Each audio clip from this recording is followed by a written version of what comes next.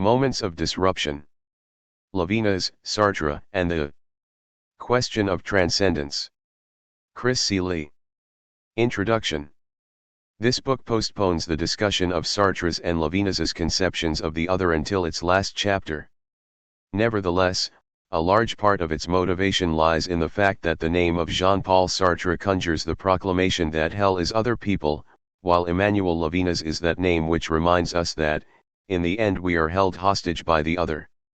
Enough scholars have analyzed these positions, making clear how each harkens to those intellectual traditions in which Sartre and Levinas are situated, respectively. Nevertheless, the curious relation between these two claims has always struck me as loaded with implications that far exceed the explanation pertaining to the difference between the existentialist and post-structuralist camps. Can the recognition of my being hostage to the other also underscore the sense of hell brought on in that concrete moment of Sartrean intersubjectivity? Why would the trauma embedded in the Levinasian claim not also be the torture implied in Sartre's? My project began in pursuit of these and other such questions, and ended up with Transcendence, or rather, the unfolding of the relation between formal structures of transcendence and more concrete phenomenological analyses. Not only in the case of their phenomenologies of the other, but in several other lived moments of disruption and limit experiences, Sartre's and Levinas's descriptive analyses read as nearly indistinguishable from each other. Said otherwise, when the focus is on their faithfulness to the phenomenon, the similarities revealed truly explain how someone, like myself, can be equally Sartrean and Levinasian in her philosophical commitments. Nevertheless, according to the standard interpretation in recent French continental philosophy, the positions that these thinkers occupy could not be more diametrically opposed. Such interpretations hold that the hell of intersubjectivity, portrayed so poignantly in Sartre's No Exit, makes no accommodations for the radical call to responsibility that underlies my being held hostage by face of the other. The rupture of Raquentin's world, made avidly alive in nausea, is to be understood as something other than Raquentin encountering the Levinasian Ilya. And last, the shame of my being for the other, described in the pages of Being and Nothingness, is not quite evidence for the structural priority of passivity over spontaneity, which informs Levinas's conception of identity in existence and existence. Though these accounts hold some legitimacy, it is important to remember that they are informed by the notions of transcendence with which Sartre and Levinas, respectively, begin. Despite Raquentin's ordeal, transcendence remains exhausted by the movement of intentionality. This is Sartre's starting point, and it is sustained throughout the entirety of his work. As such, the experience of nausea does not reveal the rustling anonymity of the Ilya, because that account would find ground in an alternative formalization of transcendence as excendence. In other words, transcendence would have to be what Levinas claims it to be, namely, that radical exiting of being, or the disruption of the intentionality that illuminates being with meaning and sense. Herein lies the most fundamental difference between Levinas and Sartre, a difference without which, for instance, the hell of Sartre's intersubjectivity could arguably indicate the hostage situation of Levinas's obsessive responsibility for the other. It is a consequence of these and other such observations that this book brings Sartre and Levinas into precisely this conversation, a conversation that begins with transcendence. On careful juxtaposition of certain key tropes, selfhood, spontaneity, passivity, and temporality, to name a few, it demonstrates that the question of transcendence is the fundamental question around which French continental philosophy ought to be bringing these two intellectuals. However, as it currently stands, the relevant scholarship has not yet done so. There is but a handful of expositions that recognizes the value in bringing Sartre and Levinas into a single scholarship, and they have used questions of Jewish identity, ethics, and to a lesser degree, politics to guide their analyses. To be clear, these are important moments of intersection, the pursuit of which has contributed much to philosophy. Nevertheless, in understanding the relationship between Sartre and Levinas without, at the outset, making central their respective accounts of transcendence, the takeaways are cursory at best, and misguided at worst. As this book demonstrates, This is because the vast difference between Sartre's and Levinas's formal accounts of transcendence stands at odds with concrete, phenomenological accounts that, in both thinkers, describe the fundamental place of disruption in human existence. When the question of transcendence guides one's reading of these Sartrean and Levinasian phenomenologies, there is a depth of engagement that not only enriches our understanding of their individual work, but ultimately brings their ideas to bear in ways that neither of them could, in isolation. To this end, I offer my analysis as a corrective to philosophy's tendency to place, and then study Sartre and Levinas in the existentialist and post-structuralist camps, respectively. I call for a reading of their work that is explicitly informed by their proposed formal accounts of transcendence, how each determines transcendence at the structural level of analysis. In positioning them as such, the following threefold discovery develops.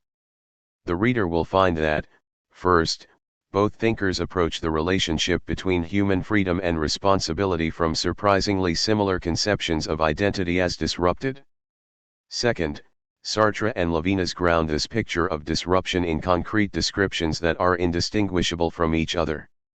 This becomes clear when their phenomenologies are juxtaposed in the manner carried out in the chapters that follow. Third, and perhaps most notably, this similarity is in spite of their strikingly different accounts of transcendence. This book shows that when Sartre's concrete analyses are placed alongside Levinas's, they not only reveal a subject in disruption similar to Levinas's, but they also exist in tension with a formal account of transcendence, the account in Sartre, that prioritizes freedom at the expense of passivity. Said otherwise, this book argues that Sartre and Levinas are more alike, in their acknowledgement of certain lived experiences of disruption, than the difference between the Sartrean and Levinasian accounts of transcendence would let on. In making clear that these varying formal accounts of transcendence stand alongside markedly similar descriptive analyses of the priority of disruption, this work offers questions in need of pursuit by both Sartrean and Levinasian scholarship.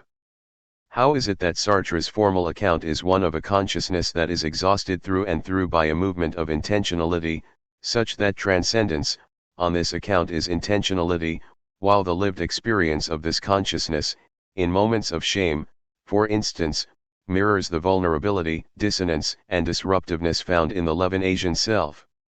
Asked otherwise, what might be the real difference between Levinas's transcendence as ascendence, the structure of which grounds his notion of identity in disruption, and Sartre's entire phenomenological enterprise?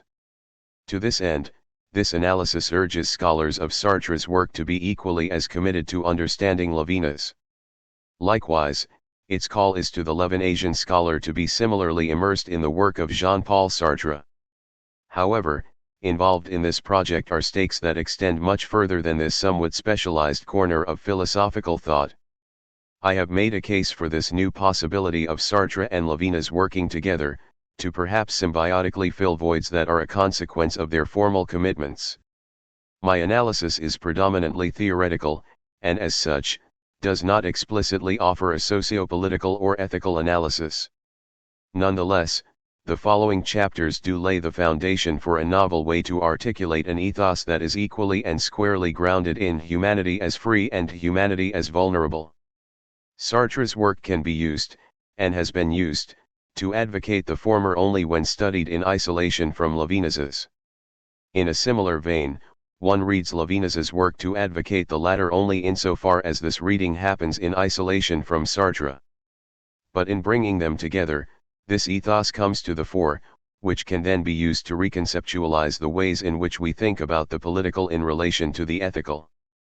Politically, my analysis facilitates a questioning of both the presuppositions and scope of a social contract theory that grounds political formation solely on free contract making. In other words, we can ask again the question of the kinds of identities, the who of these identities, involved in the lived experiences of community and solidarity. It also mandates that we think through the place and possibility of sacrifice, which is to say, a way of being and choosing that is more than the pursuit of self-preservation, in the political. To put this in more summative terms, The much larger stake of this comparative analysis is the very blurring of the line that determines politics and ethics to be mutually exclusive. The hell that is other people, signifying the restriction that my freedom encounters in the other, might reveal a disruption in the face of the other that is not an affront to transcendence, but rather the promise of transcendence. If we bracket an understanding of transcendence that is solely in terms of intentionality, this disruption rings with the kind of primordial indebtedness that would not only explain my being for the other, but also the actual condition for the possibility of political existence. The argument's trajectory. My bringing Jean-Paul Sartre and Emmanuel Levinas together identifies a strategy they both employ, which is a grounding of philosophical claims on descriptive analyses of concrete experience. In this regard, both appreciate that which most unifies the pluralities of phenomenological endeavors, which is to redirect philosophy's attention to the things themselves, or the phenomenon. In his appraisal of such redirection, Sartre describes consciousness as a series of bursts, which throw us, into the dry dust of the world, onto the plain earth, amidst things. One, the ontology he presents in being and nothingness originates from this descriptive ground, as is the case in Levinas's earlier work that determine the structures of human existence from the kinds of experiences to which we are privy. Point 2. Hence, despite the many points of divergence between their work, Sartre and Levinas are in dialogue. The formal structures that each determine to be constitutive of the human condition are legitimized by the concrete experiences whose possibility they condition. The focus of this study is limited to their formal accounts of transcendence, since it is on this issue that Sartre's and Levinas's departure is the most striking. My discussion of several of his phenomenological descriptions establishes that when it comes to his conception of transcendence, Sartre, despite himself, betrays the loyalty of the formal to the concrete. He outlines a transcendence in his earlier work, the transcendence of the ego 3, and later develops it in being and nothingness 4, to leave out what is of most significance in his phenomenological descriptions of affectivity, embodiment, and nausea, to name a few.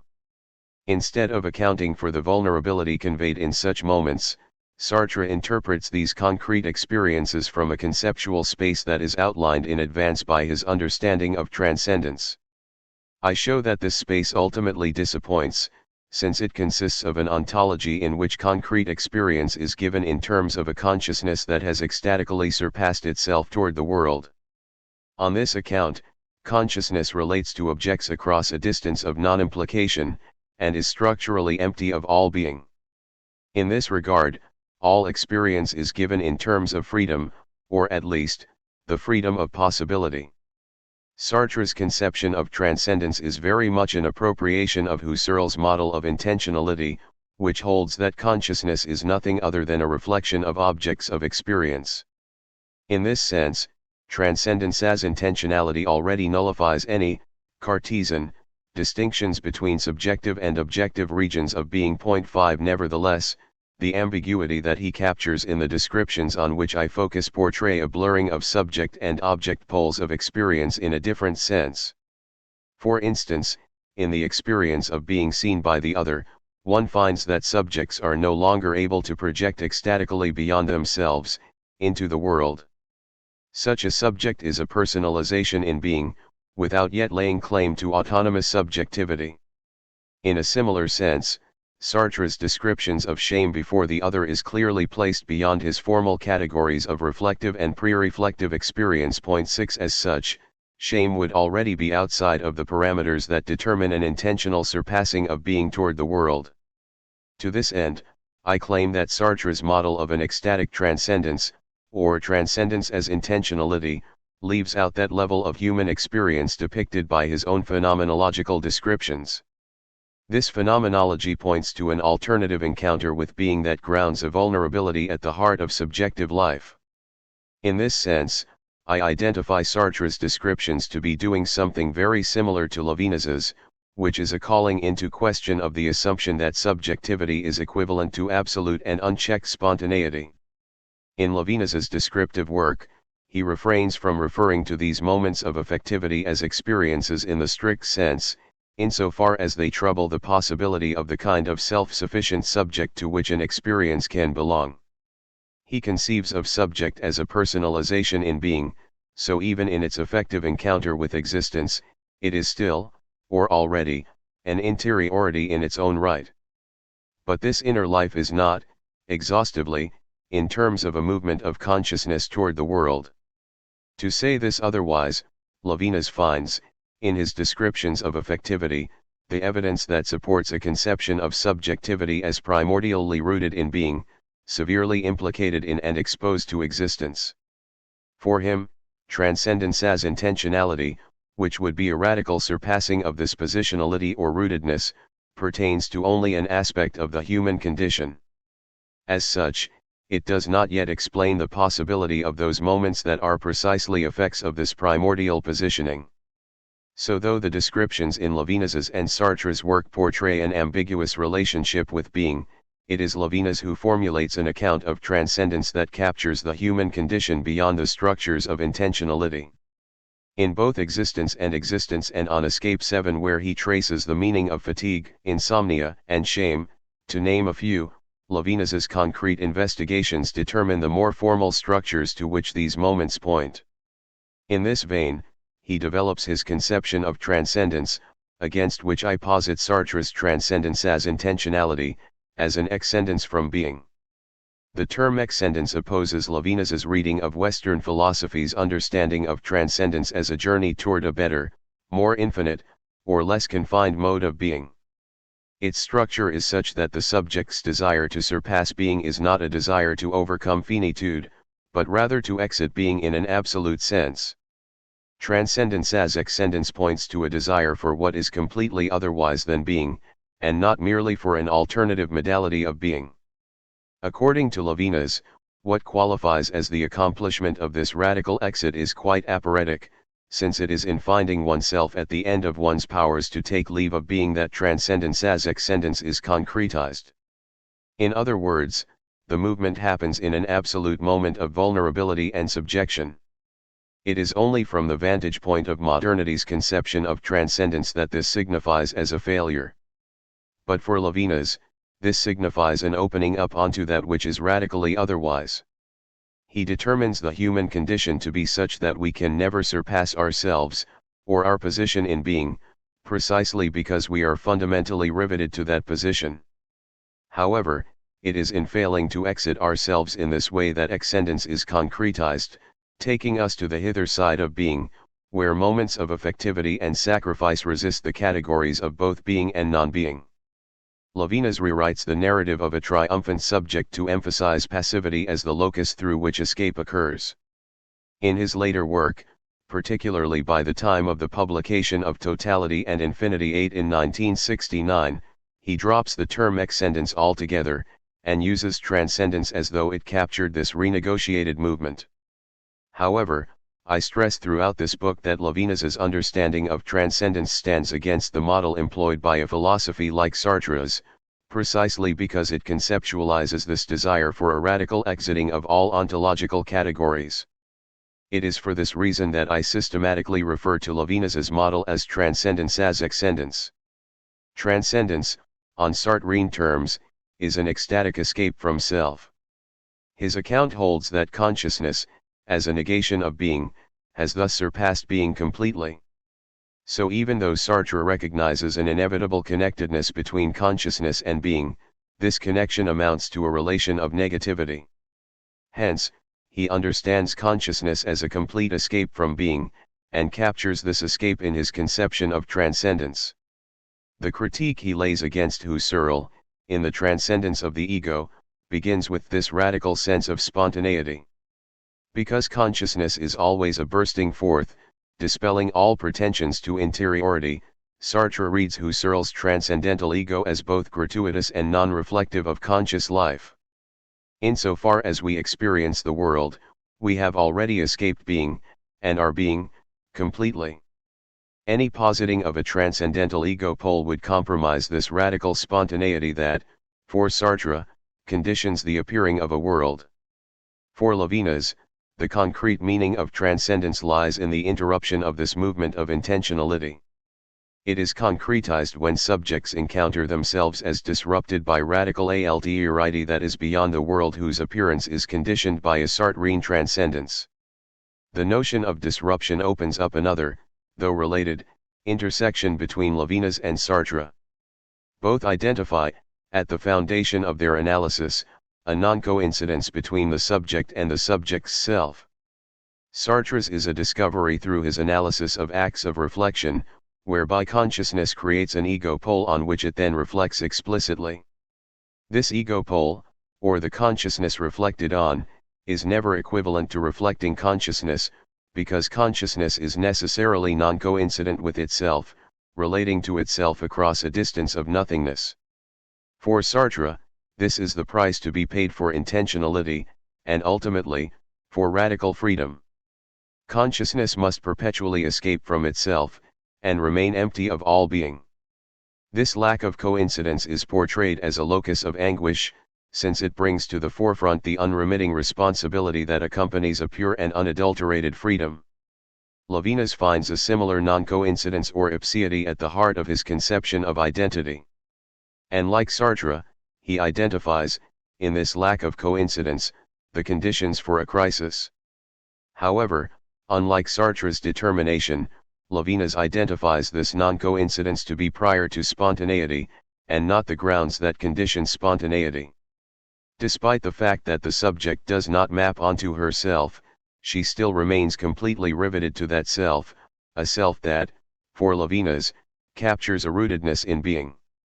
In this vein, his understanding of non-coincidence does the work of calling radical freedom into question, since the subject continues to be riveted to a base despite her intentional relation with being. This is the kind of structure that generates my desire for the otherwise than being. The more severe my rivetedness to myself is, or the more pervasive and overwhelming the presence of being is, the more urgent my desire for an exit becomes. I can never abnegate the obligation to be myself, or to occupy precisely this position in being. But in the face of this inevitability, my desire to take leave already indicates a certain rejection of this inevitability. In this regard, Levinas finds transcendence as ascendance to be already accomplished in the very desire for that which is otherwise. Getting out is accomplished when I encounter that to which I am forever bound, namely, myself or my position in being, as a source of unsettling disruption. It is in this sense that identity, for Levinas, is structured in terms of disruption and fraying. Its fundamental encounter with being is across a vulnerability and radical passivity that is prior to the movement of intentionality. Texts that bring Sartre and Levinas together often do so around the theme of ethics, or more specifically, the other point 9. The last chapter of this book explores this intersection in a unique way. Like the comparisons in preceding chapters, I find poignant similarities in Sartre's and Levinas's descriptions of what it means for two subjects to encounter each other. However, unlike these preceding analyses, I locate, in the Sartrean account of authenticity, a formal account of intersubjectivity that clearly calls into question a radically free consciousness. To be sure, Sartre's model of transcendence as intentionality is sustained throughout the entire trajectory of his career. In this regard, Being and Nothingness, in 1945, is no different from the incomplete work in Notebooks for an Ethics, published posthumously in 1992. But even though his ethics continues the narrative of freedom as that which is most original to the structure of consciousness, he also establishes that, in choosing authenticity as my fundamental project, I am obligated to take the other's condition into consideration. In this vein, I argue that this choice of authenticity resonates with Levinas's conception of substitution in ways one would not expect, given the ontology of radical freedom to which Sartre subscribes. Substitution marks Levinas's turn to a lexicon of ethical obsession that articulates the radical disruption of subjective freedom. What he describes in his earlier work as a disrupted identity that encounters being passively is given in the account of substitution as an extreme responsibility for the other. I am disrupted and open insofar as my being is always already called to take the place of the other's suffering. In otherwise than being or beyond essence, Levinas explains that it is only in this ethical language that one finds resources adequate enough to convey the sense in which subjectivity is constituted by its own disruption. For my purposes in this project, I understand disruption in general to describe Levinas's conception of subjectivity as an openness onto radical alterity. In this sense, the subject's substitution for the other is already concretized in the liability of every act of spontaneity to be called into question, even if those acts do not directly pertain to the other. My work in Chapter 5 recognizes the important differences between this Levinasian conception and Sartre's account of authenticity. At the same time, I argue for a reading of authenticity that takes seriously the responsibility of free agents to act on behalf of the disenfranchised fringes of their society.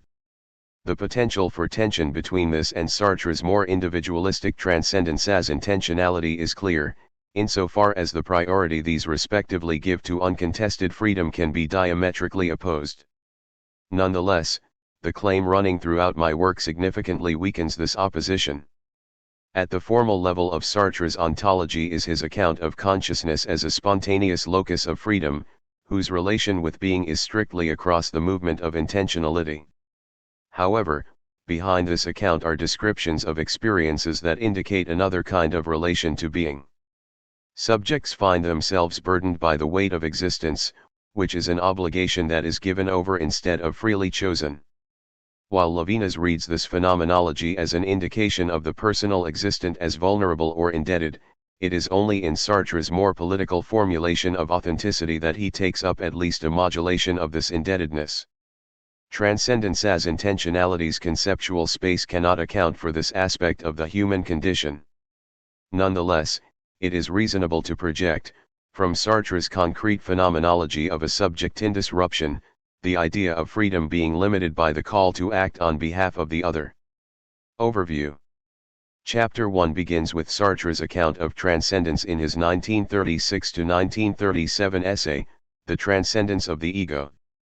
There, he critiques Husserl for forcing our concrete experience into formal structures of consciousness that are in no way validated concretely, the very complaint I level against Sartre. He shows that Husserl's transcendental ego is not only gratuitous when it comes to accounting for the phenomenon, but most importantly, it cannot be supported by the phenomenon. This critique clearly outlines the foundation of Sartre's notion of transcendence, in which consciousness relates to being negatively and ecstatically. This means that, instead of a transcendental feature of consciousness, the ego would be a transcendent object for consciousness, similar to other objects of experience. To say this differently, a necessary consequence of consciousness relating to being strictly through a movement of intentionality is its pure emptiness of being. This early understanding of transcendence as intentionality informs the phenomenological ontology that Sartre develops in Being and Nothingness, where our everyday experiences are read in terms of this formal structure of transcendence. I follow this with an analysis of Levinas's transcendence as excendence in Chapter 2. In Existence and on Escape, Levinas uncovers a primordial positioning of the subject in existence, which indicates a rivetedness to being, or to being oneself. On Sartre's account of transcendence, the possibility of experience is grounded in consciousness projection beyond the self. However, according to Levinas, the bond between subject and self is never completely broken, it is simply loosened, only to recoil again. There is always a return to self, which he identifies as most signifying in experiences like shame, nausea, fatigue, and insomnia. The model of transcendence that he uses to account for these experiences maintains this rivetedness to self. Hence, it reflects a relation with being that is otherwise than an escape from being. This notion of transcendence as excendence fails to get us out of being, or rather, out of our position in being, but it is an exit in its own right. To transcend in excendence means that I am with myself, on all sides, no matter where I turn. But at the same time, I encounter this fullness of my being with repulsion. Levinas uses the subject's revolt against her being to ground a non-coincidence between the subject and this position, or between the subject and herself, which, for him, realizes the escape captured in excendence. Hence, he articulates an account of subjectivity such that we are riveted to ourselves, but can never be completely one with that to which we are riveted. Transcendence as excendence is the only genuine exiting, given this structure of identity. The other occupies a large part of Levinas's project, but I address this role of THIRD only in chapter 5. I read his work very much like he reads it, as primarily on transcendence and not ethics. To be sure, ethics will provide the language needed to articulate the radical exiting of positioned subjects who are in relations of non-coincidence with themselves. But at the same time, this ethical language describes a subject as fundamentally exposed to, or disrupted by radical THIRD. I understand transcendence as excendence to be grounded on this disruption of totalities, the most pertinent of which is the intentional network of meanings that constitute subjectivity. In any event, I argue that Levinas is better positioned to explain the possibilities of certain experiences, identified by himself and Sartre alike, given his account of transcendence as excendence. Chapter 3 continues to emphasize disruption as that which is at the core of Levinas's account of transcendence. In this sense, I read the face as more fundamentally describing a radical rupturing of the subject, than it does an actual encounter with another person. Alongside this, I argue that Sartre's descriptions of the experience of nausea, coming from the novel, Nausea 10, portray a remarkably similar disruption of intentionality. In this regard, one would expect a more Levinasian account of identity, and ultimately transcendence, to follow from the concrete descriptions in this novel. Sartre describes the possibility of an encounter with being such that it is no longer in terms of the subject and object of experience. Given its resonance with Levinas's account in existence and existence of a subject burdened by the weight of existence, I read this phenomenology of nausea as a rupture of Sartre's narrative of consciousness as a pure surpassing of being. Nevertheless, Sartre continues to find, in his descriptions, an absolutely free consciousness called to a responsibility to constitute the world according to its free projects. Said otherwise, the breakdown of all signification, which he describes, ultimately points back to consciousness' freedom to create a world for itself. 11. The fourth chapter continues to pursue my claim that several of Sartre's concrete descriptions point in the direction of a Levinasian account of identity and transcendence. Sartre's notion of facticity captures those moments of non-freedom found at the level of concrete experience, whereby consciousness undergoes the givens, or facts of being, instead of actively constituting meaning through its projects. He includes in his conception of facticity, the phenomenon of acquiring a being for others, as one consciousness feels itself being looked at, the experience of one's embodiment in moments of shame, as well as the brute fact of existence as it shows up in moments of vertigo and nausea. I argue that, at the formal level, facticity retains a primacy of freedom that is not reflected in the concrete experiences Sartre intends facticity to explain. I present his account of the body, particularly the case of pain consciousness, and his account of shame, to show traces of a level of Levinasian passivity, or pure affectivity. This significantly calls into question his formal account of consciousness as strictly a pure nothingness of being, and replaces it with an account of consciousness that is more primordially positioned in being. My last chapter focuses on Sartre's and Levinas's accounts of THIRD, again identifying similarities at their descriptive levels of analyses. I identify, in Sartre's account of authenticity, grounds for a rigorous sense of responsibility toward the other, much like in Levinas's conception of substitution. To be sure, these conceptions of responsibility differ in very important ways, the explanation of which rest on two distinct accounts of identity, Levinasian and Sartrean. However, I argue that Sartre's conception of absolute responsibility is superior to Levinas's when it comes to the question of taking action on behalf of the other. His is an account that explicitly considers the challenges of acting within the parameters of political life, while Levinas seems to regard the political as the totality ruptured by the obsession of substitution. In the end, though both conceptions of responsibility are radical, it is on their own terms, and within the contexts of the projects out of which they arise, that I read them. At the same time, my work in chapters 1 through 4 prepare for the possibility of using Sartre's own concrete descriptions to call into question his formal account of radical freedom. It is in this vein that I find his position on authenticity to be one that gives a robust ethical obligation toward the other that can, indeed, act as a limitation on his formal account of radical freedom. Chapter 1. The role of being in Sartre's model of transcendence as intentionality. In Being and Nothingness, Sartre develops Husserl's notion of intentionality into what can be read as an existentialist phenomenology. The Sartrean commitment lies in using this phenomenological method to account for our concrete, and ultimately politicized, mode of being in the world. In this sense, his reading of Husserl, in The Transcendence of the Ego, formulates the position that the existence of consciousness is absolute, while at the same time, very much immersed in the world of which it is a reflection. To this end, Sartre works to distance his exposition from Husserl's epicure, claiming that it is both unfounded by, and unnecessary for the deployment of Husserl's phenomenological method.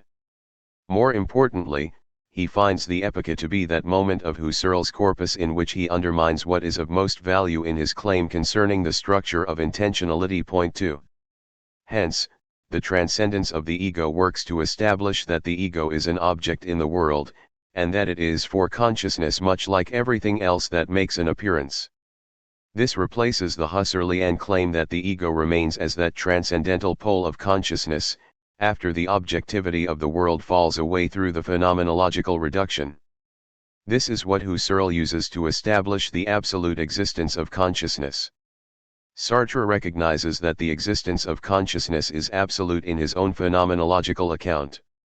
Nevertheless, he is wary of legitimizing this absolute existence by means of the epicure, and develops alternative mechanisms through which to validate the claim that consciousness alone can appear to itself. It can be argued that Sartre's claim is an overreading of the implications of Husserl's epicure insofar as it regards the bracketing of the existence of an external world as not sufficiently recognizing the effects of a transphenomenal being. Point 3. The transcendence of the ego and being and nothingness both rest on the premise that the reduction fails to explain why the world experienced is precisely this world, and not otherwise. To be sure, this is not a necessarily justified critique of a method that only seeks to suspend all judgments concerning the existence of the external world, or to regard such judgments as hypothetical, for the sake of establishing the intentional structure of consciousness. Nonetheless, the shape of Sartre's existential phenomenology is very much indebted to this way of understanding Husserl. Point 4. For this reason, the work in this chapter, and in those that follow, assumes a certain legitimacy to Sartre's appropriation of Husserl, but only for the sake of appreciating those Sartrean positions on the freedom and transcendence of consciousness. For better or for worse, it is clear that Sartre's renunciation of the phenomenological reduction comes from a thorough commitment to questions of politics and ethics. With good reason, his earlier work in Being and Nothingness is read as the most anarchical and individualist moment in his career. Point 5. At the same time, the realist nature of the phenomenology of being and nothingness clearly signals Sartre's concerns for the sense in which humans suffer, and the inevitable root of that suffering resting in the world. Point 6. In The Transcendence of the Ego, Sartre explains, unfortunately, as long as the I remains a structure of absolute consciousness, one will still be able to reproach phenomenology for being an escapist doctrine, for again, pulling a part of man out of the world and in that way, turning our attention from real problems. 7. The transcendence of the ego undeniably provides the groundwork on which Sartre established the lengthier account of consciousness in Being and Nothingness. Hence, by the time of the publication of this later text, in 1945, it was already the case that Sartre's motivation was based in those social political structures out of which suffering in the world acquired signification. To this end, Being and Nothingness presents an account of being, which would explain the patterns of concrete existence. The work's ontology explains the sense in which consciousness is radically empty of being, possessing an ontological freedom 8, alongside its encountering a resisting reality from the world. The notion of facticity is used to capture this resistance, and grounds those aspects of our experience that show up as though they are given to us, immutable and to be dealt with. As it is employed by Sartre, facticity does not undermine the ontological freedom of consciousness, since it is undeniably the case that consciousness is structurally apart from being, in itself being. In the words of David Detmer, consciousness can separate itself from all that is external to it, and from whatever might attempt to ensnare or enslave it, and in so doing, disentangle itself from the chain of causal determinacy. 9 So even though facticity is a structure of experience that pertains to certain brute givens, it is still the case that experience is also structured as an intentionality. 10 Consciousness is always a consciousness of something, other than itself, which is to say, that consciousness is exhausted by its relationality to the object of its experience. But this also means that consciousness is always not the object of its experience. In a general sense, intentionality implies that consciousness is radically empty of all, inert, or in itself, being. It is in this sense that Detmer describes consciousness as disentangled from the chain of cause determination. There are certain patterns of existing that consciousness faces, but precisely because such patterns are related to a cross-intentionality, consciousness faces them, and is already not what it would have been under their determinative influence. The work of this chapter traces the implications of Sartre's conception of facticity, and argues that his account prioritizes the transcendence of consciousness. 11 In my analysis, I deploy Sartre's conception of intentionality interchangeably with his understanding of transcendence. This is insofar as intentionality, on Sartre's account, necessarily positions consciousness in a relation to some object that is precisely not consciousness. In this regard, Sartre wants consciousness to be able to reach an object that is truly outside of it. 12 The object must be transcendent to consciousness, and the very relation to that object presupposes a self-surpassing on the part of consciousness. Hence, my exposition reads, in the structure of intentionality, an implied escape, or surpassing. To the extent that intentionality is sustained throughout the effects of facticity, so too do I determine the transcendence of consciousness to be sustained. In other words, I argue that the Sartrean consciousness of being and nothingness is a complete escape from being, despite the factical component of experience. I recognize that Sartre's later work, around the period marked by the critique of dialectical reasoning, emphasizes certain forms of real, social and political oppression, and such emphasis undermines the plausibility that consciousness is a radical transcendence of being. However, I hold that the narrative of absolute transcendence, established in being and nothingness, is carried over in these more socio-economic accounts of experience, in which Sartre recognizes that freedom can be compromised by social, economic, and political factors. As such, there is a prioritizing of the value of freedom in these later expositions, which, for this reason, positions them in a continuity with the work of being and nothingness. The implications of the intentional structure of consciousness. In his essay on the theory of intentionality, Sartre confirms his appreciation of Husserl's phenomenology. He identifies the method as one that would allow us to move away from the digestive philosophies of idealism and realism, precisely because it recognizes the world as both external to consciousness, but also as relative to consciousness insofar as the latter is inevitably immersed in the world. 13 Consciousness and world are given in one stroke. 14 Which, for Sartre, means that everything is finally on the outside, everything, including consciousness itself. In this regard, the Husserlian account of intentionality positions consciousness as a radically empty field of spontaneity, and not as some container of ideal objects that point to their external correlates. At the same time, world is that which is transcendent to consciousness, making it necessary for consciousness to go beyond itself in order to relate to world. In this reading of Husserl, Sartre determines that without world remaining transcendent, consciousness is no longer the field of radical spontaneity on which Husserl builds his phenomenological method. To be sure, Husserl adopts a form of idealism by 1913, from which Sartre distances himself in the Transcendence of the Ego. Though it is not an explicit treatise on transcendence, this 1937 text sets up the groundwork for Sartre's formal model of transcendence as intentionality. 15 In large part, The essay lays out a critique of Husserl's phenomenological method as an idealism that compromises the truth of the theory of intentionality, which is that all consciousness is consciousness of that which is other than consciousness. 16 As a corrective, Sartre develops the idea of the ego as a transcendent object for consciousness, and not a transcendental, and unifying, pole of conscious experience. This view is mirrored in his essay on intentionality, where he reinforces the position that consciousness is but a reflection of objects of experiences. He agrees with Husserl's claim that both consciousness and world are equally fundamental, separate in abstraction only. However, he also determines that, included in this conception of intentionality, is this necessity for consciousness to exist as consciousness of something other than itself. 17 In this regard, experience is always already the experience of a consciousness that has transcended those objects of experience. As a movement of intentionality, consciousness is out there, in the phenomenon. It is the nature of consciousness to intend objects, that is, to point away from itself and out toward the things with which it is concerned. 18. It is on this foundation that Sartre formulates his phenomenological ontology of experience. The being of consciousness is radically otherwise than the being of the objects of experience. Consciousness is purely an activity of relating to things, and unlike things, has no inside. Consciousness is non-substantial.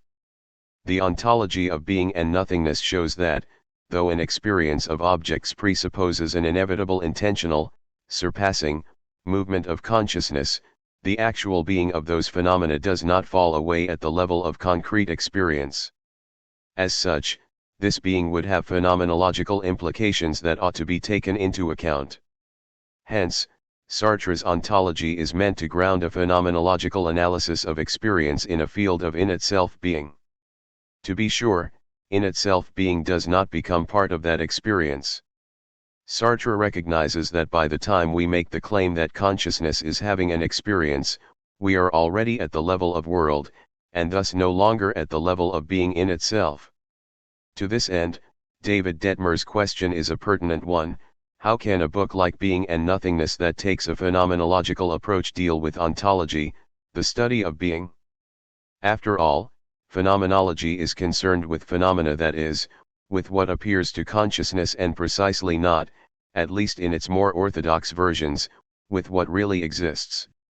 19 Nonetheless, Sartre proposes the ontological question insofar he recognizes being in itself as that contingent foundation on which consciousness and world upsurges into existence. 20 This is the most notably the reason for Sartre's rejection of the phenomenological reduction.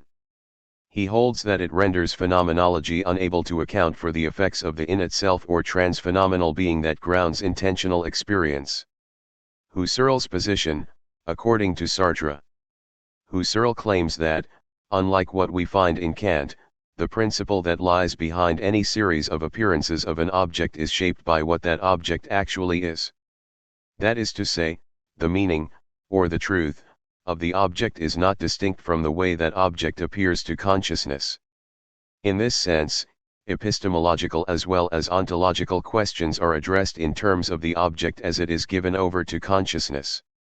However, in starting with the appearance of objects, with the phenomena, one is ultimately led to the question of that to which the phenomena appears. In other words, an appearance necessarily presupposes something, or someone, that receives the appearance. For this reason, Husserl's, and by extension, Sartre's, phenomenology is an elucidation of those principles of consciousness that shape the phenomenon of the world. For Husserl, these principles of consciousness represent that point of absolute certainty, from which systems of knowledge must begin. Put differently, it is from the intentionality of consciousness that the sciences receive their metaphysical grounding. Husserl establishes this in what he refers to as a leaving behind of the natural attitude. As a phenomenologist, one brackets all assumptions concerning the values one ascribes to an actually existing external reality, and in so doing, no longer takes for granted the independently objective existence of objects of experience. Subsequent to this phenomenological reduction, consciousness remains as that, alone, which possesses absolute existence. In the words of Aaron Gurwitch, what remains after the phenomenological reduction has been effectuated is, the field of noses with their noematic correlates 21. Despite his renunciation of Husserl's exercise of bracketing, Sartre also conceptualizes the existence of consciousness as the absolute starting point from which phenomenology, and the sciences, attains its certitude. As phenomena, objects in the world depend, for their appearing 22 on the absolute existence of consciousness. It is for consciousness that they appear. 23 On the other hand, consciousness is the only being that can appear to itself, and in this sense, the only being whose existence is self-grounded. Michael Sukal writes, something is a relative existent when it is an object for something. The world, for example, is a relative existent because it is an object for consciousness. Consciousness, however, is not relative because it is not for anything. 24 For this reason, Sartre identifies consciousness as the phenomenon whose existence is absolute. Its existence is independent of its appearing to anything, even to itself. 25. Indeed, Sartre tells us, the existence of consciousness is an absolute existence because consciousness is consciousness of itself. 26 In other words, the necessity with which all consciousness is simultaneously self-consciousness, is evidence for its absolute existence. Consciousness is a special phenomenon, since there is always self-consciousness simultaneous to consciousness of a transcendent phenomenon. To recall, implied in the structure of intentionality is that appearances for consciousness are transcendent, they are other than or not the consciousness for which they make an appearance. This means that consciousness cannot be, for itself, its own phenomenon, insofar as it would have already surpassed that appearance. Nevertheless, there is a sense in which a kind of self-consciousness necessarily accompanies every experience, since, for Sartre, there is no consciousness that is not also self-consciousness. It is important to understand that this does not compromise the intentional structure of consciousness, the implication of which is that appearances for consciousness must be transcendent to consciousness. An account of an everyday experience might be of use here. In our present experience, certain objects appear to us, computer screens, keyboards, the windows to our left, and so on. Sartre tells us, in both the transcendence of the ego and being and nothingness, that I am conscious of these objects only because I am conscious of myself as being conscious of them.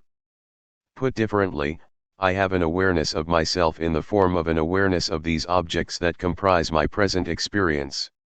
This is not to say that I appear to myself the way an object of experience appears to me. In other words, consciousness is not for itself its own object. 27 All this means is that I must necessarily be self-conscious in the mode of myself qua having this experience in order for the experience to even be possible. Hence, consciousness is aware of itself through its awareness of the objects of experience, establishing that self-consciousness is a product of their being consciousness of an object. Phyllis Knieven affirms that this is essential to a movement of intentionality. This condition expresses the structure of consciousness as intentional. Consciousness posits an object other than itself. It is also, as consciousness, self-consciousness. This self-consciousness is always a non-positional consciousness, that is, it cannot posit itself as object. 28 It is in the sense that consciousness is necessarily self-consciousness at the same time its being is intentional through and through. It is as a pre-reflective, or non-positional, taste that I am aware of myself while objects of experience appear for me. 29. Sartre's critique of Husserl. 30. Sartre's critique of Husserl is founded on this understanding of the structure of consciousness. As absolute, the being of consciousness cannot depend on that which is outside of consciousness. No other phenomenon has this ability to appear to itself, and subsequently legitimize its being on its own. For Sartre, a transcendental pole behind experience places this in jeopardy. I discuss this in more detail shortly, in what I name Sartre's detrimental critique of Husserl. Appearing to itself in this way, consciousness depends on nothing outside of itself for its being there.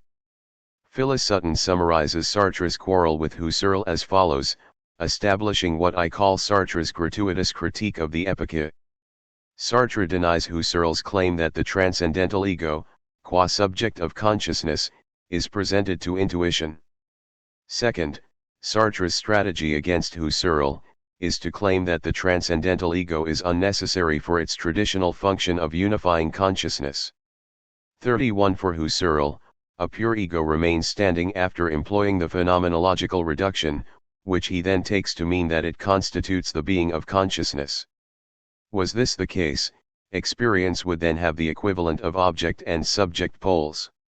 To the strictly phenomenological observation or reduction, the intentional act appears thus as a ray directed toward the object and issuing from a center or a source of radiancy. Emphasis added. 32 However, insofar as this transcendental pole does not make an appearance, either explicitly or implicitly, Sartre finds it unverifiable from the vantage point of the very phenomenological method to which Husserl's analysis subscribes.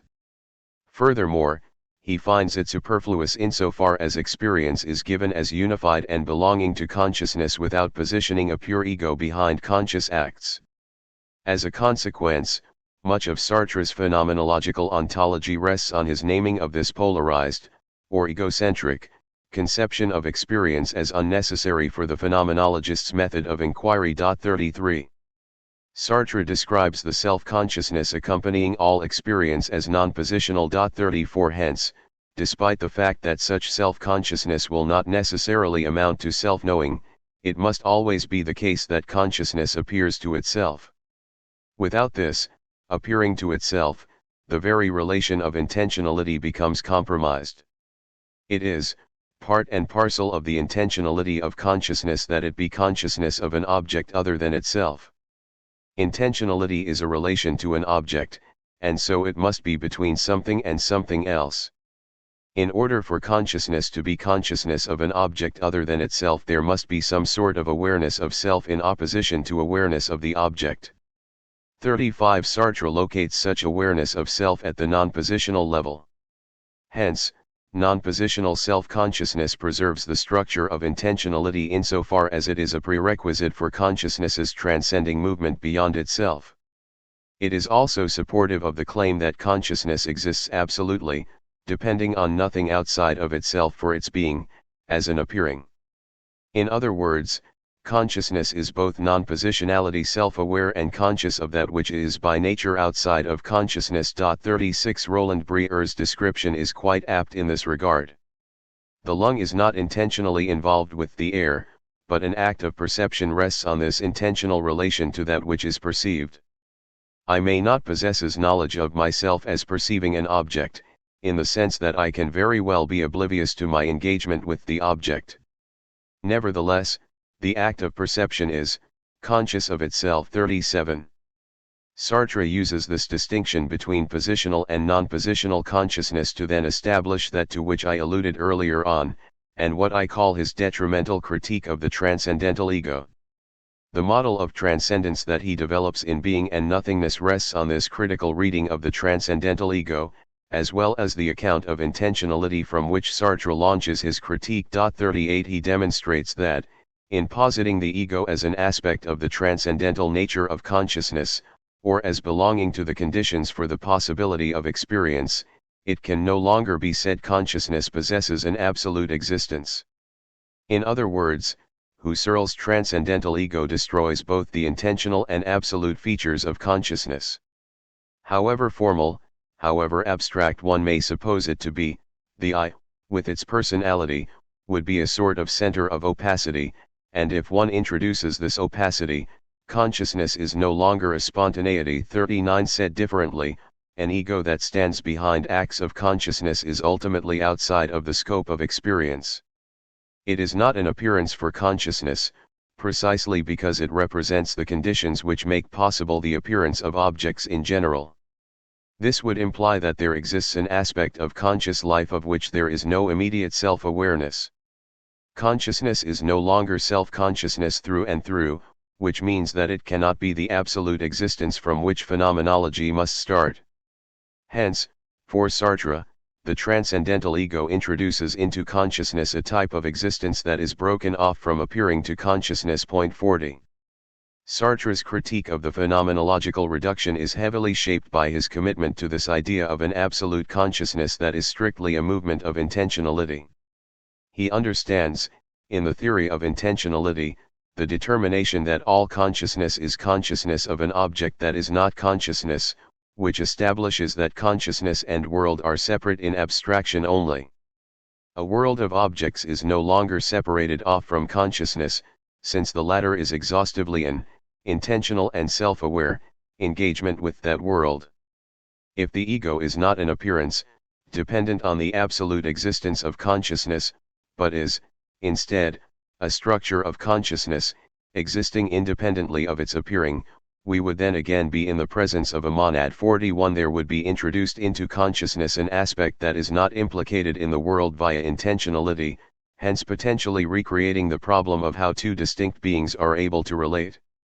So while the theory of intentionality implicates consciousness in the world wholly and completely, the ego, as transcendental, cuts it off into a private and inaccessible monad. 42.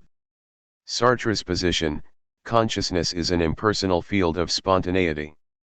Sartre takes the ego out of consciousness, and places it on the side of objects of experience, as an object for consciousness.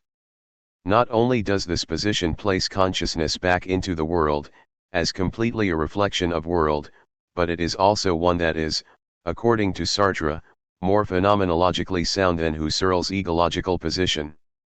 Sartre presents evidence to show that, at the most immediate level of experience, the pre-reflective level, there is no ego that either inhabits or accompanies acts of consciousness.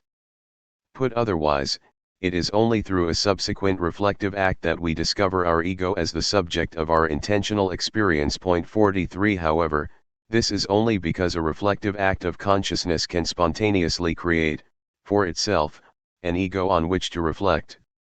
The consciousness which says I think is precisely not the consciousness which thinks. 44 Hence, every time we apprehend an ego, our ego, it is already not us, or not of consciousness. One of phenomenology's founding premises that we ought not to affirm more, or less, than concrete experience would allow grounds Sartre's argument for the transcendent nature of the ego. The I of the I think is an object grasped with neither apodictic nor adequate evidence, he tells us. The evidence is not apodictic, since by saying I we affirm far more than we know. It is not adequate, for the I is presented as an opaque reality whose content would have to be unfolded. 45 At the most concrete level, there is no I. This does not mean that Husserl's ego does not exist, it only means that it is a transcendent object for reflective consciousness, and not a transcendental structure of pre-reflective consciousness.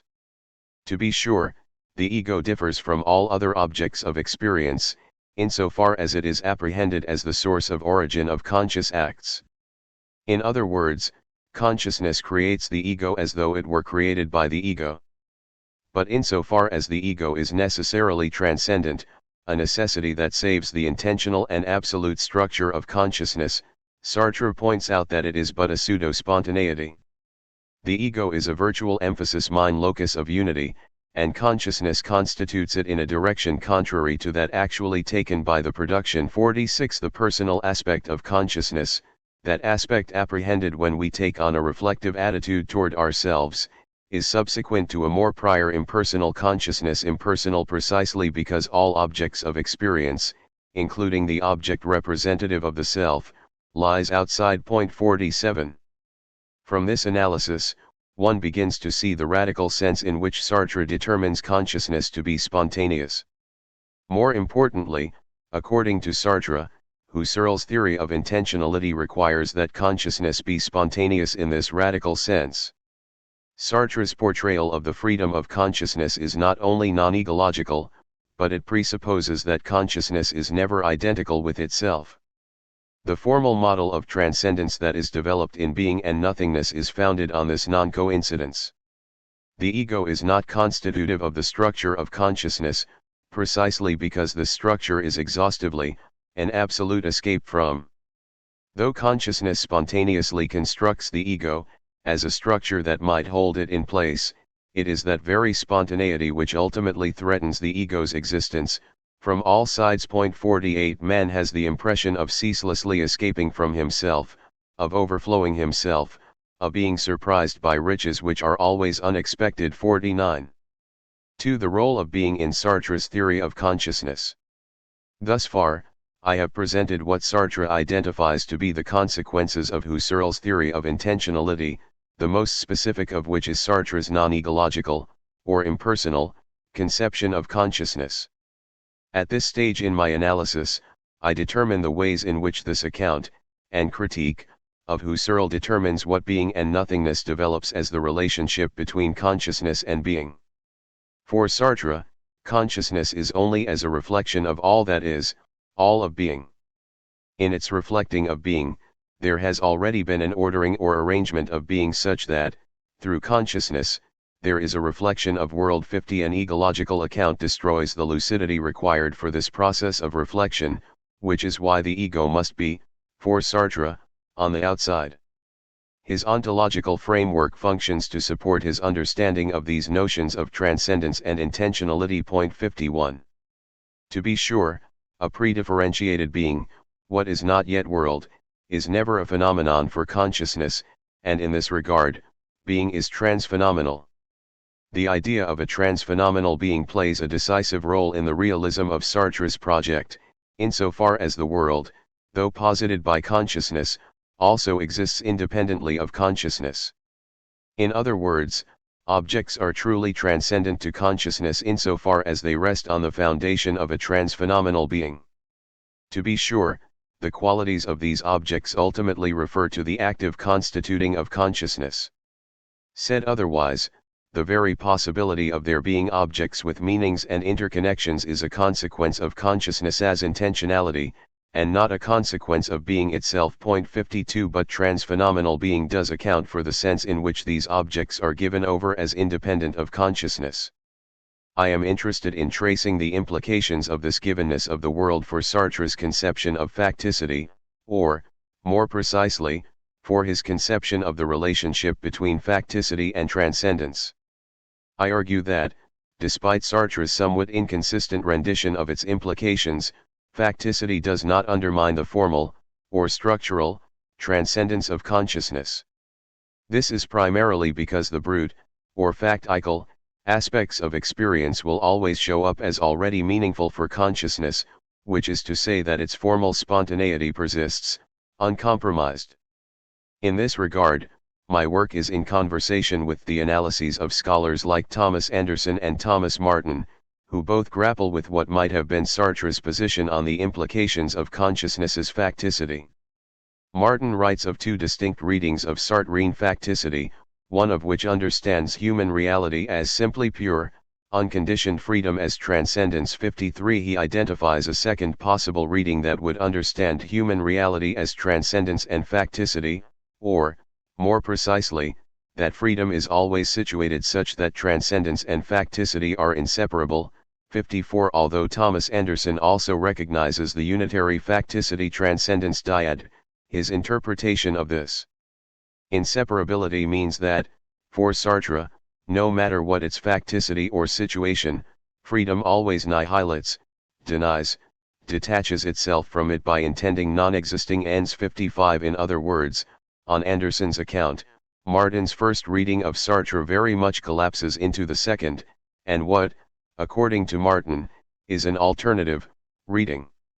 According to Martin, if transcendence and facticity come hand in hand, it is also the case that facticity limits the workings of freedom, even though this limitation is not a determination. 56. From Anderson's reading, this is ultimately evidence for an understanding of Sartrean freedom as absolute and without limit, since it is always the case that those limiting obstacles/resistances acquire their coefficients of adversity from the transcendence of consciousness. 57.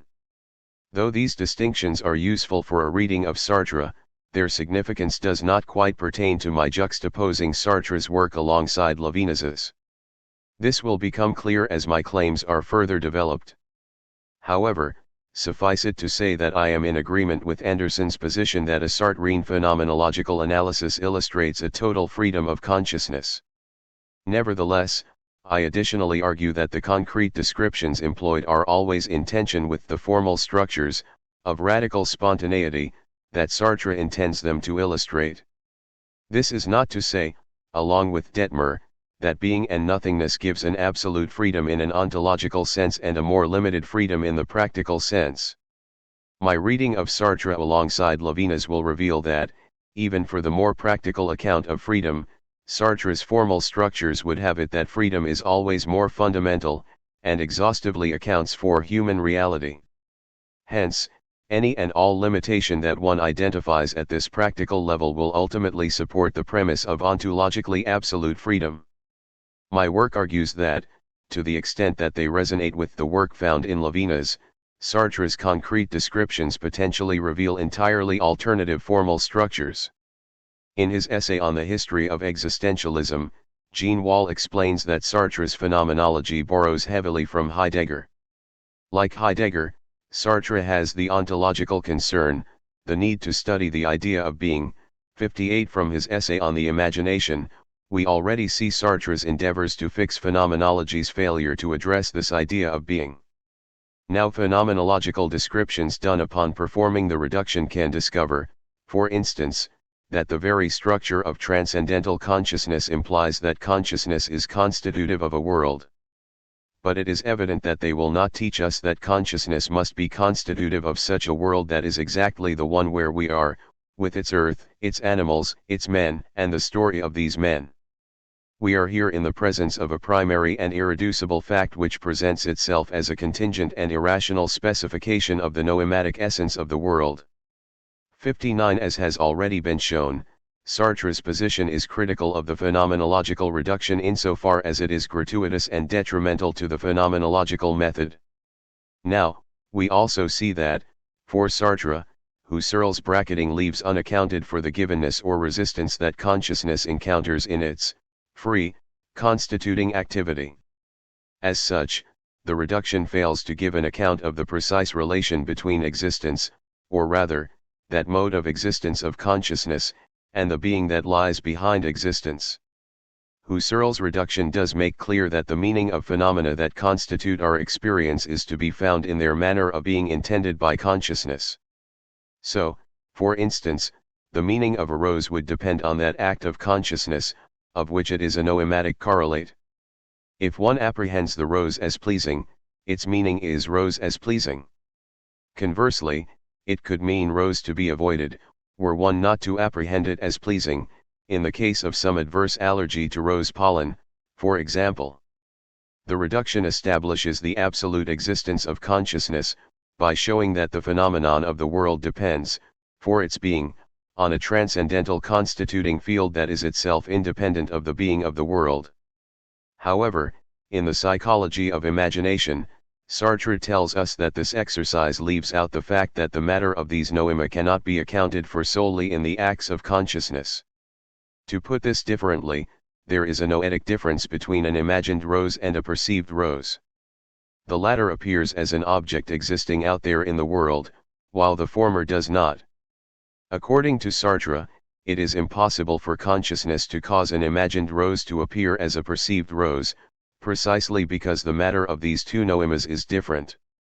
In this sense, the phenomenological reduction does not give being its due. 60 In Thomas Bush's discussion of the influence of the phenomenological reduction on Sartre's novel, Nausea, he points out that Husserl himself makes similar concessions.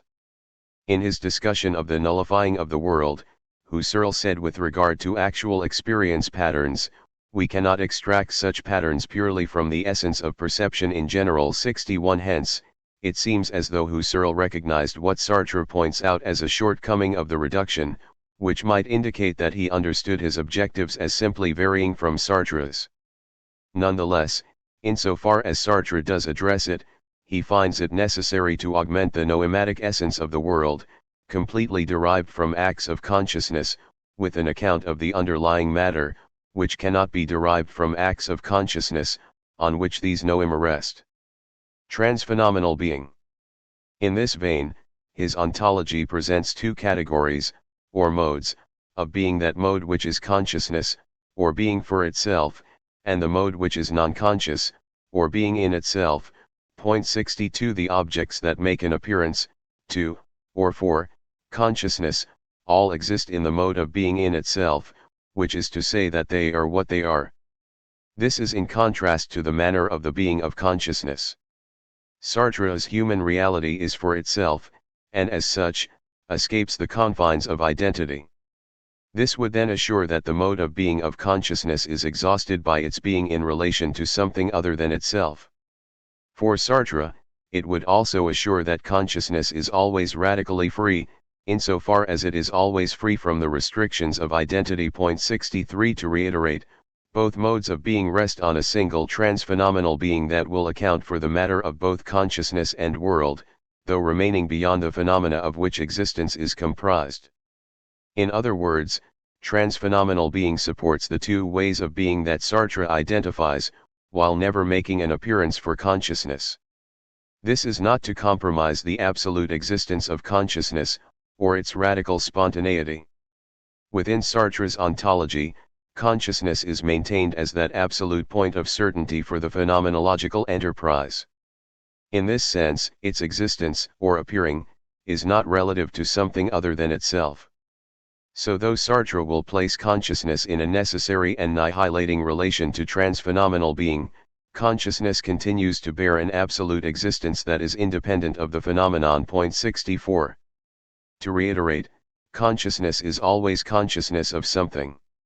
Transphenomenal being ensures this independent, or rather, transcendent, nature of objects of experience insofar as it presides as the materiality of the phenomenon itself.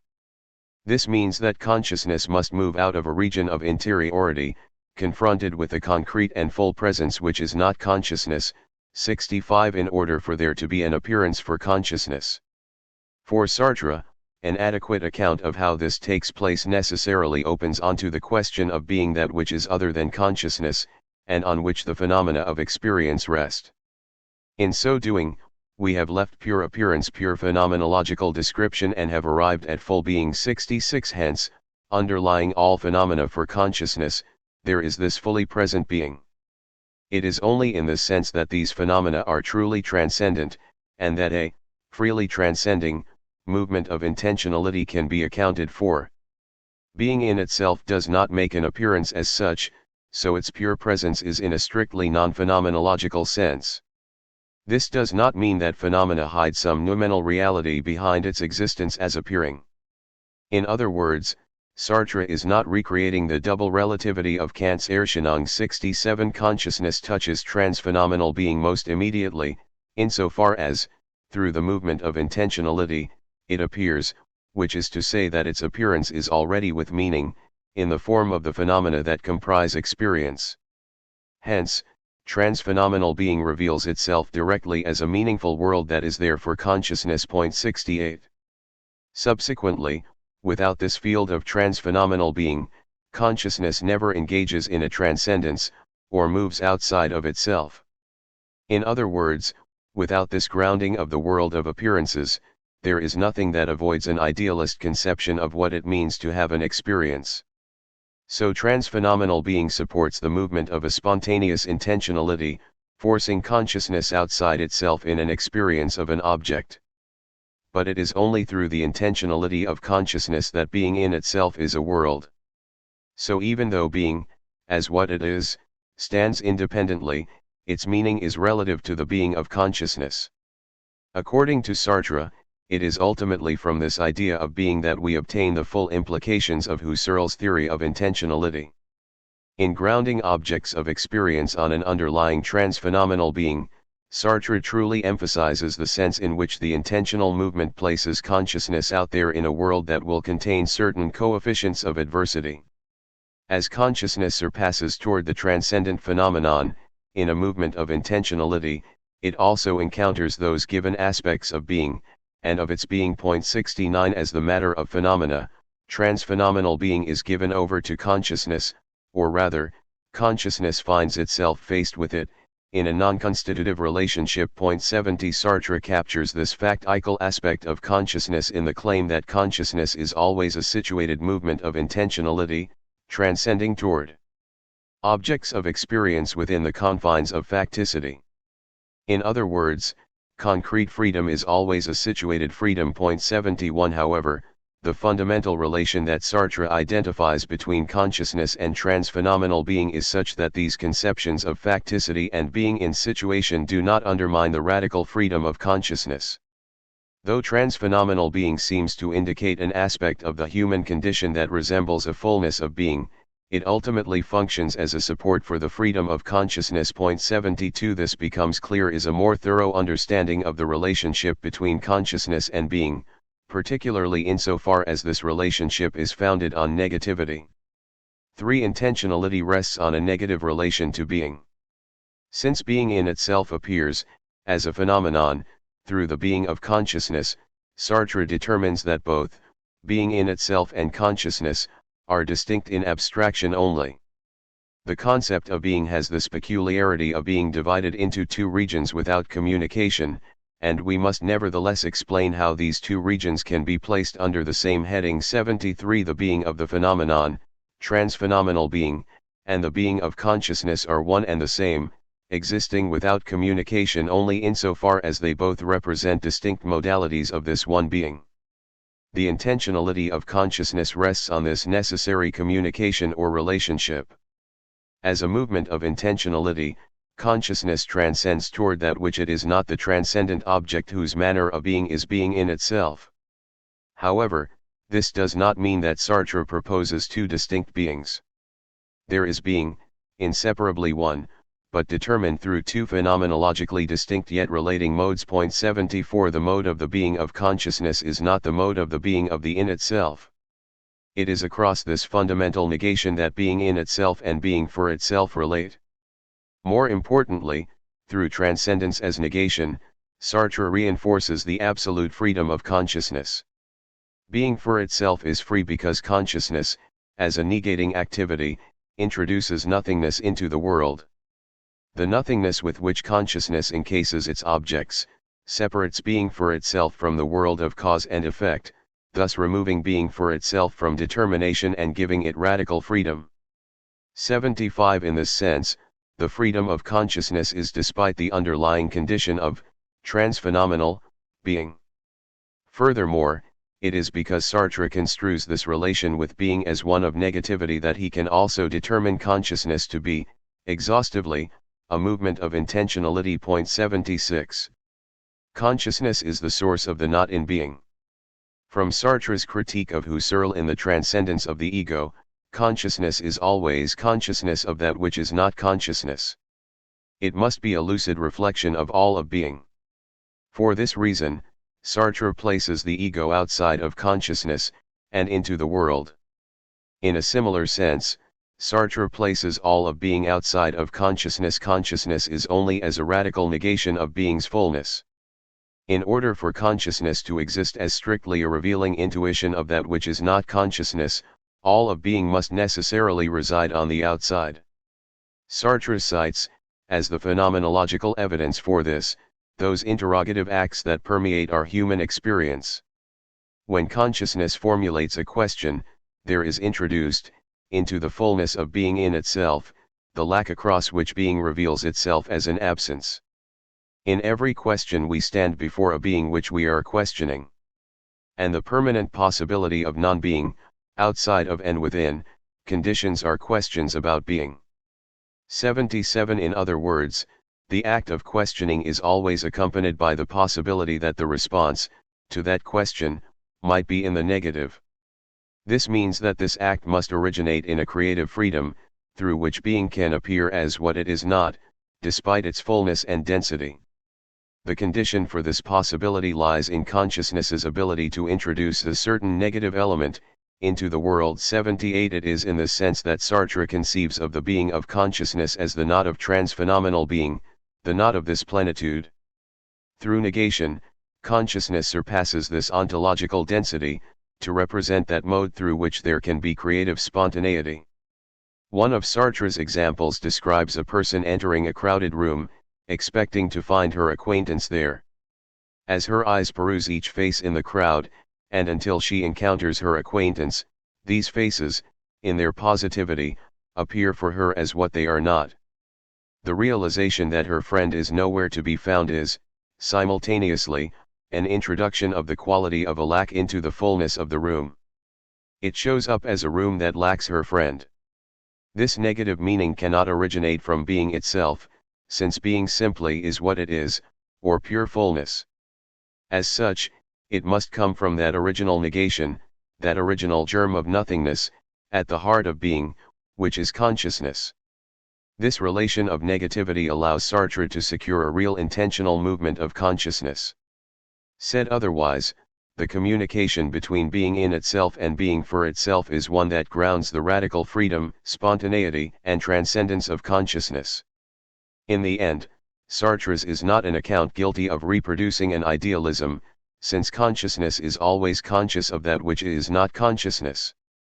It is also not the case that consciousness and phenomena are two distinct beings in need of reuniting, since the being on which the phenomena rest is the same being on which consciousness rests. 79 This relation of negation grounds the intentional structure of consciousness, insofar as the latter, non-being, is a consciousness of all of being, revealed immediately in the phenomenon of world. For Sartre's model of transcendence, the movement of a radically free consciousness. In his discussion of the role of negation in being and nothingness, Peter Cause points out that it is Sartre's merit to have seen that negation does not belong in the objective world. 80 This reference to an objective world is used in a very imprecise sense, since, for Sartre, objectivity is already a part of a revelation of the meaning of being. It is already a noematic correlate to acts of consciousness, and as such, populated with negativities. We might understand Cause's statement to mean that it is through consciousness and not by virtue of the brute matter of the world, that there is negation. Hence, Cause merits Sartre for identifying consciousness as the proper source of the knots that constitute everyday experience. 81. This negative formulation of existence has its foundation in the transcendence of the ego, where Sartre says, the spontaneity that is consciousness goes toward the I, rejoins the I, lets the I be glimpsed beneath its limpid density, but it itself is given above all as individuated and impersonal spontaneity. 82 This is yet another instance in which the transcendent nature of the ego is used to underscore the ecstatic nature of consciousness. Consciousness is a spontaneity, which perpetually moves toward not only the I object, but toward all objects of experience. Sartre determines that it is through this ecstatic movement that consciousness takes on a separate, distinct, existence, which is to say that individuation occurs, despite the I being an object for consciousness, through these ecstasies. 83 Phyllis Knieven points out that consciousness is shattered in its very being by these movements. Consciousness is a split process of present intention, past retentions, and future protensions. It is also split into pre-reflective and reflective consciousness, and it is non-positional self-consciousness of a positional consciousness of something other than itself. 84 Consciousness is its past, but in the mode of no longer being it. It is its future, but in the mode of not yet being it. The present is similarly constituted across instants to which consciousness relates through these past and future ecstasies. From Sartre's analysis, there is no instantaneous present when consciousness is what it is, precisely because it relates to both itself and to being ecstatically. 85 Likewise, in the case of positional self-reflection, consciousness is no longer the self it apprehends in certain self-reflective acts. One might say that it is the self, but in the mode of no longer being it. These ecstasies emphasize that consciousness has, for its being, the being of that which it is not. It makes itself not be the objects of experience as well as the self on which it reflects, by a perpetual surpassing or transcendence. Hence, in order to understand the sense in which consciousness exists as a nothingness of being, one must come to terms with this negating, transcending, intentional, activity of consciousness that, for Sartre, exhausts consciousness's mode of being. The free creativity of consciousness. In making itself not be, itself, its past or its future, consciousness rejects, or withdraws from all of being. 86 Transcending negation is presumably a means of detaching human beings from the causal nexus of events. 87 And this is included in Sartre's sense of radical freedom. 88 Its intentional structure requires that it must make itself not be that of which there is consciousness, or not be all of the revelation of being. Of this relationship between transcendence and negation, Thomas Martin writes, in being conscious of X, consciousness is not X. In this way, consciousness transcends its object. 89 To be sure, there is a difference to be noted between what it means for consciousness to transcend its object, on the one hand, and for consciousness to transcend being, on the other. This is insofar as Sartre's conception of an object of experience is what makes an appearance for consciousness, is already a phenomenon, and whose existence is apprehended as independent of the existence of consciousness. Being, in the pure and undifferentiated sense, is not part of the phenomenal world, which is to say that it precisely does not make an appearance. Both consciousness and its object of experience represent two modes or ways of being, which places both in an ontological relation with this trans-phenomenal being. Nevertheless, Sartre's phenomenological account of consciousness holds that this relation is one of negativity. For the purpose of this work, which is to bring Sartre and Levinas into dialogue across conceptions of transcendence and freedom, it suffices to determine that being for itself, as a mode of trans-phenomenal being, is exhaustively a negation, or emptiness of being. On the contrary, being in itself is phenomenologically accounted for as a fullness of being. To this end, I understand Sartre's analysis as one in which the intentionality of consciousness also implies that consciousness is a total movement of transcendence of being, distancing itself from the full positivity of being. It is in this vein that Sartre writes, this nothingness, the nothingness of consciousness, is not anything except human reality apprehending itself as excluded from being and perpetually beyond being. 90 The existence of consciousness, its existing as non-being, signifies the beyond being that is at the end of a journey of transcendence. 91 He offers this model of transcendence, as negation, as that which provides the conditions for the possibility of experience. Hence, the phenomenological account in being and nothingness sustains the claim that experiences in general, and the ones Sartre describes in particular, are concretizations of this formal model of transcendence. Put otherwise, transcendence as intentionality holds the formal conditions for the possibility of experience. 92 In a typical experience, consciousness makes itself not be the particular object that appears, by carrying out a, negating, surpassing movement. The distance thus set up, between itself and the phenomena, conditions the possibility of experience. Throughout being and nothingness, Sartre's analysis of concrete experience underscores this formal structure, and as such, his position is that the experience of the world is conditioned by this conception of transcendence. This nothing is human reality itself as the radical negation, the radical transcendence of being by means of which the world of which there is experience is revealed. 93 Because consciousness has already gone beyond being, already negated being, objects are able to show up for us as such. 94 What follows are two such cases in which, according to Sartre, this formal structure of surpassing is concretized. The waiter in bad faith. Sartre's description of the waiter in bad faith is particularly pertinent, because it reiterates the thesis in the Transcendence of the Ego, which is that consciousness, as a radical spontaneity, perpetually surpasses the self it freely creates for itself. From within, the waiter in the cafe cannot be immediately a cafe waiter in the sense that this inkwell is an inkwell, as if, from the very fact that he sustains this role in existence, he does not transcend it from every side. 95 Sartre identifies the waiter's exaggerated movements and all too eager mannerisms as evidence of his efforts to convince himself that his being is exhausted by this waiter identity. But this is accomplished only in bad faith, a self-deception through which consciousness exists as though it were trapped within the fullness of being. The actual mode of existence of consciousness means that this is a failed endeavor. David Detmer's discussion of bad faith clearly establishes that the vagueness and ambiguity of our human condition establish the ideal breeding grounds for such projects of, or in, bad faith. He reminds us that, according to Sartre, consciousness is what it is not, and is not what it is. This ambiguity facilitates a kind of self-deception in which I can play up either the sense in which I am my facticities, or the sense in which I transcend and am not them. 96 Neither option is a complete truth, but in so doing, neither is a complete lie. The waiter already exists at a distance from his waiter identity, since it is an object for him, on which he sometimes explicitly contemplates at times, or at other times, implicitly uses as the motivation for his fundamental project.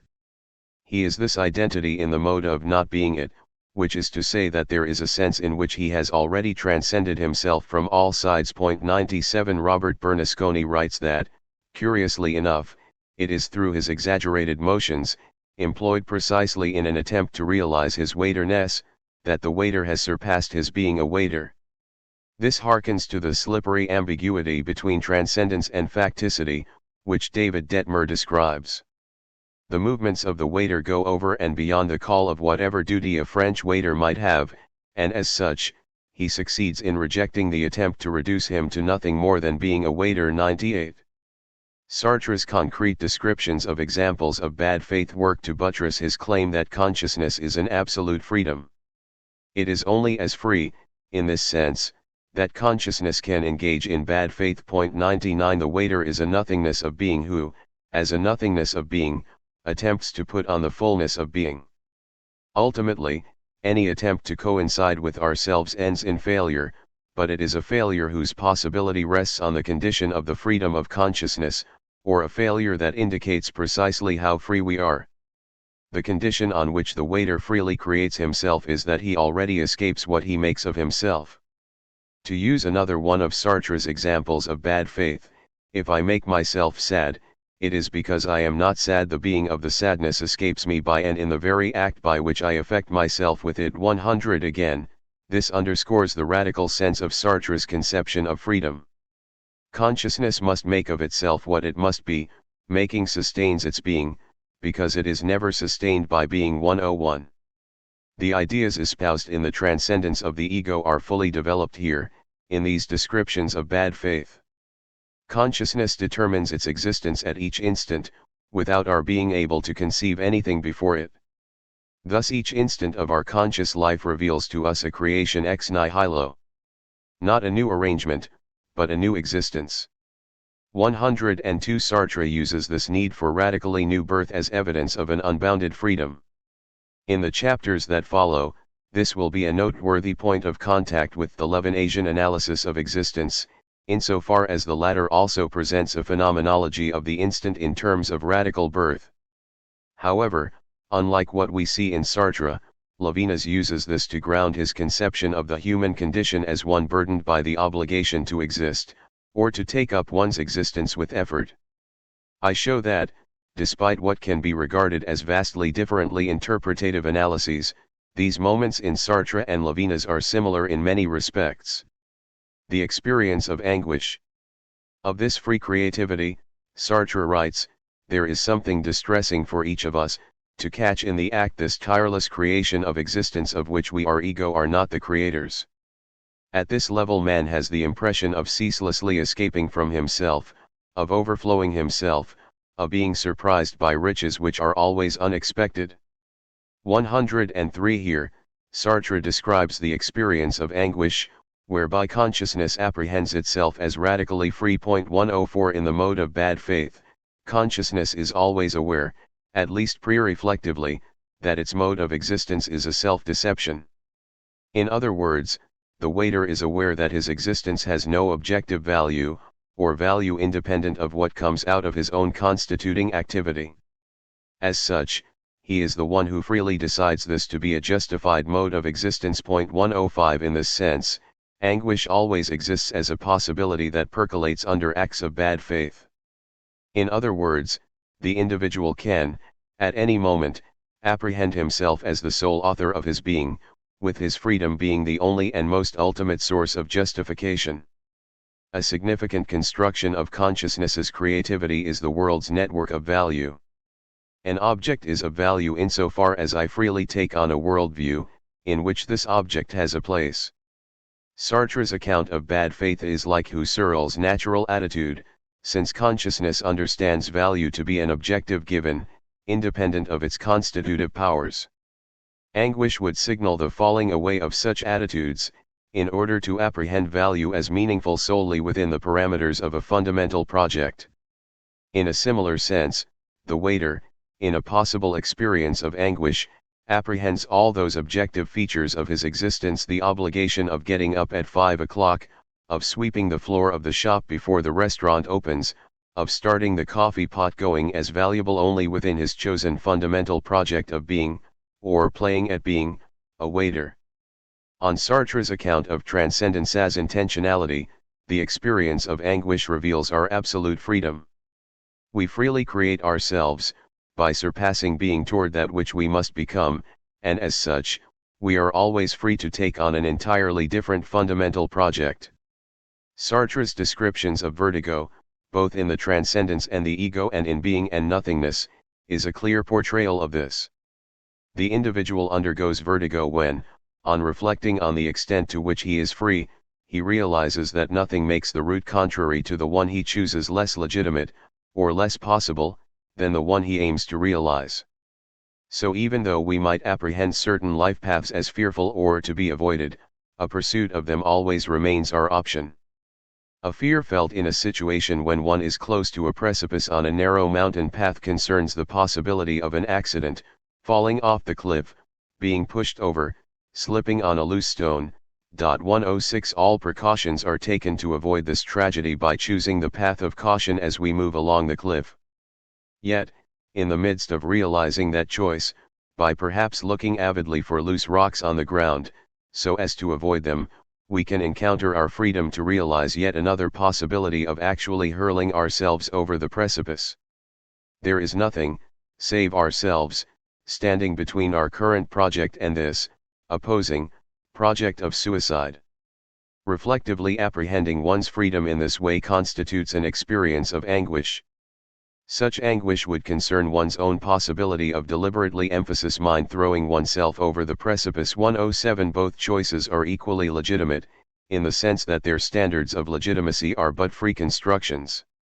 This is why Sartre, in the Transcendence of the Ego, describes the experience of freedom as the experience of escaping oneself, from all sides. 108 Freedom has no limits, in the sense that it is limited by itself only. 109 This radical sense of freedom implies that, unlike the being of the phenomenon, consciousness depends on itself alone for its existence. 6. Facticity in consciousness's relation to being. To reiterate, Sartre understands Husserl's epicure to be dismissive of the real contributions of the brute fact of being to an experience of the world. 110 So alongside his account of radical freedom and the absolute existence of consciousness, there is a full recognition of the effects of pure being. To be sure, the absolute existence of consciousness is affirmed when the objectivity of the world falls away. But Sartre also recognizes the sense in which this free creative activity is explicitly informed by the brute fact of being. Consciousness is a free and negating transcendence of being, but its experience is also coupled with an inevitable facticity. 111 This means that consciousness encounters the being that underlies the phenomena of experience while, at the same time, existing as a free and transcending negation of being. In this sense, he argues that both transcendence and facticity are equally fundamental to the structure of consciousness, equally contributing to the immediate truth of experience.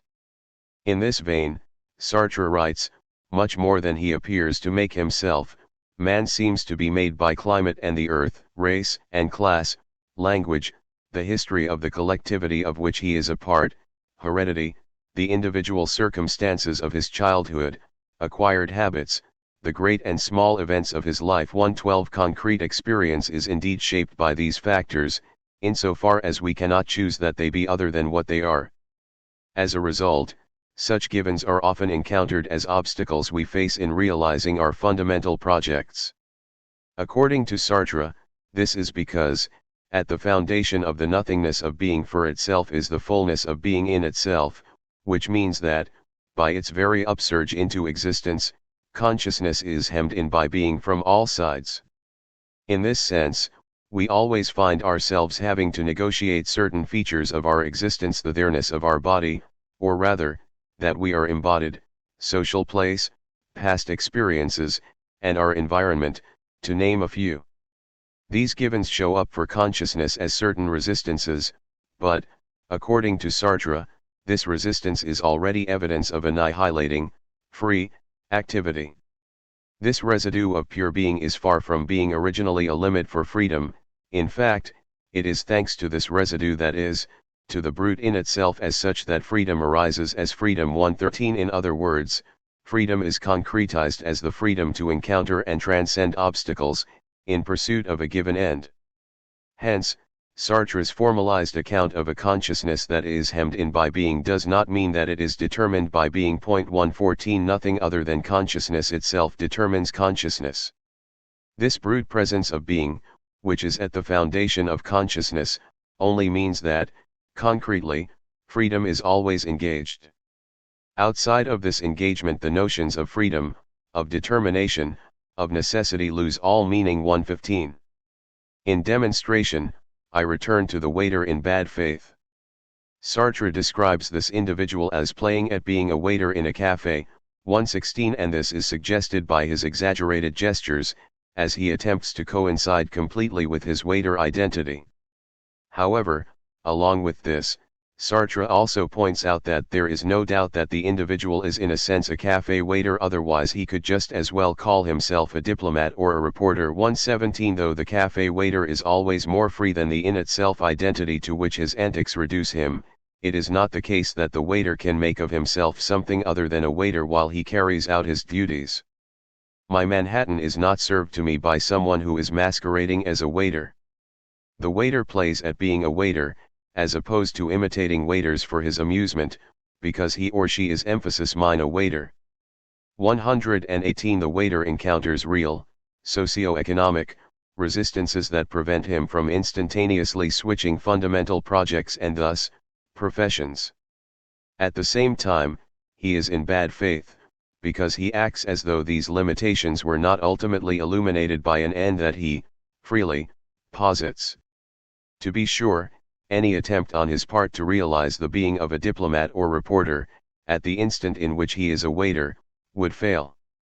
However, Sartre points out, success is not important to freedom. 119. For this reason, Sartre's conception of facticity, in which resonates the obstacles that we encounter as a result of the fullness of transphenomenal being, does not make us less than absolutely free. Freedom means that consciousness can posit for itself an end, void of all external determination, and without any pre-given necessity. This way of positing ends, or goals, attests to annihilation of being or to freedom. An engaged consciousness already indicates an escape from being, precisely because Sartre's account of engagement does not preclude, but rather reinforces, a free projection of ends. The only necessity imposed on consciousness is the necessity to be free. In other words, consciousness must freely posit ends for itself and surpasses being as a result, since it is not free not to be free. The fact of not being able not to be free is the facticity of freedom. 120. In this sense, consciousness exists contingently, possessing a freedom it has not chosen. So though there is no reason for my being, other than what I freely create, I must exist or project ecstatically beyond being. Sartre identifies this, contingent, existence as part of consciousness's facticity, insofar as freedom is an obligation to be free, without reprieve. Freedom is not chosen, but is rather the burden that consciousness must bear. In this sense, facticity and contingency point to a similar feature of consciousness, which is why Sartre refers to them as really one. They both refer to the transphenomenal being that is the foundation of consciousness, but without consciousness being able to own this foundation. This is captured Sartre's conception of situation. We shall use the term situation for the contingency of freedom in the plenum of being of the world, inasmuch as this datum, which is there only in order not to constrain freedom, is revealed to this freedom only as already illuminated by the end which freedom chooses. 121. As situated, consciousness finds itself having to create itself on a foundation it does not own.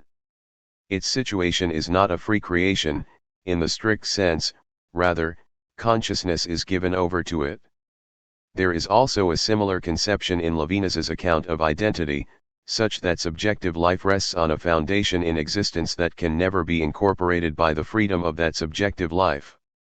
This will be important in my later discussions that bring both thinkers together, but suffice it to say that, unlike Sartre, Levinas does not use this unchosen foundation of existence to support a formal account of radical transcendence from being. For Sartre, insofar as one's situation appears as either against or in the favor of one's projects, the plenum of being is already revealed as meaningful, indicating that it has already been surpassed by consciousness. One might read his account of situation as indicating consciousness's positionality, a term with significant implications in the Levinasian account of the human condition, or rootedness in being. Nonetheless, being in situation ultimately emphasizes the exact way in which consciousness, on Sartre's account, has always already transcended that position. Insofar as a situation is an obstacle to a free project, consciousness has made itself not be the obstacle before it. It relates to it across intentionality, and in this sense, the obstacle shows up as the correlate of a free act. There is freedom only in situation, and there is a situation only through a freedom. 122 It is for this reason that it is difficult, if not impossible, to determine where freedom ends and situation begins. 123 Nonetheless, it is clear that the being that surrounds consciousness does not impede, but rather supports the latter's free transcendence. Being is always encountered as meaningful, even though that meaning might be of the order of a certain resistance to the realization of a goal. Even in such instances, consciousness has already escaped its clutches. I have demonstrated that, for Sartre, the relation between consciousness and being is one of an ecstatic transcendence. Consciousness exists as a negation of being. It dispels all being from it, and in this sense, has surpassed the fullness and determination of being's plenitude. The accounts of facticity, engagement, and being in situation lend further support to this. On Sartre's reading, intentionality requires that consciousness negatively transcend being, and as a consequence, he locates the conditions of experience in this formal account of a freely transcending consciousness.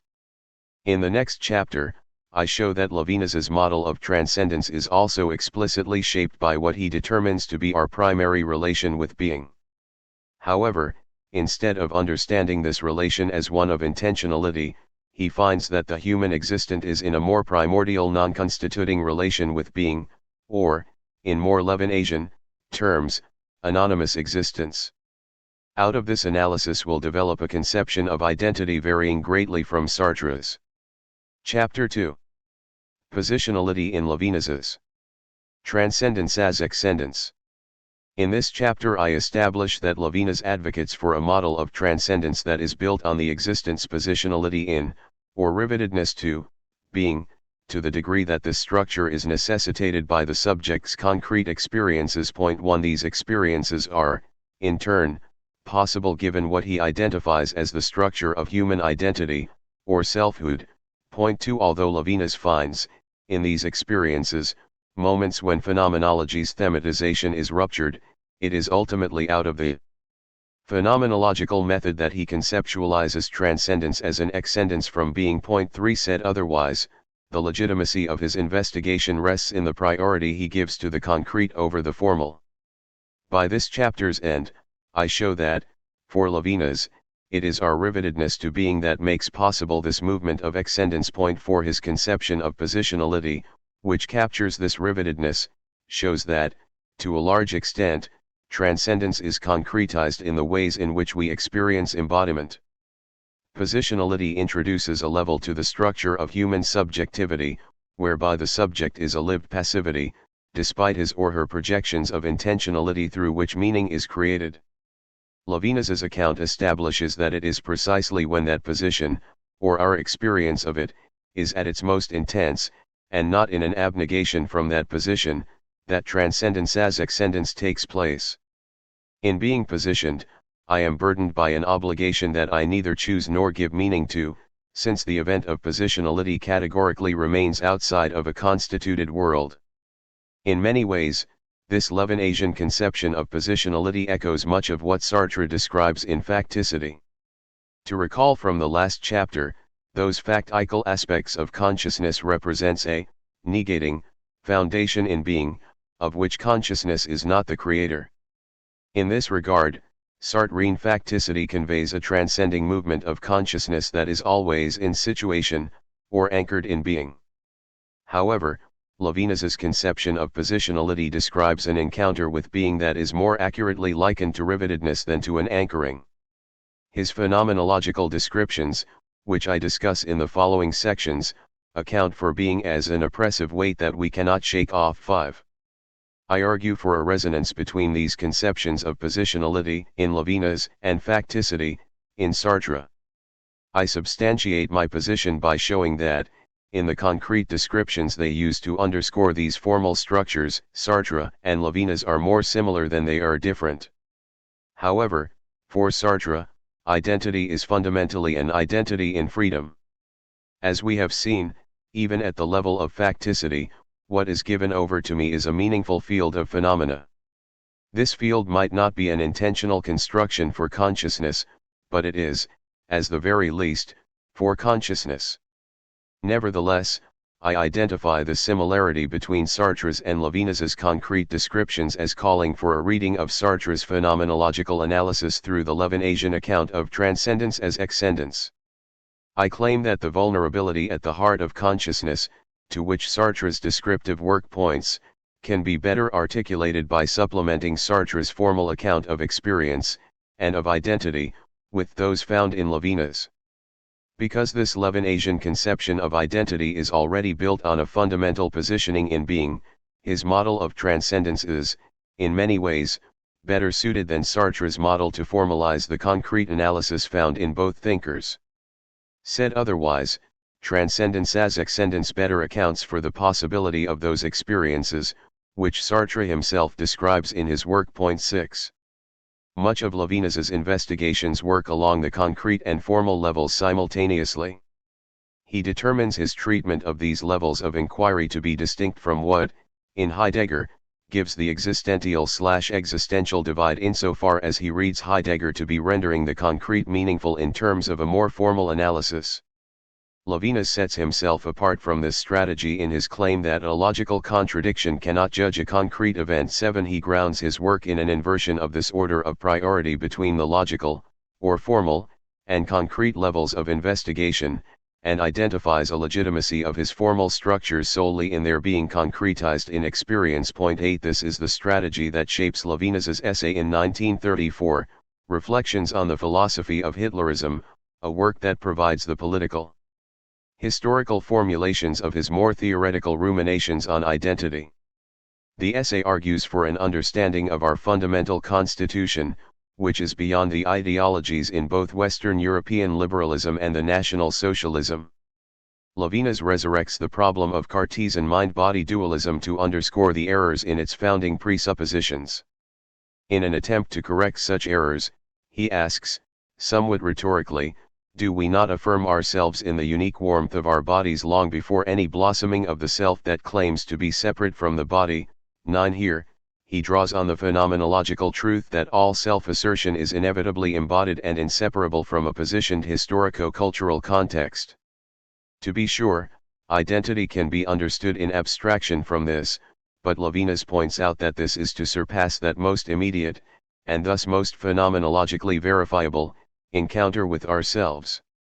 He shows that the political tenets of National Socialism originate from this deep-seated feeling of identity between ourselves and our position in being, and unlike liberalism's counterclaims, which hold that we are, before all else, free-floating rational spirits that are perpetually at a distance from being, such regimes claim that the universal truth of humanity lies in biological positioning, or rootedness to our being. I do not focus on the political implications of this position, but rather trace the consequences of Levinas's reading of them for his formal structure of transcendence. Subsequently, in On Escape, first published in 1935, Levinas establishes the roots of that account of identity, which would capture his position in Reflections. On Escape introduces the language of excendence that conceptualizes the movement desired by a corporeal existence for its promise of accomplishing a radical exit from the being to which Hitlerism presupposes we are enchained. In this sense, On Escape presents the first stages of a philosophy that surpasses both biologism's determined embodiment and liberalism's detached freedom. The exiting of Transcendence does not disregard that important conviction that we are, indeed, riveted to being, insofar as we are embodied. Rather, Transcendence preserves this positionality throughout its accomplishment. But the movement does formalize an escape that takes place concretely. In other words, Levinas's account establishes that we do break the chains that tie us to our being, but it is in a sense radically otherwise than the drama involved in liberalism's detached rationalism. Our foothold in being remains throughout the exit constituted in Transcendence. On Escape also describes the circumstances under which our position in being is felt most intensely, and which will ultimately bear witness to the subject's desire for a radical exit. Some 10 years later, in Existence and Existence, Levinas ontologically backs up these circumstances, and along with it, his model of transcendence, by giving us an account of an encounter with being without which these circumstances would not be possible. To be sure, it is with reserve that I describe Existence and Existence as an ontology, precisely because Levinas's work in the text involves venturing behind the ontology born of Heidegger, in order to present a more radical notion of being than the one presented in Being and Time. 10 According to his reading, Heidegger claims that we have access to being only insofar as it is always and already the being of a being. Existence and Existence claims that we have access to a more impersonal and invasive form of being, which is encountered independently of already meaningful beings. Levinas uses certain concrete experiences to demonstrate the possibility of this encounter, and identifies the term ilya, or there is, to distinguish this anonymity from Heidegger's being. 11. The account of the ilya is clearly inspired by Levinas's concern for THIRD.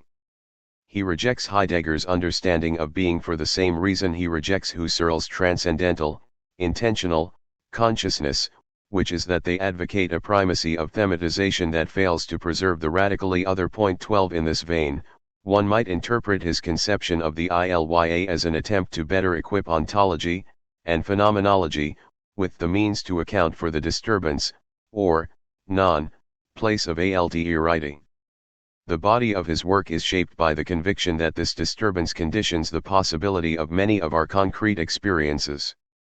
In turn, his conception of transcendence as an excendence from being is a direct result of this need to account of THIRD. 13.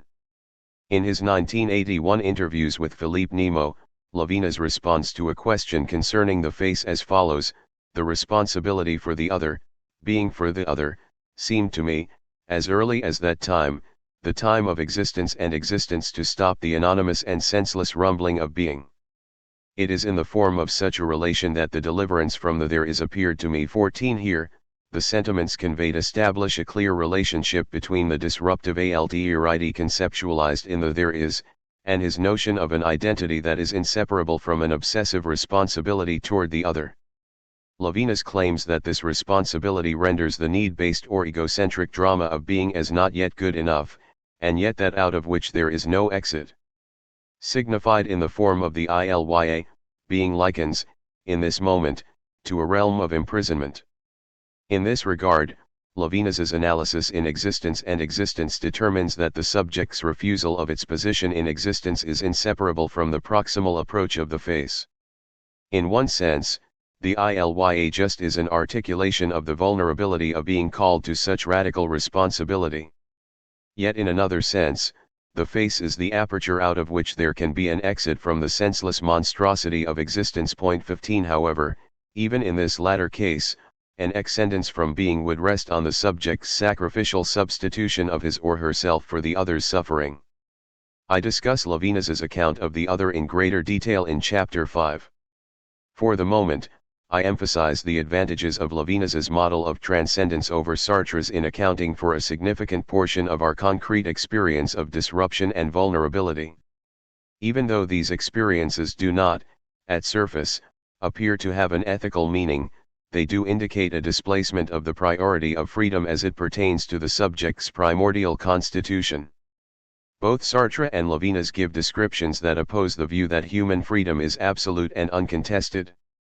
but it is only in Levinas's account of transcendence that this is conceptualized to the degree insinuated in his, and Sartre's, descriptions. This, I hold, renders the Levinasian model of transcendence phenomenologically valuable to the phenomenologist, or to anyone who considers him or herself a philosopher desiring to be true to the thing itself. 16. I behind a liberal conception of identity. Freedom, as it has been formulated by the Western liberal tradition, places us at a safe distance from the world with which we interact. Indeed, we are with things.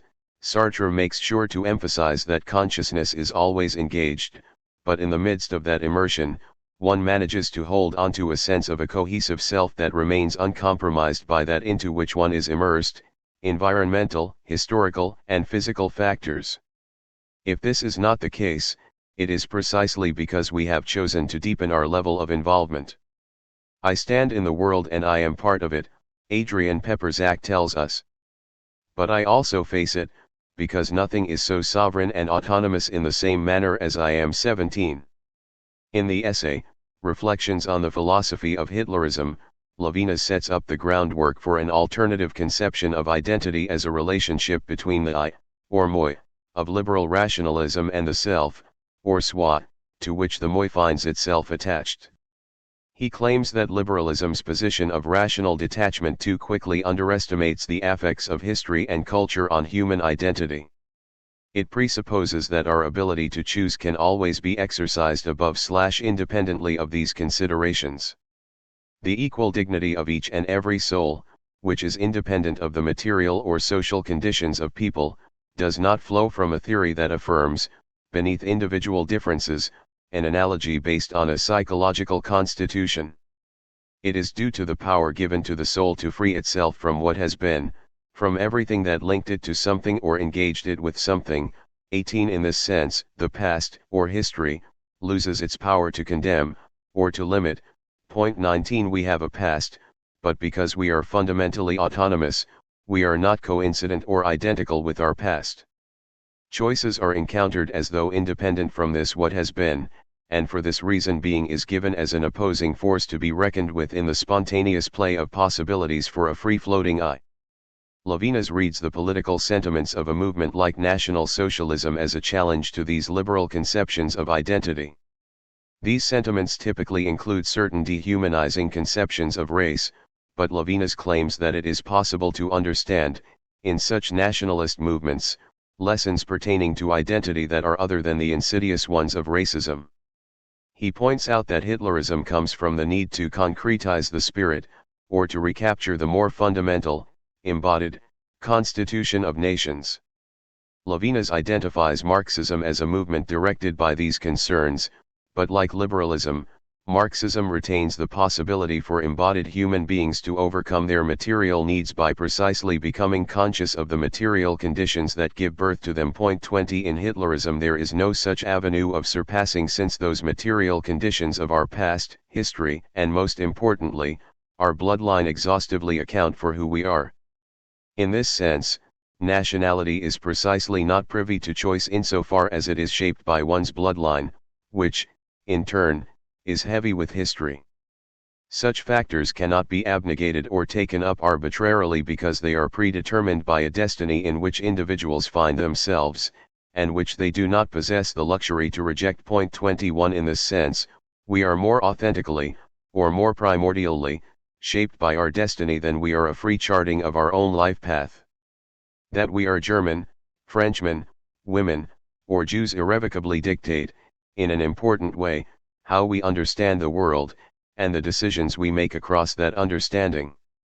Hitlerism locates the possibility of an authentic society in an embrace of this inevitability, instead of infecting a person's identity with an abstract sense of liberalist freedom. Hence, it is the responsibility of the individual, the German, who desires to be true to self to recognize this truth. For Levinas, certain circumstances seem to vindicate the sentiments of Hitlerism at the expense of more liberal notions of identity. They render an individual's materiality, the fact that he or she is a physical body, inescapable. In this regard, the body is not simply an obstacle against and over which freedom must work that much harder to reign victorious. Rather, Hitlerism finds, in the body, the very core of our identity. We are our bodies.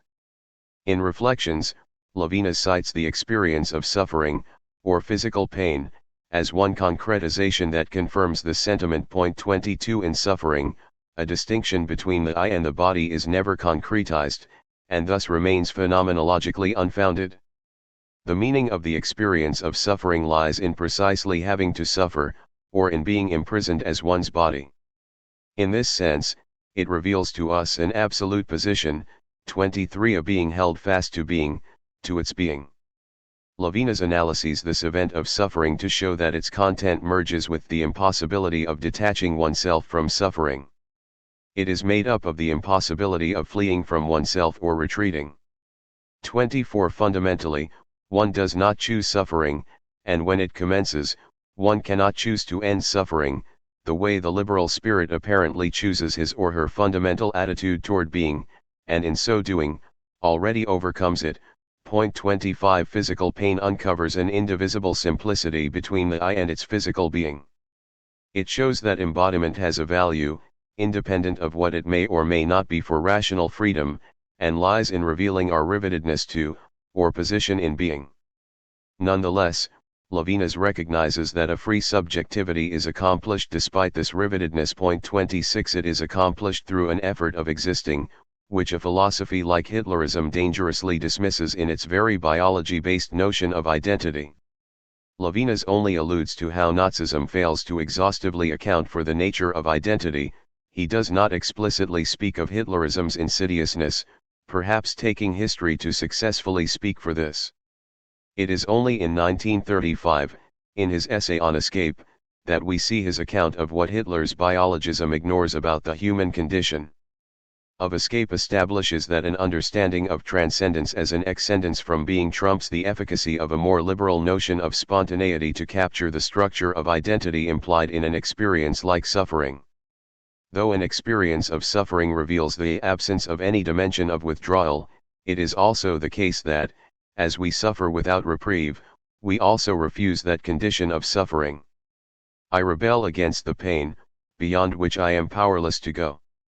In reducing the human to its biological form, Hitlerism misses this duality within identity. Point 27 It misses, in the depths of this unity of the individual and the body, the duality of a free spirit that struggles against the body to which it is chained. 28 To be sure, this would refer to a free spirit that is already otherwise than what the liberal conception articulates. It would be a conception of freedom that is more nuanced than a spontaneous escape from being. Point 29 The refusal at the heart of suffering, the refusal to remain where one must remain, uncovers a structure of human identity, which Levinas refers to as a duality within a unity. 30 The sentiments of Hitlerism are that we do not have the capacity to remain uncompromised by being. This means that any exercise of freedom must, on a fundamental level, begin with these chains to being.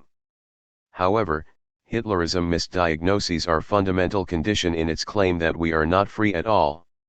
Levinas demonstrates, in Of Escape, that it is possible for us to break free from the chains of our past, history, and embodiment in general. But it is precisely in recognizing that one's position in being is permanent that escape is possible. The transcendence of being takes place in being, in the finitude of a finite being, and never leaves this finitude behind. 31 He uses the term excendence to distinguish this way of understanding escape from a more ecstatic sense. 2 Beyond liberalism and nationalism. Levinas's position should be understood as a move away from both the abstract freedom of liberalism and biologism's denial of our concrete sense of freedom. Excendence directs us to that concrete sense by precisely incorporating the value of embodiment and of history into an understanding of human transcendence. Sartre's concrete descriptions of freedom, as a situated freedom, also include this intimacy between transcendence and consciousness's immersion in being, and in many ways, his descriptions of embodiment are indistinguishable from Levinas. 32 Nevertheless, it will become clear in subsequent chapters that Levinas's formal account of identity does these descriptions more justice than Sartre's own account of consciousness and its relation to being. The formal level of Levinas's analysis accounts for the sense in which the subject is one with his or her being, while at the same time, refuses this being, thus breaking the chains that tie that subject to being. The implied duality means that, within the very identity of subjectivity, there exists a primordial opposition. 33 I am myself, but I cannot rest comfortably in myself, which is to say that, in an important sense, the self that is mine is foreign to me. This is already a break away from liberalism's presuppositions of identity, which tell us that the only contention pertaining to our human condition is the one between humans and world, or rather, between the individual and the world. As such, Levinas rejects the notion that the conflict from which the revolt between human freedom and the brute fact of being arises opposes man to the world, not man to himself. 34. These presuppositions assume that we are at home with ourselves, that we are capable of gathering ourselves together so that we are in the world as a unified and autonomous ego. In contrast to this, of escape presents a certain world weariness, whereby this apparently autonomous subject is no longer sure of him or herself. The subject makes choices, apparently in freedom, but not without a doubling back in self-doubt. In other words, this subject does not exercise the freedom to choose without placing those choices, or rather, the very freedom out of which choice is made, into question.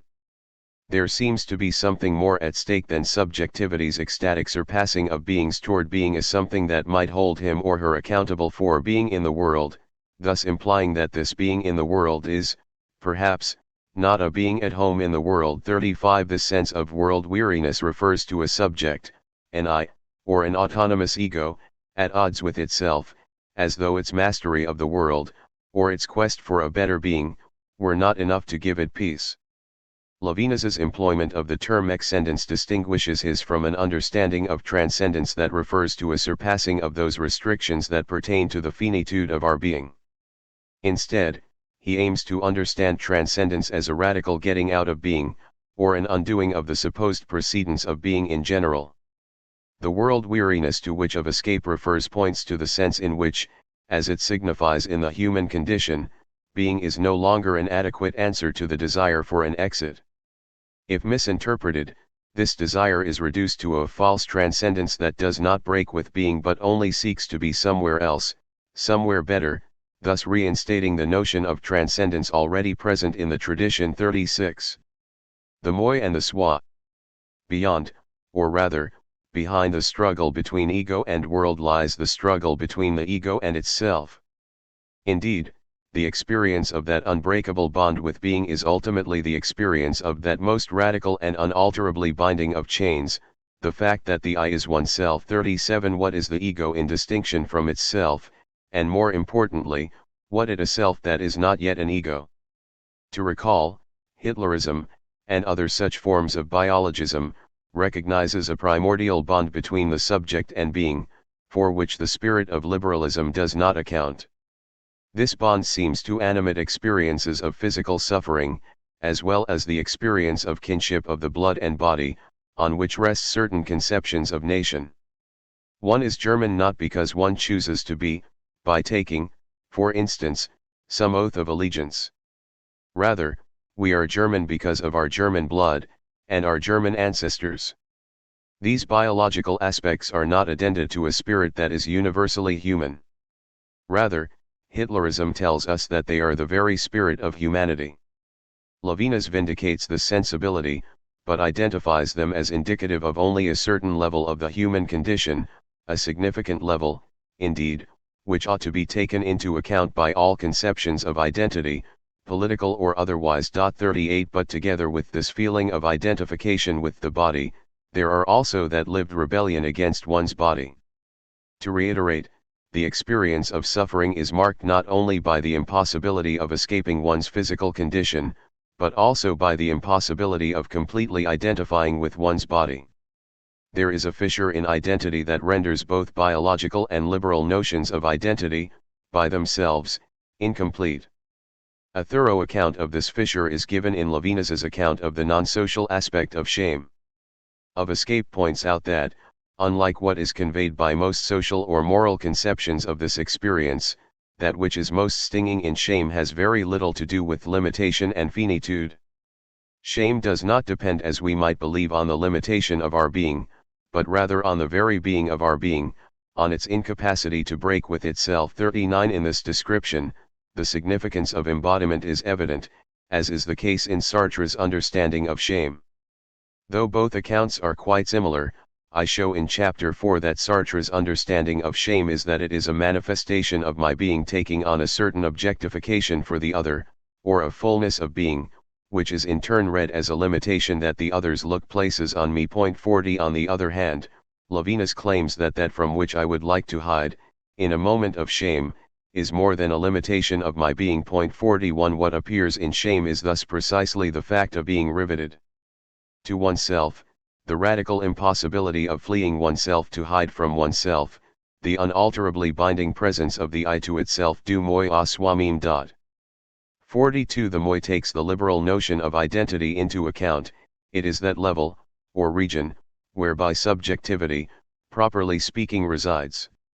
The moi is a relation with being founded on intentionality, and as such, is a surpassing toward being.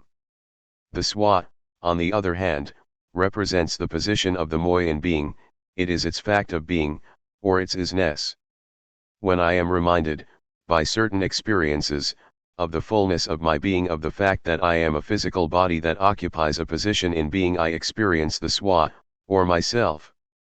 Important in this relationship between these strata of identity is that the soi is felt as simultaneously that which is most foreign and most intimate. I am my body, the body that is physically positioned in being. But I also feel weighed down, or burdened, by my body, or rather, by my position in being, of which it is a revelation. Insofar as the soi is given over as a burden, there exists a point of non-identification, or misidentification, if you will, between the moi and the soi. In the chapter where he discusses Levinas's conception of responsibility, François Raphael connects what, for Levinas, are similar desires to escape being and to escape oneself, soi-même. There is a viscous circle between being and oneself that Levinas seeks to break.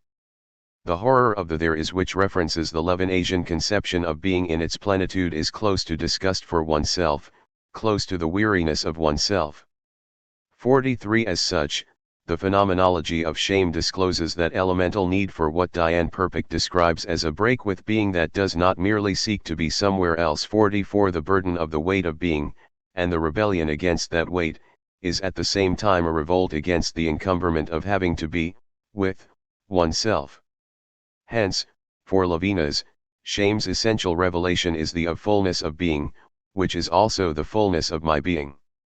He determines this to be most significant in the experience of nausea, or malaise, as well. In these moments, the subject is overwhelmed by an uncanny obligation to be with his or herself, despite an adamant refusal to remain in place. 45 Existence and existence describes nausea as a feeling for existence, and in Of Escape, we read that it signals a refusal to remain oneself.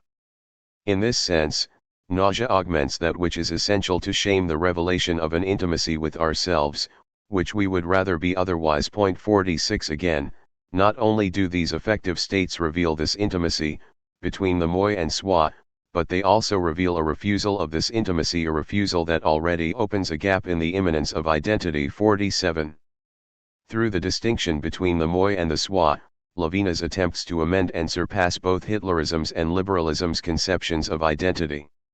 He presents these levels as inseparable aspects of a genuine unity, so it is not the case that Levinas reinvents the problem of Cartesian dualism, by describing two modes of identity that must then come into communion with each other. Moi and soi are but one, personal, existent. However, they are one in a special sense. Instead of mapping neatly onto each other, much like the notion of the autonomous individual at home with his or herself would suggest, the moi and soi are out of phase with each other, their march diachronous, with the soi dragging behind the moi, like a stubborn presence. It is in this sense that we understand the Fisher characteristic of suffering. The I is ahead of itself by only the most infinitely smallest of instants, since the bond between them, that they are, indeed, a unity, only allows for so much. Insofar as the unity indicative of identity consists of this diachrony, it also amounts to the impossibility of being what one is. 48 Levinas will read the non-coincidence between the moi and the soi in terms of an interruption of the primacy of freedom. 49. No exit for le moi. In the end, Levinas's formulation means that identity is to be understood as the impossibility of identity. This allows him to capture the attitudes of both liberalism and Hitlerism without committing their respective errors, and more importantly, to formulate a model of transcendence other than transcendence as intentionality, in a model that captures what Levinas demonstrates, which is that our human condition is such that we are riveted to ourselves in a fullness of being from which there is no exit. For Sartre, there is also a relationship between consciousness and in itself being, which gives to consciousness a certain anchor out of which it apprehends the world. Nevertheless, this relationship is a annihilating one, which means that consciousness upsurges as a radical nothingness of being, purely empty and purely lucid. 50 Sartre's account of the subject's position can account for the fact that human freedom encounters obstacles in being, and in this sense it recognizes a finitude to human freedom. Nevertheless, the meaning of such finitude is always that which must be overcome, or conquered. In other words, we might understand Sartre's account of transcendence to fall under the Levinasian critique of the West's conception of transcendence, which ultimately maintains the priority of being.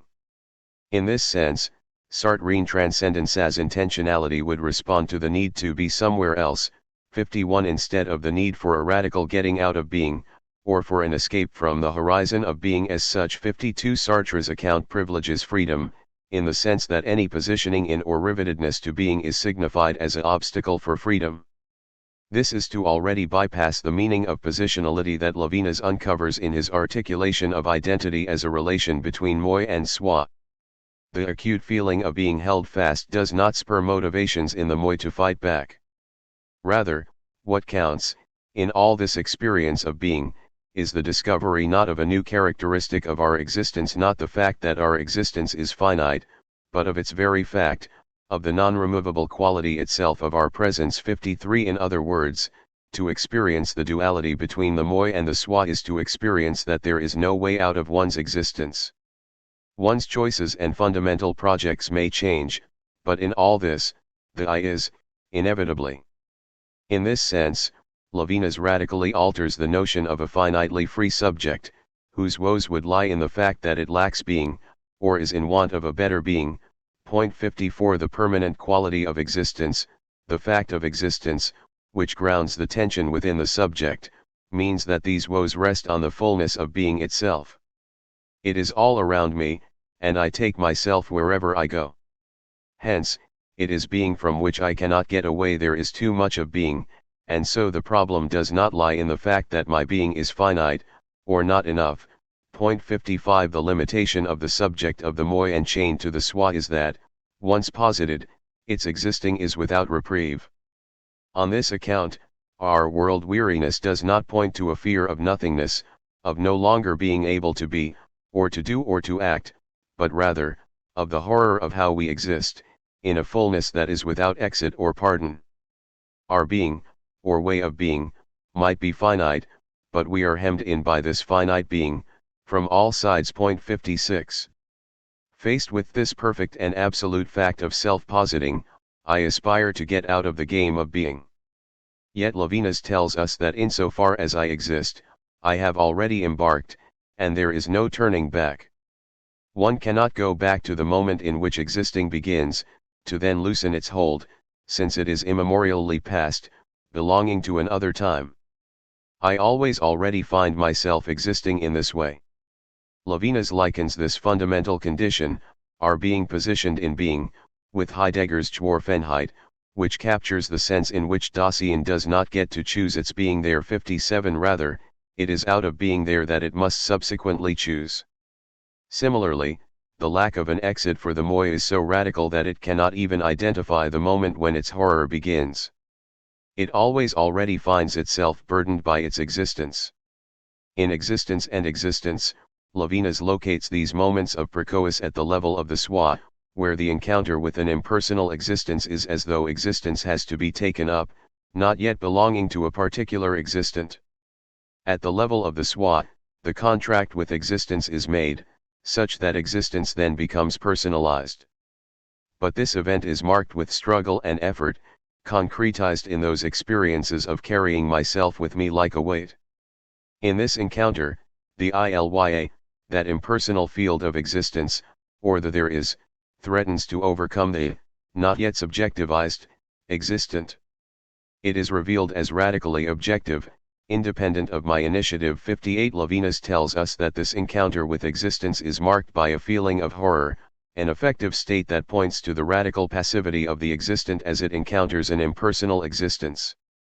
Despite this sense in which existence overcomes and overwhelms by its ambiguous presence, the existent nevertheless is there to encounter this horror. 59 This means that, without yet being a subject, there is a certain immanence of a personal existent that has already broken with, or broken up, the undifferentiated field of the ILYA. To be sure, the immanence of the self in its encounter with existence is not that of the autonomous subject, who can then be either trapped in his or her idealist representation of the real, or spontaneously engage with the transcendent reality. The very signification of the originary interior life of the existent is that of disruption and passivity, and persists in the very ambiguity between where existent ends and existence begins. Levinas's analysis of impersonal existence emphasizes this essential ambiguity surrounding the status of the existent at the level of the swa. We see this in the phenomenology of events like insomnia and others, which reveal the ILYA in its most impersonal expression. 60 By remaining faithful to the ambiguity involved in these concrete descriptions, existence and existence attempts to negotiate this region of identity that plays between autonomy and passivity. The analysis then grounds what Levinas identifies as the genuine meaning of transcendence, in opposition to the false transcendence of the West, as the pursuit of a radical rupture in being. To a large degree, the concept of identity as the relation between the I and oneself already attests to this rupture. 3 Before being in the world. In his foreword to the text, Robert Bernasconi describes existence and existence as a work that reopens the question of transcendence. 61 Indeed, Levinas traces a relation between beings and being such that the latter shows up as radically independent of the former. The ILYA is understood as the paradoxical presence of existence itself, free from all reference to existence. 62 Levinas demonstrates that transcendence is the movement that responds to our urge to get out of this impersonal presence, encountered as a region of neutered ambiguity, independent of us. Though indebted to Heidegger in many ways, Levinas reads his ontological difference as having fallen short of accounting for the meaning of this more elemental experience of being, and this more elemental truth. 63 Of how we encounter ourselves. According to Levinas, Heidegger does not accomplish the radical separation between being and individual, or ontic, beings, for which his analysis in existence and existence attempts to account in its distinction between existence and existence, a distinction that is clearly an abstraction, since an existent would already be that which exists and thus would already possess existence. Nevertheless, Levinas conceives of existence apart from existence so as to capture the all-too-forgotten effort on which the personalization of existence rests. In other words, to regard existence as not yet belonging to an existent is to bring into focus that instant in which the existent actually does begin to exist, and encounters the existence as alien and overwhelming. At this moment, the act of existing requires work on the part of the existent, as that existent takes up his or her position in an unwelcoming alterity. As Robert Bernasconi points out, the encounter with impersonal existence indicates that identity is not a given, but rather arises in being. There is a contract that the human being makes with existence. 64 This dynamic between existence and the existent concretizes itself in a phenomenology of the passivity of fatigue, vulnerability, and the event of dying, all of which realize the kind of relation with being that accomplishes transcendence as excendence. According to Levinas, Heidegger determines transcendence to be a surpassing of ontic being to ontological being. But this journey is concretized only in an authentic attitude to our own being. Jean Wall points out that this is because the only form of being with which we are truly in contact, according to Heidegger, is the being of man. 65. This authentic understanding involves an embracing of our own most possibility, or our being toward death. Thus, a Heideggerian transcendence toward being, beyond ontic beings takes place in an embrace of nothingness, or the truth that the moment will come when there will be no more possibilities out of which we choose. 66. In adopting this authentic attitude of being toward death, Heidegger determines that we subsequently relate authentically to other, everyday, beings. In this sense, transcendence toward being, the being of ontic beings, ultimately rests on an authentic understanding of our own finitude, or the fact that our possibilities will one day be no more. In experiencing ourselves in light of this mortality, we more genuinely, and actively, choose the possibilities that are ours, instead of allowing them to be arbitrarily thrust on us, as though by chance or without any agency on our part.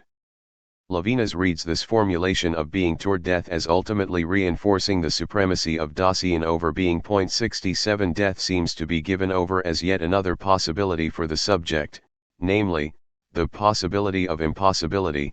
68. And as such, maintains Dasein's triumph over its domain in being.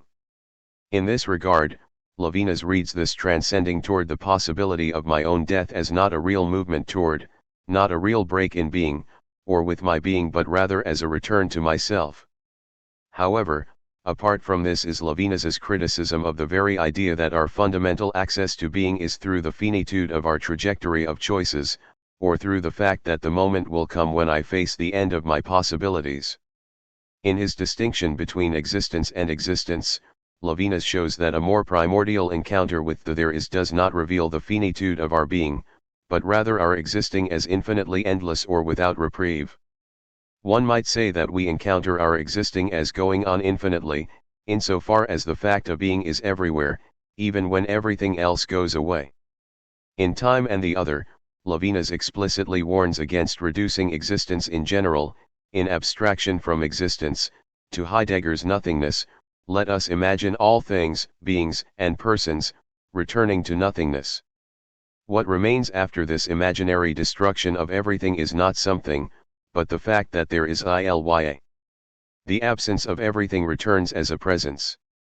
69. The absence of things does not signal nothingness, but rather a strange something whose presence is clouded with an essential ambiguity, and indeed, is beyond phenomenality. 70. Being is everywhere, absolutely posited, even as the being of a finite being. Levinas uncovers this fullness of being, what he refers to as the plenitude of existence, by returning to those concrete moments that manifest the inversion through which existence becomes the existence of an existent. These experiences reveal the effort of the existent as he or she enters into, or takes up this contract. That there must be this event of inversion, that existence does not automatically lend itself to becoming personalized, signifies the primordial resistance of anonymous existence. It signifies the sense in which existence refuses personal form. 71. More originally than it is the being of a being. In his essay, John Sallis likens the characteristic of the ILYA to nature. As the ILYA returns, it will appear strange, as if belonging to a region distant from and alien to the human world. In a sense it will have cast off its disguise, it will no longer be the nature that is shaped and formed within the human world in accord with the measures of that world. 72. Though I reject this comparison between Levinas's ILYA to nature, Sallis's point does facilitate an accurate understanding of the ILYA. 73. Existence and existence demonstrates that an encounter with the ILYA radically breaks with all semblance of familiarity and agency on the part of identity. As such, the very rubric of intentionality breaks down, and perhaps no longer pertains, at this level of pure existence. In a comparison between Levinas's abstraction of existence from existence with Husserl's phenomenological reduction, Ayar writes, the ILYA, existence in general, cannot be intuited by the phenomenologist, since it presumes the dissolution of both the phenomenologist qua stream of consciousness or moi and all phenomena. From Levinas' perspective, the existent, in the mode of an intentional relation to the world, does not survive the thought experiment that abstracts existence from existence. 74 An exposition of his account of insomnia would make this explicit, and will require us to approach the existent as that duality of moi and soi, instead of as solely a moment of spontaneous intentionality. Indeed, it is in existence and existence that we find the phenomenology for which Levinas's account of the moi and the soi is a formalization. Insomnia. Levinas's descriptions of insomnia capture the disturbance intrinsic at the level of the ILYA. Anonymous existence effaces itself before reflection. 75 It is simply not open to being captured by the matizing thought. In this regard, it is only very tenuously that we identify insomnia as an experience, if, by experience, one means that which is grounded on the terms of intentionality, in either the Husserlian or Sartrean sense. In remaining awake by anonymous existence, the ego, what, properly speaking, must be there as proprietor of experience, is swept away by the ILYA's fatality. 76 But in the midst of the event of insomnia, or a being swept away, the existent remains vigilant against his or her will, watching that which surpasses all comprehension. As François Raphael writes, as overturned, the subject is maintained by Levinas, in its very destitute, position. This is how Levinas thinks subjectivity, the subjectum, which indeed, is that which is thrown underneath. 77 The consciousness who is vigilant in this way is void of all subjectivity, and in this sense, the vigilance of insomnia differs from attention to the ILYA. Attention presupposes the freedom of the ego which directs it, the vigilance of insomnia which keeps our eyes open has no subject. 78 For this reason, Levinas tells us that, with insomnia, it is difficult to identify what watches the existent, or the night of the ILYA. 79 And yet, in undergoing insomnia, I at least have the experience of being an object of the ILYA. In other words, even though the existent is dispossessed of all sovereignty, a sovereignty that might permit the I think of the Cartesian ego, there is still some differentiation between his or her interiority and the ILYA. Insomnia is neither a total annihilation of a personal existent, nor a melding between immanence and exteriority. Indeed, it is imperative that this reversal of the subject nevertheless maintains a kind of inverted subjectivity that could then signify in the more subsequent narrative of Levinasian responsibility as the accusative me voici, here I am. 80 In other words, insomnia concretizes the sense in which identity is singular, singled out, and uniquely responsible for the other prior to being a spontaneous and intentional reflection of being that then names the world for itself. Existents are there, to be precisely the sufferers of the burden of an absolutely exterior existence, but they are there as precisely not yet subjects. Levinas's analysis echoes what he determines to be that fissure within the unity of identity, or the dissonant unity of moi and soi. Insomnia and other such quasi-experiences of affectivity, like fatigue and suffering, reveal the limit point of the ego's mastery over itself and of impersonal existence, and gestures toward identity as soi. In other words, these moments indicate a level of existence more fundamental than the level pertaining to phenomena, world, and ego. Insomnia happens at the level in which the contract with existence is made, or at the level in which the burden of existing is taken up with effort. For Levinas, this primordiality then makes possible phenomena, world, and ego. To be clear, Levinas does not regard as false the claim that a subject relates to the world across the movement of intentionality. But before we engage with being across a freely created network of meaning, we are passive, or vulnerable, under the exteriority of existence in its purest form. This passivity shows up in the radical disturbance or disruption characteristic of such encounters with existence. Consciousness is disrupted enough to be halted in its spontaneity, but not enough to no longer be, or to be non-conscious. Point 81 Here lies the ambiguity of insomnia, and of identity's relation to itself in general. Consciousness stands at a limit point, infinitely separating its triumph over anonymous existence and its vulnerability before the horror of the ILYA. As a permanent possibility for such a consciousness, insomnia is a reminder that one's position in existence is never a given, but must rather be assumed with effort. Insomnia occurs as an undergoing by subjectivity, but this undergoing can happen only insofar as the subject exists as an undoing that is never quite undone. In other words, the very position of the subject is that in between of complete integrity and complete collapse, or annihilation. The event of hypostasis whereby existence is taken up, so that it takes on personal form is ultimately how existence makes its weightiness felt, in insomnia. In other words, consciousness, as the attestation of a mastery over pure existence, is at the same time, a localized vulnerability at the hands of the horror of pure existence. Levinas describes the impossibility of rending 82 this disaster in being, to the degree that it precisely returns at the juncture of hypostasis, that event which should have signaled the disaster's defeat. The experience of insomnia concretizes this ambiguous coupling of freedom and passivity that, on Levinas's account, constitutes the kind of identity that can only be a subjection for the other.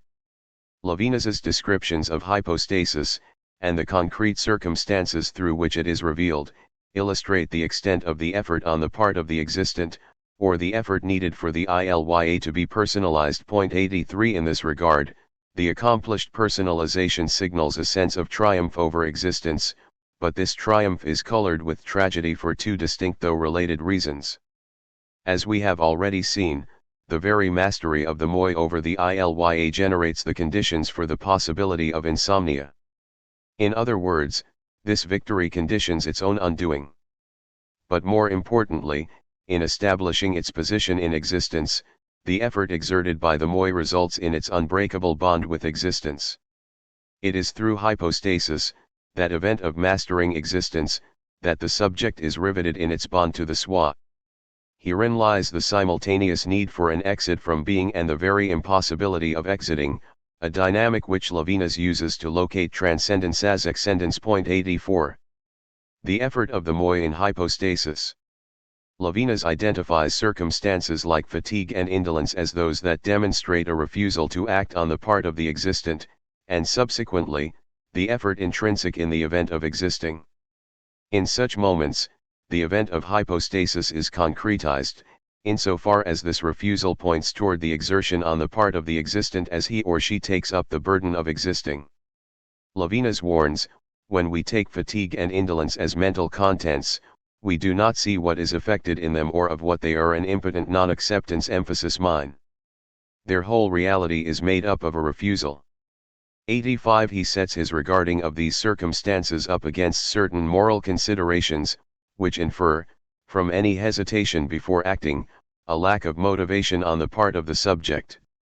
These other interpretations identify an indolent subject who chooses to not rise to the occasion, and settles in futile idleness instead. However, this is to presuppose a subject who is already equipped with a secure foothold in existence, and is already in place with the capacity to choose to take on the tasks of life, or to remain in bed and let life go by. Levinas, on the other hand, finds in fatigue and indolence, a meaning that is antecedent to the capacity to choose, to be lazy or hard-working. These moments signal a refusal of being, to be sure, but this refusal is not a thought of refusal, it does not concern the intentional movement of a consciousness.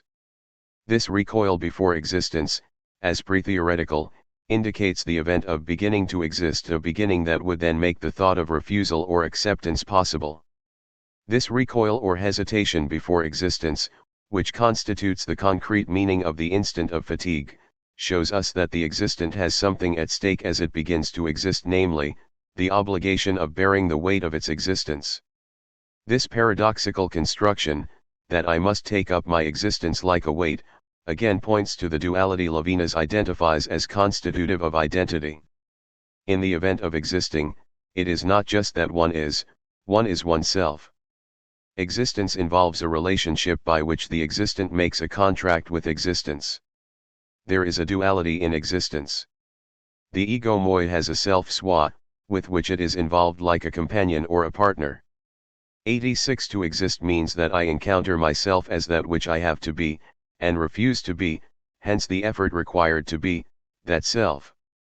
Nonetheless, Hypostasis amounts to an impossible refusal of this ultimate obligation. 87 This weight of one's existence, the sense in which the moi encounters the swa as burdensome, captures the ego's original encounter with being in terms of the vulnerability and passion of what it means to be exposed to a radical exteriority. 88 The liberation with regard to the existence anonymous existing becomes an enchainment to self, the very enchainment of identification. 89 It is only subsequent to this underlying vulnerability that the ego engages with a world of meaningful objects, across the distance it establishes, between itself and world, via intentionality.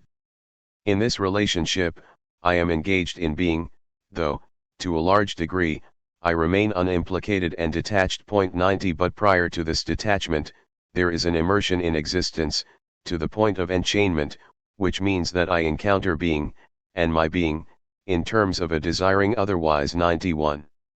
In taking us back to this deeper drama, Levinas demonstrates that the detachment of intentionality does not save me the moi from the definitive character of my very existence. Emphasis added. 92 In this sense, the event through which impersonal existence is conquered, or that first articulation of freedom in the existent, rests on a foundation of vulnerability.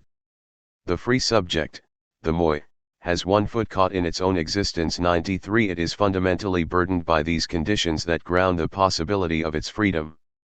Hypostasis, as the event of beginning, reveals that freedom is always invested, that it is founded on a prior responsibility to be oneself, and as such, makes an ecstatic model of transcendence impossible. 94 Given Levinas's understanding of our relation to brute existence, it is clear that an ecstatic model of transcendence cannot respond to the exigency for the escape that Levinas traces in 1935.95. The triumph of the ego, the moi, leads to ultimate disappointment as, once again, it finds itself surrounded, everywhere, by being.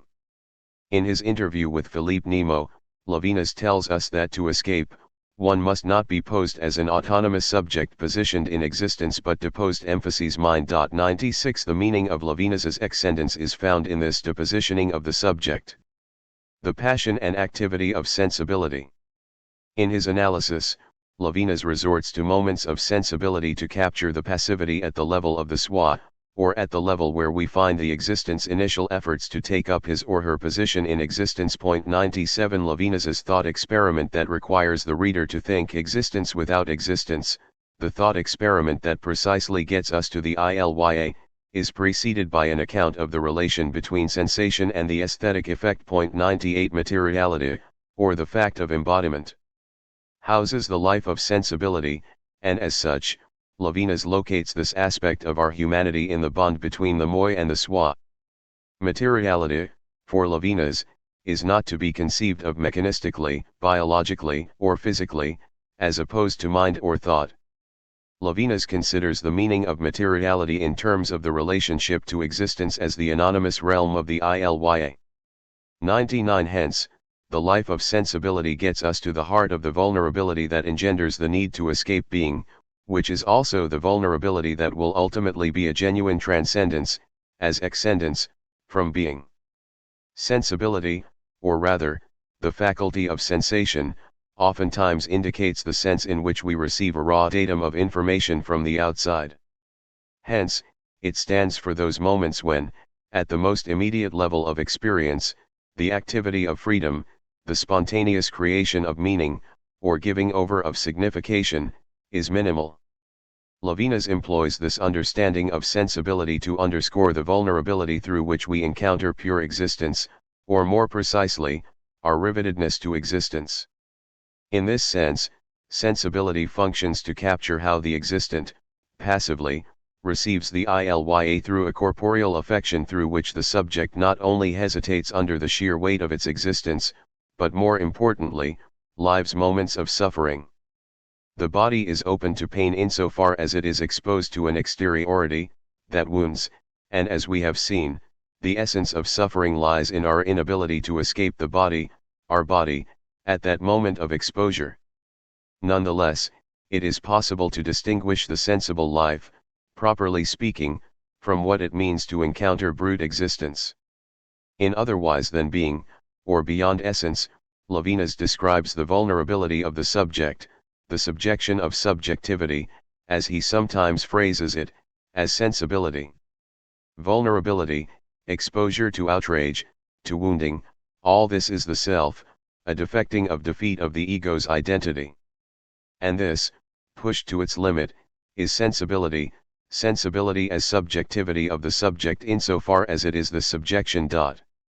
100 Similarly, in Time and the Other, he describes the bond between the moi and the soi as the subject's materiality. 101 But elsewhere, Levinas seems to understand sensation as that which already indicates a kind of mastery by the subject, since it sustains the for the mind characteristic of our relationship with objects in the world. 102 On this account, sensibility does not render the subject passive enough to capture the existence undoing in the face of the ILYA.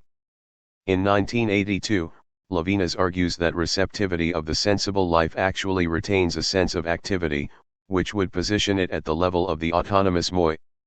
The passivity of suffering is more profoundly passive than the receptivity of our senses, which is already active. Reception emphasis added, immediately becoming perception. In suffering, sensibility is a vulnerability, more passive than receptivity, an encounter more passive than sentient experience. 103. These two different ways of understanding sensibility serves our purpose here, insofar as the existent is given over as both active engagement with being and passive positionality in existence. To understand that sensibility partakes in the vulnerability of an encounter with the there is and signals a certain triumph over and against this encounter is to understand the precise nature of the relationship between the moi and the soi. It is to understand what Levinas intends as the slippage between spontaneity and vulnerability, which structures human identity. Levinas's account of enjoyment aptly captures this ambiguity, since he locates the life of enjoyment within the spectrum of sovereignty, over the elements, and dependence, on the elements. 104 In this sense, the life of enjoyment seems to account for the passion and activity that can be identified, with equal legitimacy, in sensibility. As John Drobinski writes, the sense of enjoyment issues from the outside. 105 In this regard, what we enjoy is not yet an objectivity, in the epistemological sense. So though what we enjoy is a modality of being that is for us, pointing to, active, attempts to step beyond the level of the there is, it also retains the passivity belonging to behind the world, precisely because it originates in sensibility, the very life of materiality. Enjoyment. The body provides the locus for both the freedom of enjoyment and the passion of sensibility. Insofar as its foundation is in the sensible life, enjoyment is already an indication of an immersion in being. 106 As such, the sense of freedom achieved is not, or rather, not yet, the freedom characteristic of intentional models of our being in the world. Levinas has accused Heidegger for passing over this initial freedom from being by moving too quickly to an approach mediated by instrumentality. 107 Under this Levinasian interpretation, our primary engagement with ontic being is always already colored with meaning pertaining to our fundamental projects, and in this sense, being shows up as belonging to beings that are of use to us in those projects. However, before beings are situated into this instrumental matrix, and given to us across a distance of detachment, the moi is bathed in being, and thus already attests to its rivetedness to the soi. 108 Before the food on my table is an object of consumption, I enjoy it, through consumption, as I become one with it. Similarly, I enjoy the spectacle before me prior to establishing a theoretical distance from it, to then examine it objectively, perhaps, and in that moment of enjoyment, I feel myself part of the beauty of the spectacle I see. 109. For these reasons, Levinas tells us that the world is constituted as a technical finality only after it nourishes us and bathes us. 110 To be sure, the immersion in being that provides the conditions for enjoyment is different from the sense in which the existent is overtaken by the ILYA. The wakefulness of insomnia is given over as dreadful precisely because existence disturbs and invades with its strangeness. On the contrary, the elemental is familiar, and it is as familiar that it is enjoyed. But similar to the ILYA, the elemental is also a reversal of reality, equally void of objective meaning. Nevertheless, the elements that show up for enjoyment presents itself with a familiarity that is precisely impossible in the case of the ILYA. Enjoyment then presupposes an essential immersion in being. It is as though we were in the bowels of being 111, but insofar as enjoyment renders being familiar, it accomplishes that first victory against the anonymous horror of the ILYA. To reiterate, the ILYA has this power to overcome the subject insofar as it, moi, must support the weight of itself, soi. The subject has a foothold in existence, which renders it susceptible to circumstances like insomnia, fatigue, and suffering. Consequently, there is a victory in enjoyment precisely because the subject manages to veil, though temporarily, the chains that tie it to itself. In other words, the familiarity through which enjoyment relates to existence results in an instantaneous transcendence, in which there is, at least momentarily, liberation from the self, or from the foothold that anchors the moi in existence. 112. This liberation, or self-forgetfulness, as Levinas calls it, happens through the dialectic of need, which is inseparable from the life of enjoyment. We enjoy objects because they satisfy some pre-existing need we have for them. In this sense, we depend on the object of enjoyment for precisely that satisfaction. However, as Levinas's analysis of pleasure demonstrates, on this dependence lies the independence achieved from the ILYA. Characterized as the most primordial phenomenon of need satisfaction, Levinas shows how pleasure breaks up the density of our being and of being in general. 113 The existent feels itself dissipated throughout the instant of pleasure, such that it grows lighter, as if drunk. 114 In this moment, existence is no longer encountered as a fullness that is concentrated within the instant of hypostasis, precisely because pleasure signifies an abandonment of that position. There is a loss of oneself, a getting out of oneself, an ecstasy emphasis added. 115 In this sense, enjoyment realizes a certain liberation from self, or postponement of the anonymous night of the ILYA. 116 In devouring the object that ultimately satisfies its needs, the subject is absorbed in the object it absorbs. 117 Thus experiencing a getting out of itself. Nonetheless, transcendence through enjoyment is only instantaneous because the very needs that open up the exit from self also signify a return to self through the structures of work and physical pain. Before my needs can be satisfied, I must work to attain the terminus of that need. These objects are other than me, and as such, I must actively reduce the distance that separates me from them, constituting them in terms of an accessibility for me. 118 In this sense, any kind of escape is met with disappointment. For Levinas, this also applies to the abandonment of pleasure, when as subjects, in shame, we find ourselves with ourselves once again. However, what is noteworthy in Levinas's analysis is that enjoyment does signify those first attempts at transcendence, insofar as there is that first rupture in the totality of being, of the subject's being. Most importantly, this quasi-liberation does not signify independently of the sense in which we are bodies or the fact that we are there, rooted in being.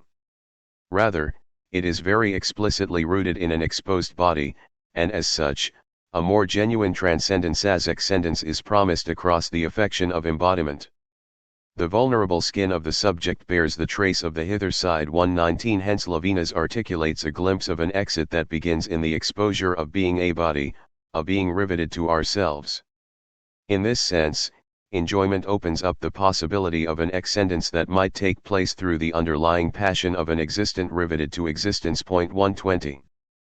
For excendence takes place prior to freedom. In the essay, Without Identity, Levinas reminds us that no one is at home in being, precisely because no one remains comfortably in himself. There is a divergence between the ego and the self, an impossible recurrence, an impossible identity. 121 In contrast to the primordial kinship between being and Dasein, which grounds the Heideggerian account of being at home, Levinas names the ego's failure to coincide with itself. He establishes our fundamental homelessness in being, citing the psalmist prayer to the Holy to reveal his instructions to him, since he is a stranger on the earth. 122 It is precisely out of this strangeness in being, or out of the ego's inability to rest comfortably in itself, despite its rivetedness, that ascendance ultimately takes place. To reiterate, transcendence occurs as a depositioning of the existent, and not in terms of the supremacy of a free subject. It is precisely out of the vulnerability of being without a home that Levinas finds the signification of the rupture in being that would be an ascendance.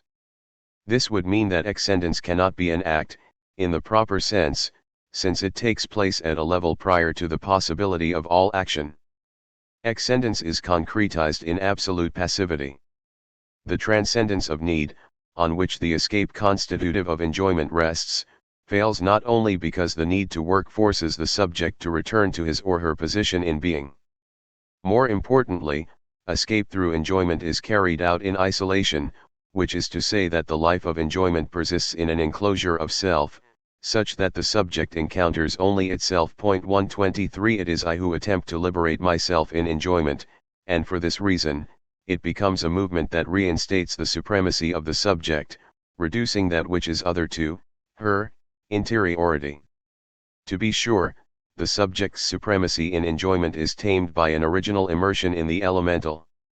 But this sense of vulnerability is quickly replaced with activity on the part of the subject, as he or she approaches being with an as for me. To be sure, this as for me, what palpitates through the relation of enjoyment and need, is more sincere or engaged than the approach across intentionality.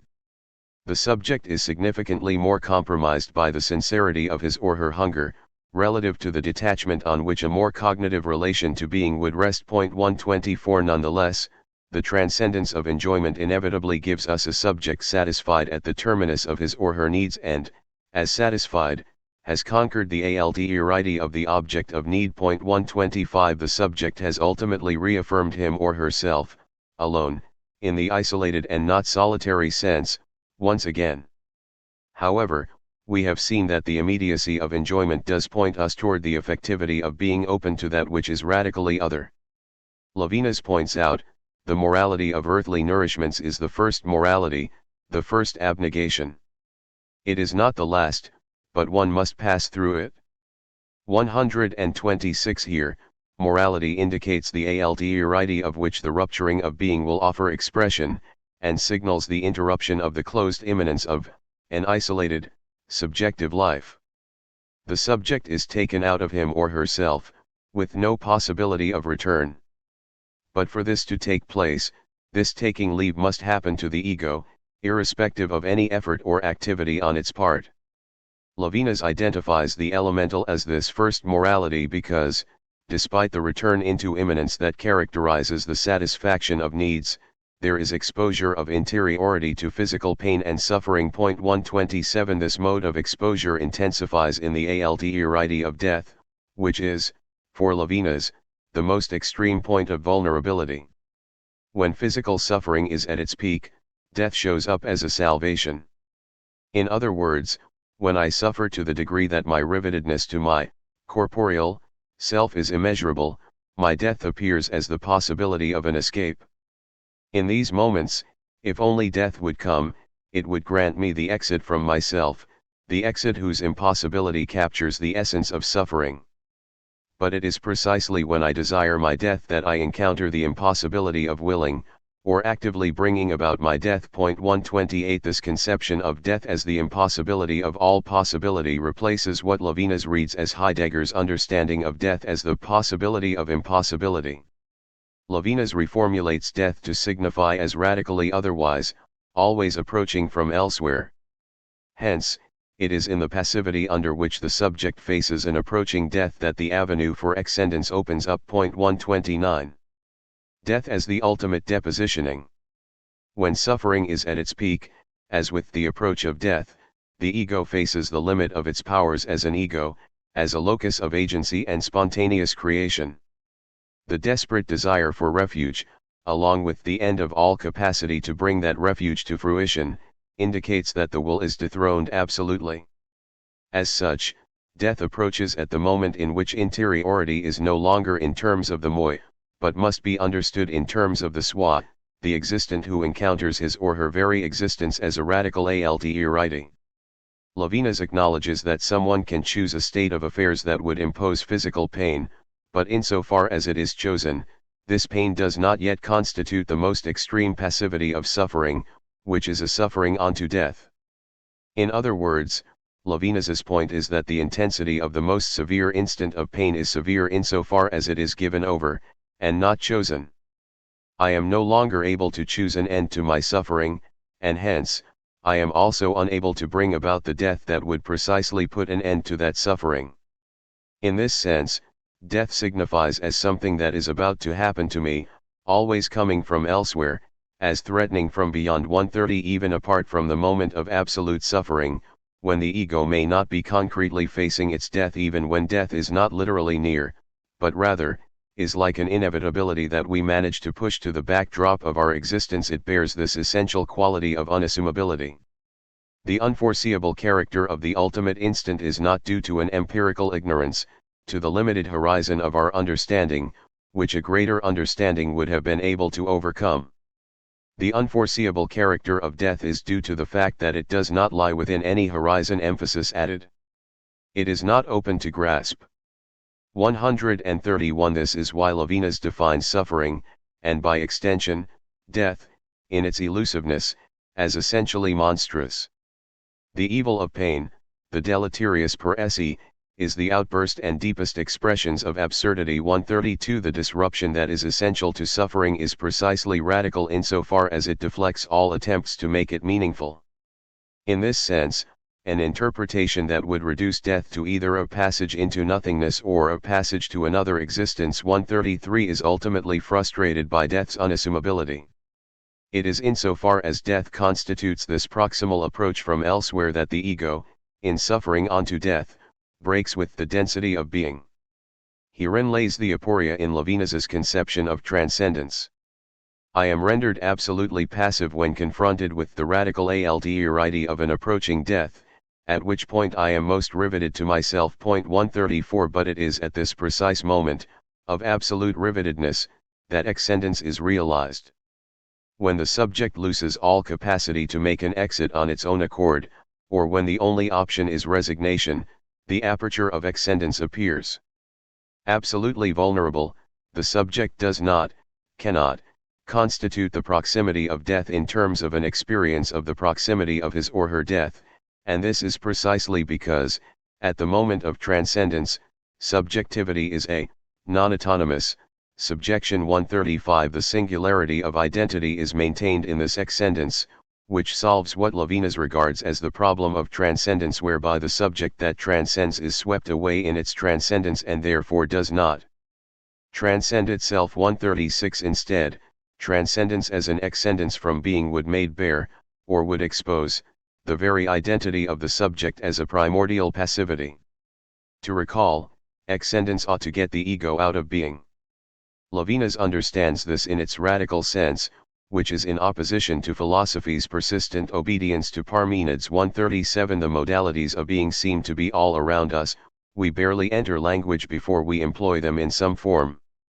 We thematize, identify, bestow meaning, seek meaning, and discard as meaningless, all of which are borrowed tools from all-encompassing being. But the absurdity in death, the suffering unto death, ruptures these modalities. Death places me before a category that does not enter into either term of the alternatives of being and nothingness. 138 It is almost as if, in the most vulnerable of vulnerabilities, the subject does indeed resign to his or her rivetedness, but the very signification of that station in being is altered. No longer able to be able, the subject is outside of ontological modalities, is in a sense other than a conjugation of the verb to be. In the impossibility of all possibility, interiority nevertheless palpitates, since the death agony is precisely in this impossibility of ceasing, in the ambiguity of a time that has run out and of a mysterious time that yet remains. 139 In the sense of dead time, or of coming to an end while not coming to an end, being is ruptured in excendence. Most importantly, transcendence as excendence is not ecstatic, since it is in extreme rivetedness that the aperture, through which escape takes place, is given. In this regard, Levinas's conception of the existent who is positioned in existence at the level of the soi, grounds the possibility of genuine transcendence. Contained in his notion of positionality is this fundamental vulnerability, openness, or exposure that would rupture the totality of volition, for which a system of ontology is equipped. In the following chapter, I argue that the temporality coming out of this account of positionality demonstrates that solitude is fundamentally implicated in Levinas's sense of THIRD. Not only is solitude a primordial structure of an identity configured in terms of the moi and soi, but it is included in the very meaning of an encounter with Levinas's understanding of radical THIRD. Said otherwise, to be exposed to the radically other is to be precisely left alone in that exposure. 140 I identify a similar dimension in Sartre's concrete descriptions of nausea, and argue that his descriptions are one of a subject who is radically unconstituted in his or her position in existence. From Sartre's descriptions, nausea reveals a realm of subjective life which, I argue, is vulnerable in a solitude very much like the existent is in Levinas, as that existent encounters the ILYA. I use these findings to support my claim that Sartre's formal account of consciousness, as exhaustively an encounter with being across the thematizing powers of intentionality, does not account for the entirety of the human condition. Chapter 3. Levinasian Positionality in Sartre's account of nausea. Positionality, as conceived by Levinas, refers to what is oftentimes felt as the unyielding obligation to be with one's self, despite not being completely identical with that self one as positioned. The existent feels herself abandoned to the THIRD of the ILYA, and I read, in this abandonment, an inevitable solitude that pertains to the existence condition. In Sartre's concrete descriptions of nausea, which emphasizes the sense in which embodiment captures the obligation to be oneself, I identify resonances with these, Levinasian, notions of positionality and solitude. On Sartre's account, consciousness's encounter with existence is founded on an obligation to exist that, I hold, exposes a level of vulnerability on the hither side of radical freedom. 2 To be sure, this reading of Sartre is explicitly Levinasian. But this is only because it is informed by similarities that I identify between Levinas's conception of the ILYA and his, Sartre's, concrete descriptions of nausea. I establish that not only do both thinkers portray a level of vulnerability that is more primordial than spontaneous subjectivity, but also that they recognize a correlation between this vulnerability and the radically solitary condition of the self. For Levinas, the disruption that is brought on by the obligation to be with myself, along with my inability to identify with that self, births an existential forlornness such that I am left alone to carry the burden of existence. 3 Chapter 2 presented phenomenologies of insomnia and fatigue to show that this encounter with the burden of existing happens outside the parameters of an intentionally constructed network of meanings. Sartre's descriptions of the experience of nausea are similar in this regard, since they too capture a non-intentional encounter between consciousness and being. My claim is that, in such moments, consciousness's experiences are no longer those of a world, any world, but rather exist in what can only be described as an ambiguous in-between of pure being, void of all meaning, and the meaningful totality of beings constitutive of a world. 4 In this disintegration of world, there is also a similar disruption, or dissimulation of the subject's position as a spontaneous flight from being. 5 This would support my claim that Sartre recognizes a region of positioned solitude within the structure of consciousness, despite its movement of intentionality. Since they seem to indicate an identity in disruption, much like what sustains Levinas's conception of transcendence as excendence, I read Sartre's descriptions of nausea as calling into question his formal account of an absolute freedom that was outlined in Chapter 1. In other words, given the similarities I presently trace between these concrete descriptions of nausea and the phenomenology grounding the Levinasian notion of the ILYA, the event of nausea seems to call for an understanding of human identity that is simply absent in the Sartrean structures of consciousness. In tracing these similarities, a fair reading of both Sartre and Levinas requires that one also takes note of the important differences between their accounts. Levinas identifies, as the conditions of an encounter with the ILYA, the existent as already troubled with a certain modulation of THIRD. Sartre, on the other hand, locates, in the breakdown of signification found in nausea, consciousness's responsibility to create meaning, and as a consequence, its world. In this sense, the monstrosity of an undefinable field of existence is given over to the Sartrean consciousness as the template out of which it must freely make itself what it must be. 6 Nevertheless, Sartre does explicitly recognize a marked forlornness that comes as a consequence of this radical responsibility. 7 As such, when immersed in the horror of nausea, consciousness encounters itself as radically alone, supporting the burden of having to choose its world, in solitude. In Levinas's account of the ILYA, he identifies this primordial solitude as the promise of an excendence from being. The ILYA shows up only through a positioned existent that, across its hypostasis, occupies its position alone.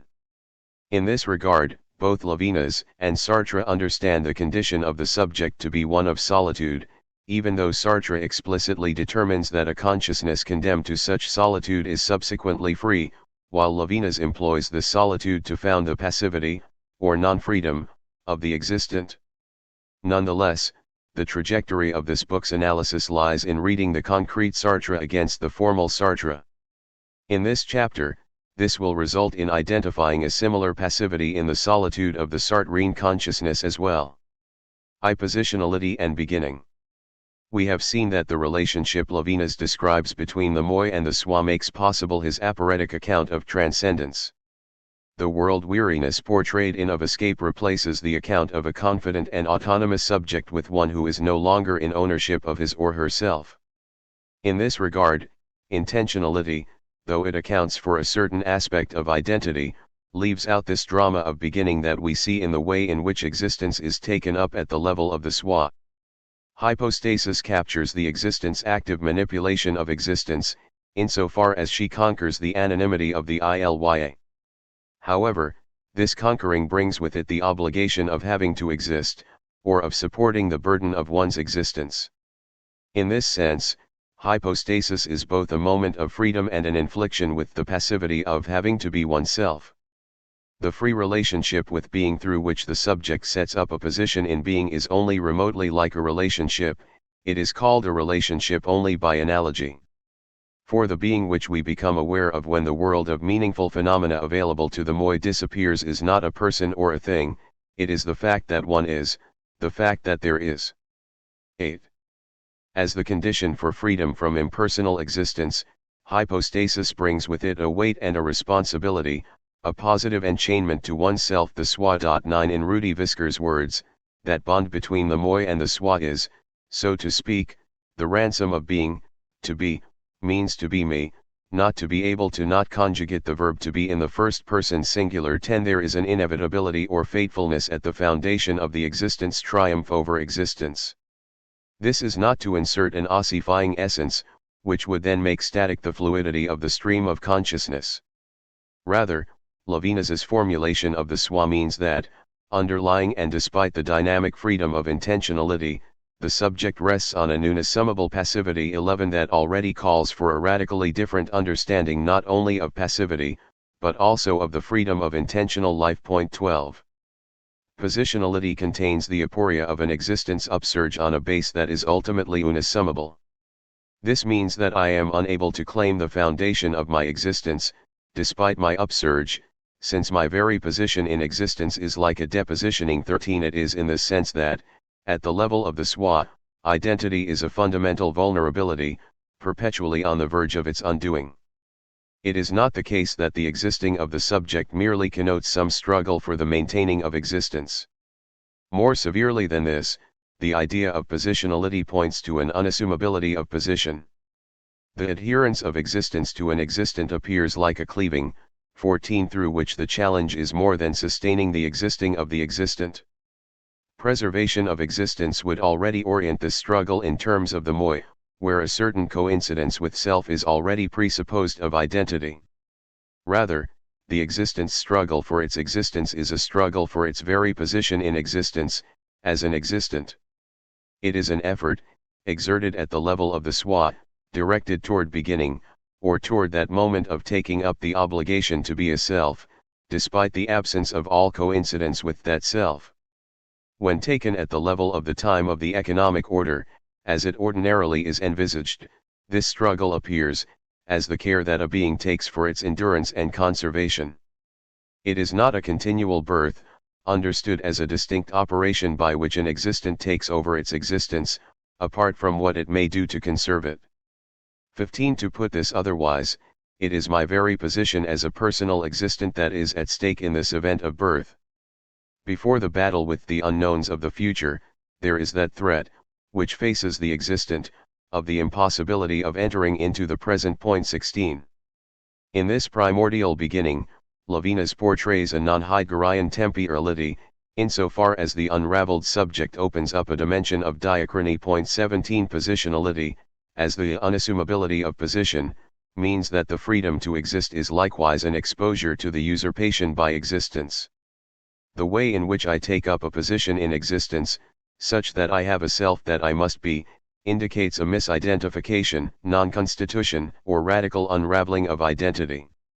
Instead of mapping neatly onto each other, the moi and soi are out of phase with each other. This is unlike the synchronous time marking the life of consciousness, or economic time, whereby all a being is, in a sense, brought together in one temporal scheme, or understood in terms of a futuricity, of care. The diachrony constitutive of the Levinasian subject amounts to the impossibility of being what one is. 18. In other words, it amounts to that very impossibility of belonging to the time of intentionality, since the event of birth at the level of the soi is a performance outside of that time. 19. For this reason, a life of consciousness cannot exhaust the structures of subjectivity, through which is enacted the ontological event of making present in a theme. I am there, in existence, as positioned, but as a consequence of the diachronous relationship between my fact of existence and the origin on which my existing stands, my presence is a not yet of presence. The subject never quite gets to begin, since it neither exists this beginning nor begins in the time of existence. Hence, when Levinas determines that hypostasis occurs prior to a time of subjectivity, he determines that by the time of intentionality, something has already occurred, which can never appear in, or be temporalized in terms of intentionality. 20. It is precisely its origin that the subject can never own or make present. For this reason, this origin comes to the existent from an elsewhere, and is encountered as a locus of obsession and not as a condition of autonomy. 21. Because the event of beginning is categorically maintained outside of and irreducible to the temporality of subjective life, I begin as the very disruption of my identity. Nevertheless, this origin is mine, despite its foreignness and unassumability. Hence, without being annihilated by it, the moi houses its own undoing. 22. His depiction of positionality reveals that which is both of subjectivity, and other in subjectivity. It is in this aporia of a disturbance within interiority, without the annihilation of that interiority, that he locates the condition for the possibility of radical transcendence. 23. To the time of THIRD as a time of solitude. Before I develop a distinction between the time of THIRD and the time of solitude, I address the charge that Levinas's position undermines the solitude that necessarily plagues our human condition. In place of this critique, I assert the importance of solitude for Levinas's account of THIRD, and ultimately transcendence. 24. An implication of his project is that the existence being alone is maintained throughout its encounter with radical THIRD. Again, I read this as reinforcing the similarity between Levinas and Sartre, insofar as the latter also describes the existential condition of the human being as a radically solitary one. Sartre grounds this solitude on the extreme responsibility to which a radically free subject is abandoned. Though his formal ontology does not indicate, in this solitude, an interruption of the free movement of intentionality, my claim is that his descriptions do.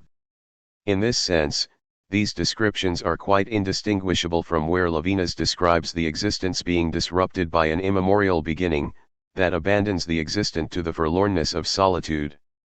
As already demonstrated, the temporality coming out of Levinas's notion of transcendence is such that the time of subjective life is diachronous to that of the subject's origin, which is of another time. The subject has been left alone, or left behind by this origin, in the sense that I encounter my beginning as immemorially gone by.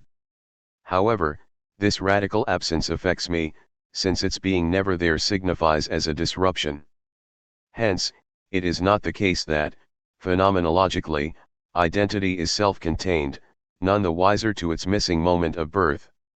Rather, what abandons the subject has, in absentia, this power to disrupt the subject, such that identity is constituted as this very disruption. 25 In the works Post-Totality and Infinity, Levinas employs the notion of the trace to capture the sense in which a radical absence nevertheless presents itself in ways other than appearing to consciousness. This signifies as an interruption of the very core of a phenomenological method that prioritizes, or regards, as the sole conditions for the possibility of making present, the activity of intentionality. Diachronous time means that an alternate presence from, or as, elsewhere, and as such, interrupts as the non-recuperability of the trace. 26 This radical inversion, of identity, of spontaneous subjectivity, of the priority of presence, presupposes the solitude of the existent. In other words, on this formulation of diachronous time, to be radically disrupted by that which is other means that I am alone precisely when I enter into relation with that other. This is because, for Levinas, alternate is encountered in terms of the trace, or as what has always already gone by. First and second order solitude. Featured in Levinas's analyses of transcendence are two orders of solitude. One such order points to the heart of intentionality's odyssey. This unanchored 27 trajectory of intentional life does not qualify as a radical exit, since the intended object ultimately sits in a light originating from the subject. For this reason, consciousness's journey is one of a boomerang, inevitably ending with itself. As subjects, we fail to leave ourselves when we project toward the world. Instead, that toward which we project is reduced to a signification for us, thus failing to remain other. Ultimately, the subject continues to be alone, closing in on him or herself and reducing, in that closure, all exteriority to modulations of the same. 28 In light of my bringing Levinas into dialogue with Sartre, I note that Sartre's formulation of the transcendence of consciousness would fall under this narrative, which I categorize as a first-order solitude. The implications of this are more fully developed in Chapter 5, in my account of the Sartrean other. However, for the moment it should be noted that what I subsequently uncover in Sartre's concrete descriptions of nausea seem to explicitly call into question his more formal account of a transcendence, the implication of which is the impossibility of a consciousness to be radically disrupted by an absent alternate. A different kind of solitude is revealed in Levinas's account of the subject's encounter with the Ilya, and in the diachrony that ensues from that encounter. Not yet intentional in structure, the soi relates to the moi as that to which it is irrevocably tied. The temporality of such an encounter indicates that the moi discovers the soi in an immemorial past, as that which is forever gone by. Consequently, this order of solitude is concretely lived as a radical disturbance of subjective life. I find myself inevitably tied to that which is never there, perpetually open to, implicated in, and disrupted by a radical abandonment. Unlike the solitude founded on the privileging of the movement of intentionality, the relationship between the moi and the soi reveals a solitude that rests on the very impossibility of interiority, and as such, the very impossibility of the closure of identity. 29 I title the solitude of this exposed life a second-order solitude. Though both orders capture an existential aloneness, their difference is clear.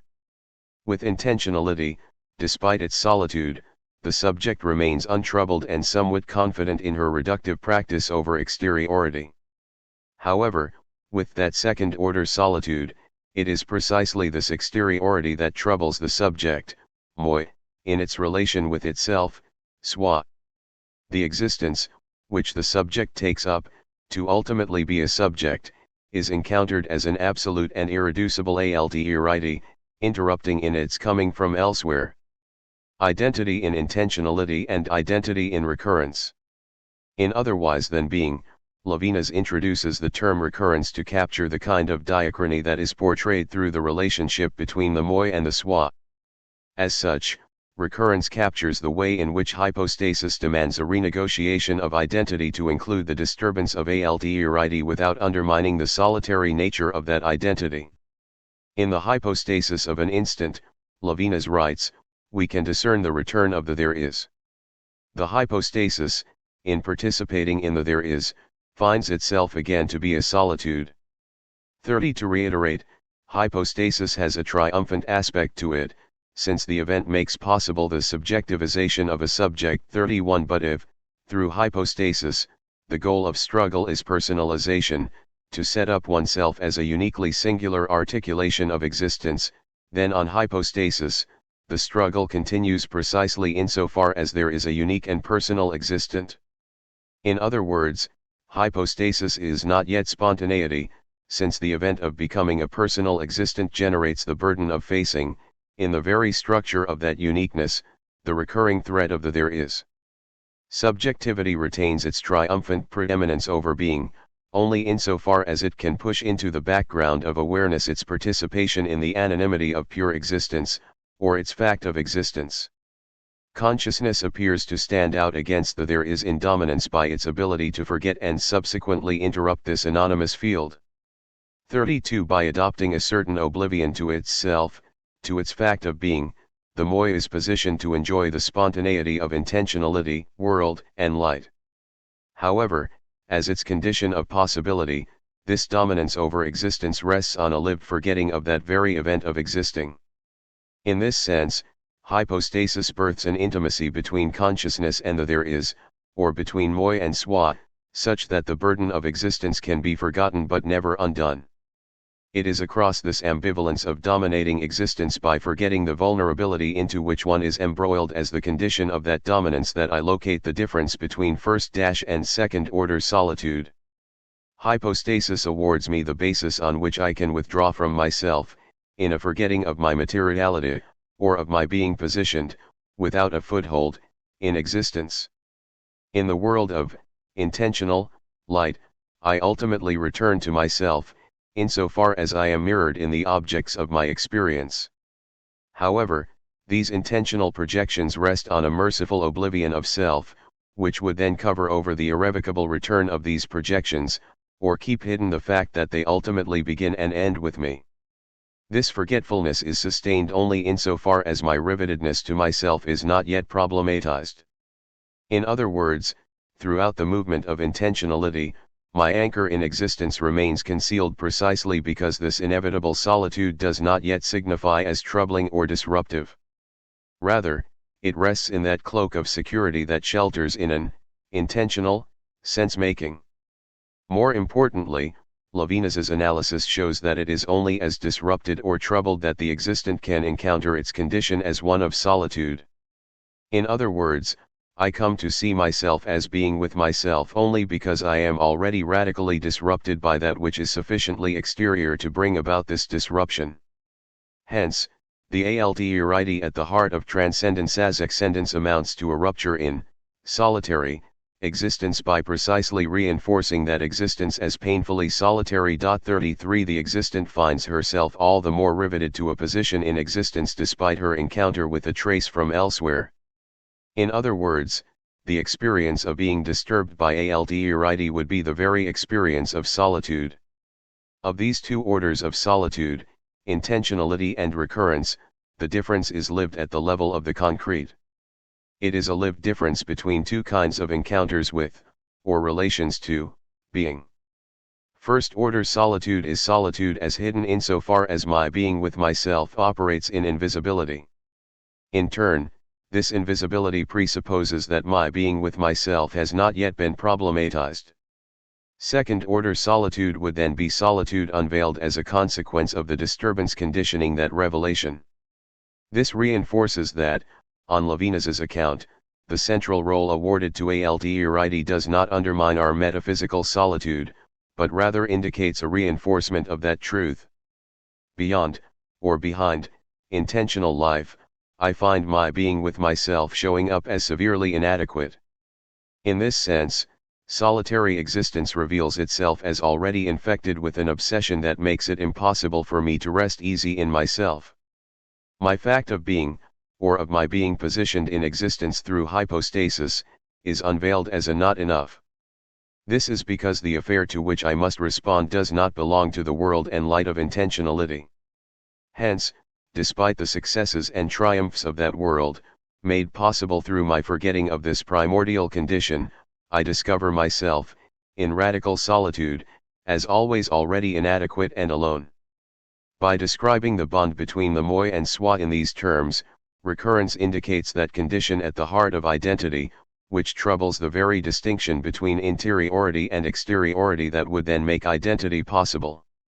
Elizabeth Louise Thomas describes recurrence as inequality beyond consciousness where the self is out of phase with itself, which underscores that the without identity of recurrence is less a violent annihilation of being, or of the being of the subject, and more a persistent gnawing away of identity. 34 In this sense, the ego persists, or continues even though it does not continue to be. It is most alone, or most extremely with itself in this precise moment of the rupturing of being, of its being, by radical otherness.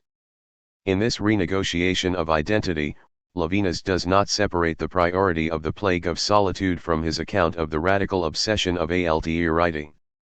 Said otherwise, his phenomenology of the other does not succumb to Rudi Vischer's critical view, which states that, in Levinas's universe, it is impossible not to hear the other's appeal, and thus this view ignores the existence of a dimension of selfhood that cannot be absorbed into intersubjectivity. 35 Vischer reads, in Levinas's portrayal of the other's appeal, or rather, in the inevitability with which we hear that appeal, a disregarding of a metaphysical loneliness that, on his view, more realistically reflects our fundamental human condition.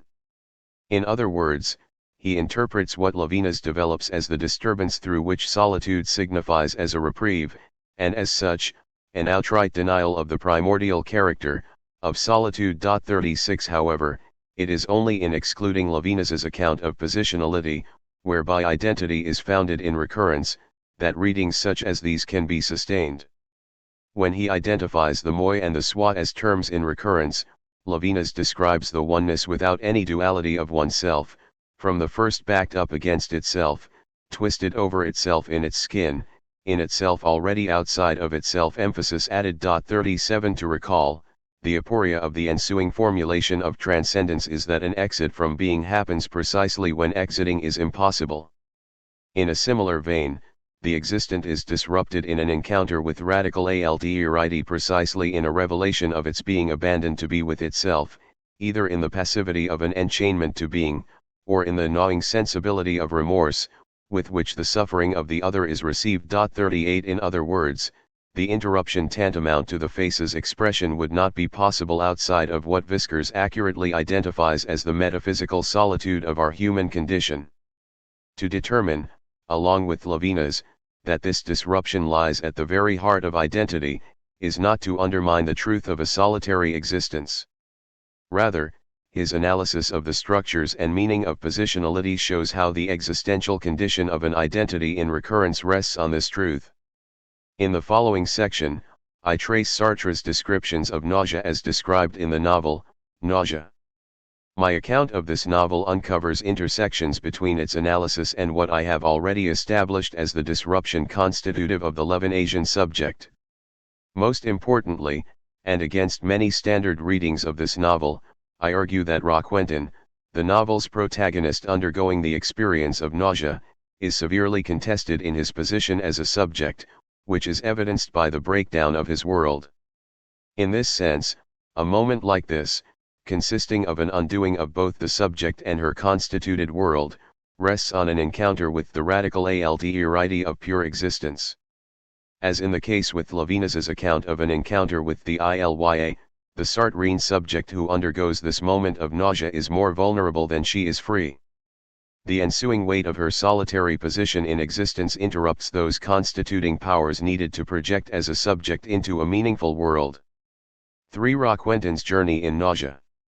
It should be noted that Levinas seems to explicitly set himself apart from Sartre's account of nausea when he writes, In horror before the meaninglessness of existence, a subject is stripped of his subjectivity, of his power to have private existence. But nausea, as a feeling for existence, is not yet a depersonalization.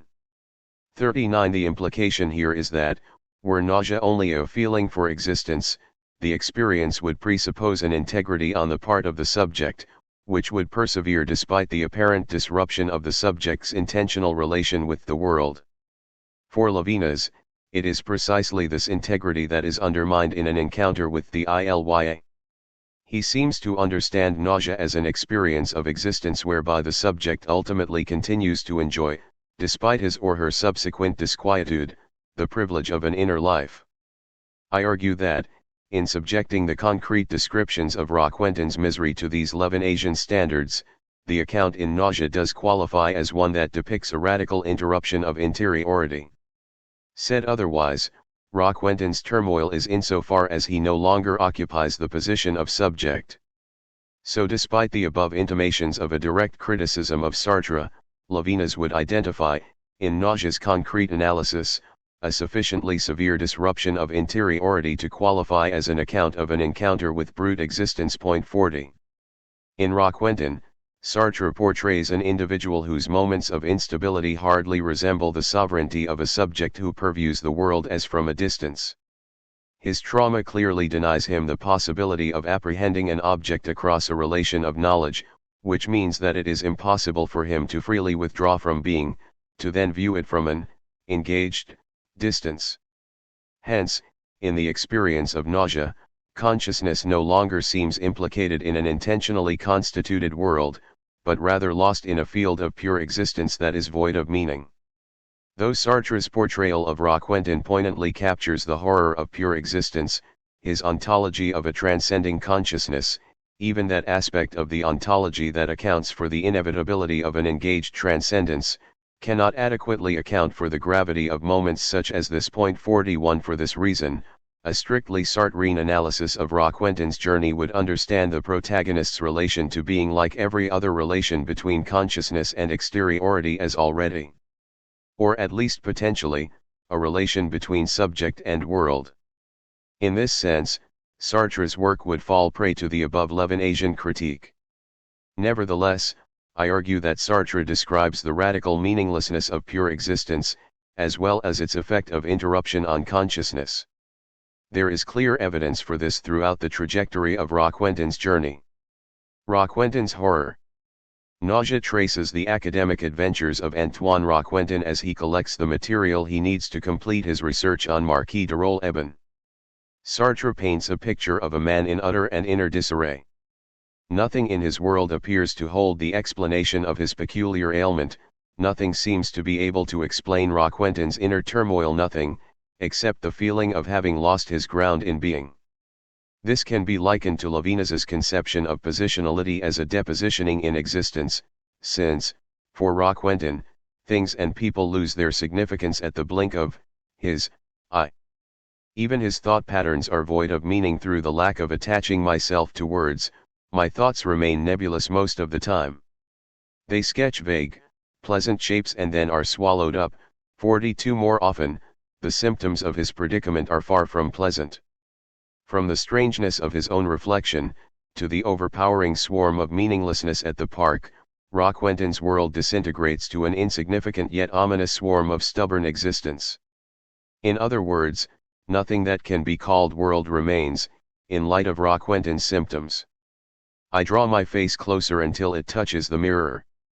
The eyes, nose, and mouth disappear, nothing human is left. Emphasis added. An entire half of my face yields, the left half of the mouth twists and swells, uncovering a tooth, the eye opens on a white globe, on pink, bleeding flesh. That is not what I was looking for. 43. In all this, Roquentin discovers himself to be mobilized despite himself, and unstable, as if on fluid ground. I hesitated, and then there was a whirlpool, an eddy, a shadow passed across the ceiling and I felt myself pushed forward. I floated, dazed by luminous fogs dragging me in all directions at once. 44. Bernd Jaeger writes, in elevators, on trains, at sea, The everyday, mundane instances of nausea appear when we feel ourselves not simply in motion, but more importantly, in motion despite ourselves. 45 In Of Escape, Levinas describes the moment of nausea in terms of a refusal to remain there, with oneself. 46 This is interestingly juxtaposed to Jaeger's reading of nausea as a moment in which one moves, despite oneself.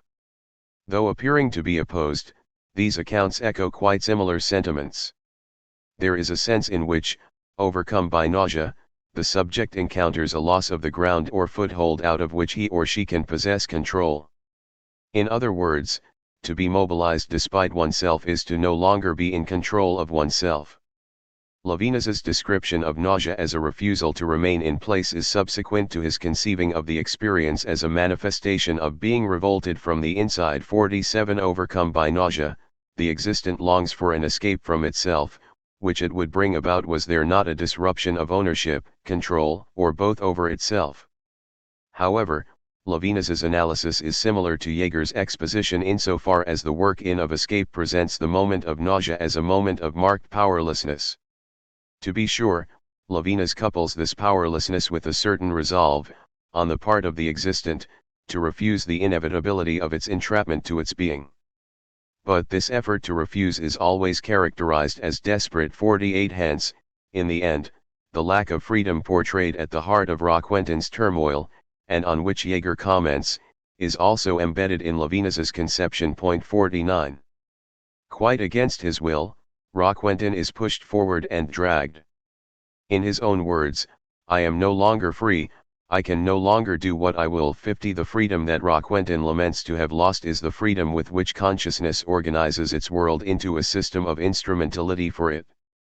Out of this organization, things show up in light of their capacity to bring about the projects we freely constitute for ourselves. As David Detmer puts it, we generally look at things under the color of our interests and projects. When consciousness intends objects in its normal ways, it encounters meanings, not existence. We see the whatness of things, rather than their thatness. 51 However, overcome by nausea, Roquentin is engulfed in an undeniable presence that no longer possesses sense, utility, or meaning. Rather, presence stands in its thatness, radically independent of the whatness that existed for him. You use objects, put them back in place, they are useful, nothing more. Roquentin seems to remind himself in desperation, but to no avail, but these objects touch me, it is unbearable. I am afraid of being in contact with them as though they were living beasts. 52 Sartre's use of metaphors of monstrosity suggests that objects are not merely useless, but more strongly, they burst through the confines of utility altogether.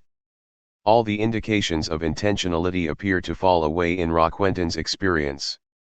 The loss of control, his overwhelming instability, all point to a replacement of his world by a superfluous existence. Nevertheless, Roquentin does feel himself to be quite separate from the field of senselessness making itself present to him. Said otherwise, he knows himself to be distinct from this undifferentiated existence, so it is not the case that this experience of being engulfed amounts to a complete annihilation of the consciousness undergoing nausea. In other words, there is still that singularity of the self, very similar to what we find in the Levinasian account of the existent in her encounter with the Ilya. In both cases, there is a personalization that does not yet qualify as subjectivity, insofar as it is a personalization grounded in a vulnerability, and not in spontaneity. Quite frankly, there are aspects of Roquentin's condition whereby he is overwhelmingly aware of himself. To borrow from my earlier analysis of Levinas's conception of solitude, the moment of nausea indicates a most extreme being with oneself.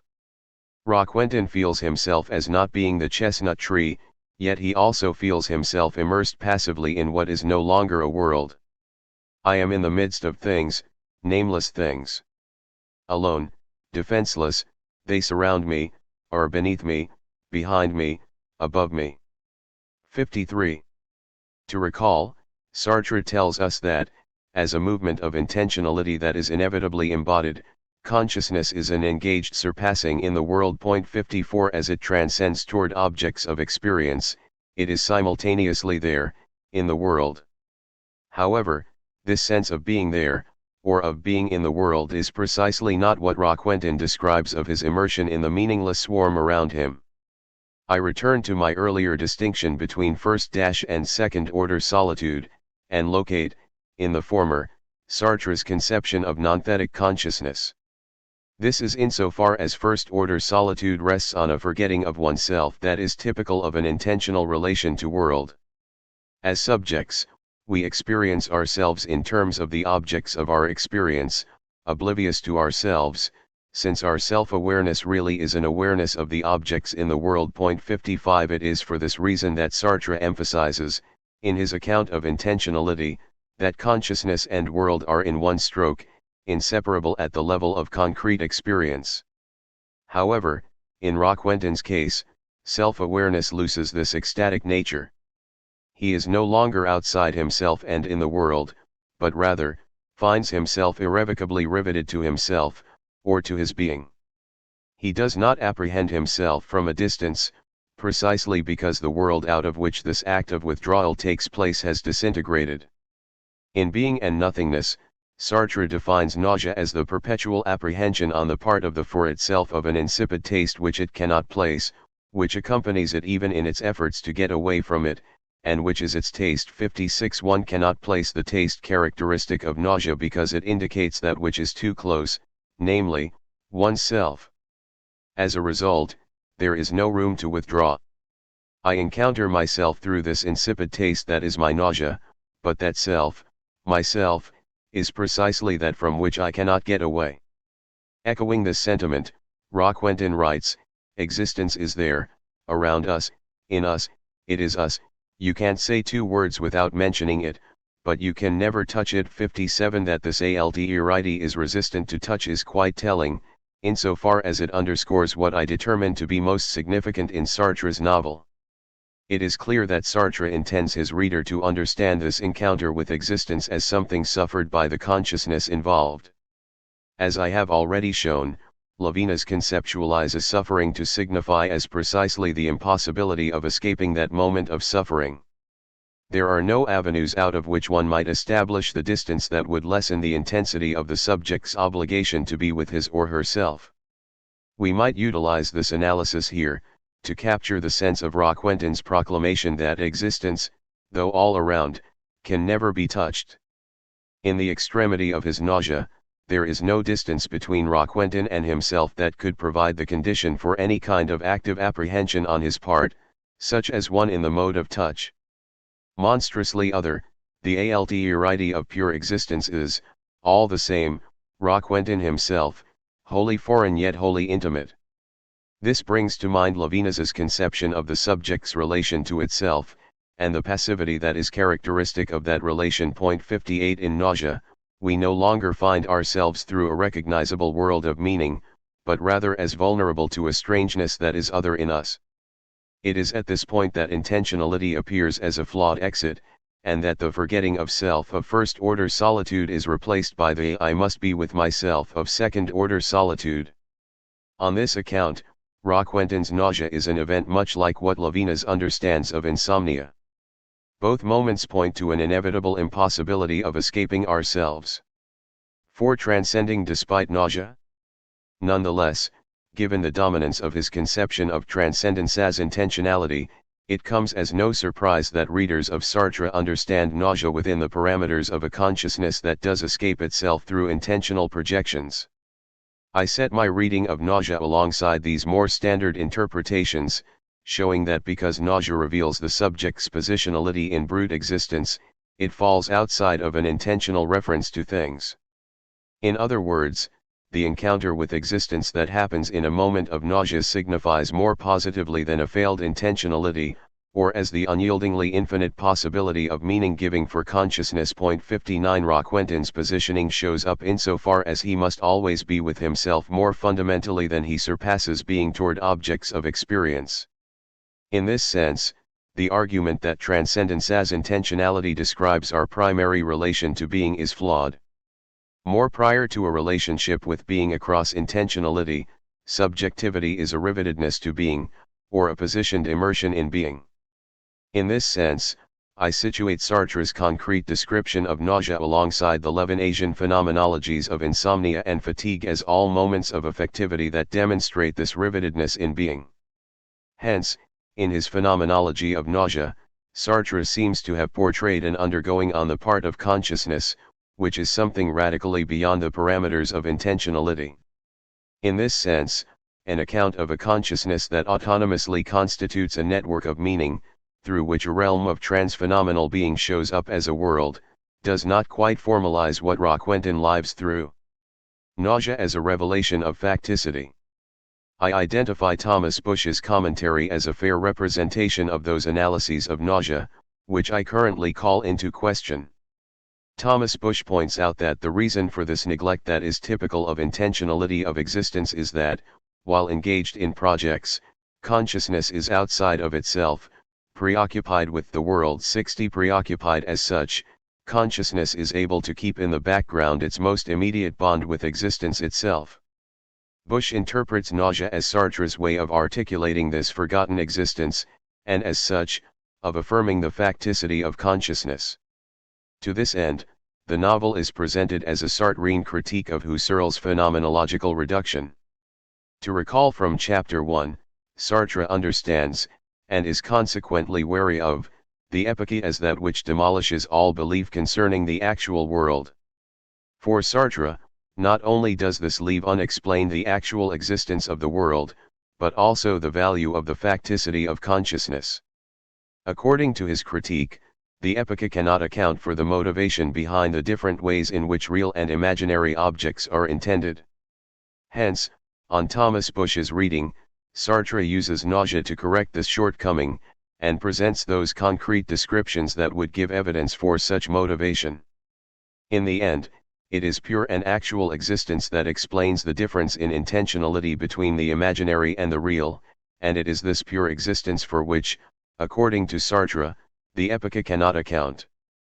Summarizing Sartre's position on the phenomenological reduction, Bush writes, for Husserl, subjectivity consists of acts of consciousness, of which perception is the foundation. Sartre sees an irrational specificity here. Intending acts can break down into their stuff. The body can sense its facticity and is more than simply an intentional system. 61. In this regard, Bush interprets Sartre as identifying, in the experience of nausea, an aspect of consciousness that cannot neatly subscribe to the structures of intentionality.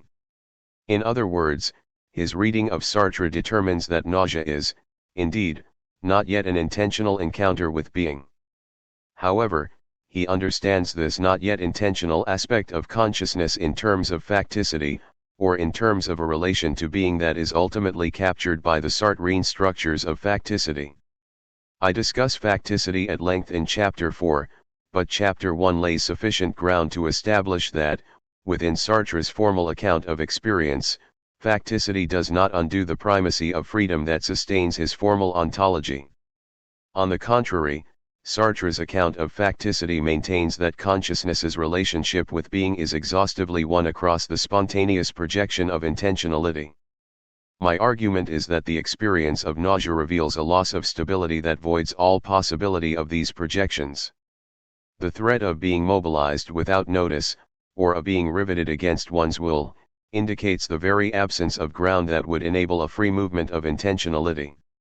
As something that happens to us, nausea reveals a passivity in our being, rather than, or prior to the active constituting on the part of consciousness. Bush is correct in reading nausea as an account of what it means to encounter the pure and undifferentiated existence that stands behind our meaningful world. He is also right to identify Sartre's descriptions as gesturing toward what is not yet intentional. However, in equating this purity of existence with consciousness's facticity, his interpretation of Sartre's descriptions of nausea maintains the absolute freedom of consciousness. Furthermore, for Sartre, facticity is the fact of not being able not to be free. 62. Hence, insofar as facticity shows up as such, it is always already meaningful, and therefore always already the consequence of a freely surpassing consciousness. In describing Roquentin as being able to sense his facticity, 63 Bush leaves unanalyzed that level of identity at which consciousness is no longer an intentional system. If the brute existence encountered by Roquentin is indeed his facticity, it is that given from which he has already escaped or surpassed, and which possesses meaning for him. Existence is a fullness which man can never abandon, are Roquentin's words, as he agonizes over his destabilizing experience. 64 Michael Brogan successfully identifies the similarities between this description of brute existence, and the ones employed by Levinas in both existence and time and the other. 65 There is a sense in which Sartre, in both nausea and being and nothingness, presents being in itself with a fullness that cannot simply be reduced to the negation of consciousness, since it possesses a positivity all its own. 66 Nevertheless, his explicit intention is for any such positivity, in a transphenomenal being in itself, to signify differently from the presence of the Levinasian Ilya. Unlike the plenitude of the Ilya, which Levinas overtly employs in his formalization of the subject's passivity, the fullness of being in itself is quite complicit with Sartre's formalizations of the structure of consciousness as absolutely free. So though Roquentin's exclamation concerning the fullness of existence bears similarity with Levinas's descriptions of the irremissibility of pure existing, 67 the implications of this fullness differ for Sartre and Levinas respectively. The irremissibility of pure existence, for Levinas, means that it is impossible to exit being, though, quite aporetically, this impossibility grounds the possibility of transcendence as excendence. For Sartre, the fullness of existence, which Roquentin can never abandon, means something entirely different. 68 The positivity of being in itself does not affect the absolute negativity of consciousness, and in this sense, supports the idea of a subject as always already exiting being. 69 To recall, an important distinction for Sartre is the one between being and existing. Consciousness is an essential escape from being, but it cannot not exist. Hence, when Sartre claims, either explicitly or implicitly, that existence is inescapable, he refers to the necessity with which consciousness must be empty of all being. Said differently, the impossibility of escaping existence for Sartre just is the necessity with which the self is always at a distance from itself by virtue of its conscious, projective activity. 70. In this vein, Sartre's rivetedness to existence is meant in a sense that is completely opposed to the work in existence and existence. Levinas holds that we are riveted insofar as we are full of being, 71 whereas in nausea, Roquentin is riveted insofar as he is radically free, or is an absolute nothingness of being. 72 My bringing Sartre's account of nausea under Levinasian scrutiny maintains these significant differences in what I regard as their formal enunciations of identity. In light of these differences, it is all the more striking that Sartre's concrete phenomenology quite successfully underscores the formal account developed in Levinas's work. Nausea as the groundwork for the phenomenological reduction. In another commentary, Thomas Bush also advocates for a reading of Roquentin's character as representative of consciousness taking leave of the natural attitude that precedes Husserl's epoche. With the breakup of the life world, it is possible to discern the beginnings of the reduction, of a disengagement from the life world in order to the Metaphysics. 73 One also finds this reading in Bernd Jaeger's essay, in which he understands Sartre's descriptions of nausea to bespeak a radical break within our environment, a loss of what has been taken for granted, a sudden departure from known and trusted ways, an alienation from our ground. 74 Interpretations such as these find, in the agony of nausea, the subject coming to terms with his or her responsibility to support the justification and value of which his or her world is comprised. Prior to this realization, the subject treats as absolute all belief and meaning of which that world is constituted. On this reading of Sartre, Roquentin's anguish is that inevitable passage through which consciousness passes as it finally accepts that every object is ultimately a noematic correlate of a free noema. To use a mundane but nonetheless pointed example, while I apprehended the rose in front of me as intrinsically pleasant, nausea prepares a subsequent, and more phenomenologically accurate, apprehension of the rose as pleasing as an intentional construct of my consciousness. 75. In this regard, the experience of nausea reinforces the absolute existence of consciousness. Even as the world dissolves into anarchy, the subject finds herself positioned triumphantly, to create out of the monstrosity of pure existence, a coherent and meaningful world. Prior to Roquentin's crisis, the things that he encounters as utilizable are marked with a certain permanence. Interpretations like Bush's and Jaeger's would say that he does not yet realize these tools to be noematic correlations of his noetic acts of intentionality. His nausea rests on a revelation of this truth, which then sends Roquentin whirling into an abysmal appropriation of his responsibility. For Sartre, this abyss reflects none other than the absolute extent to which consciousness is free. The implication of these readings is that Sartre employs nausea's phenomenological descriptions to demonstrate that, without Roquentin, there is no world. He is the sole and ultimate source of value and meaning. I argue that though this reading of Sartre is reasonable, nausea's ordeal is not necessarily exhausted by this explanation. In Sartre's concrete analysis, nausea reveals pure and undifferentiated existence. The thing which was waiting was on the alert, it had pounced on me. Emphasis added, it flows through me. I am filled with it. It's nothing, I am the thing. Existence, liberated, detached, floods over me. 76 Existence is clearly described as overcoming the consciousness to which it is revealed, and this should not be undermined so as to favor a formal account of consciousness as an absolute freedom.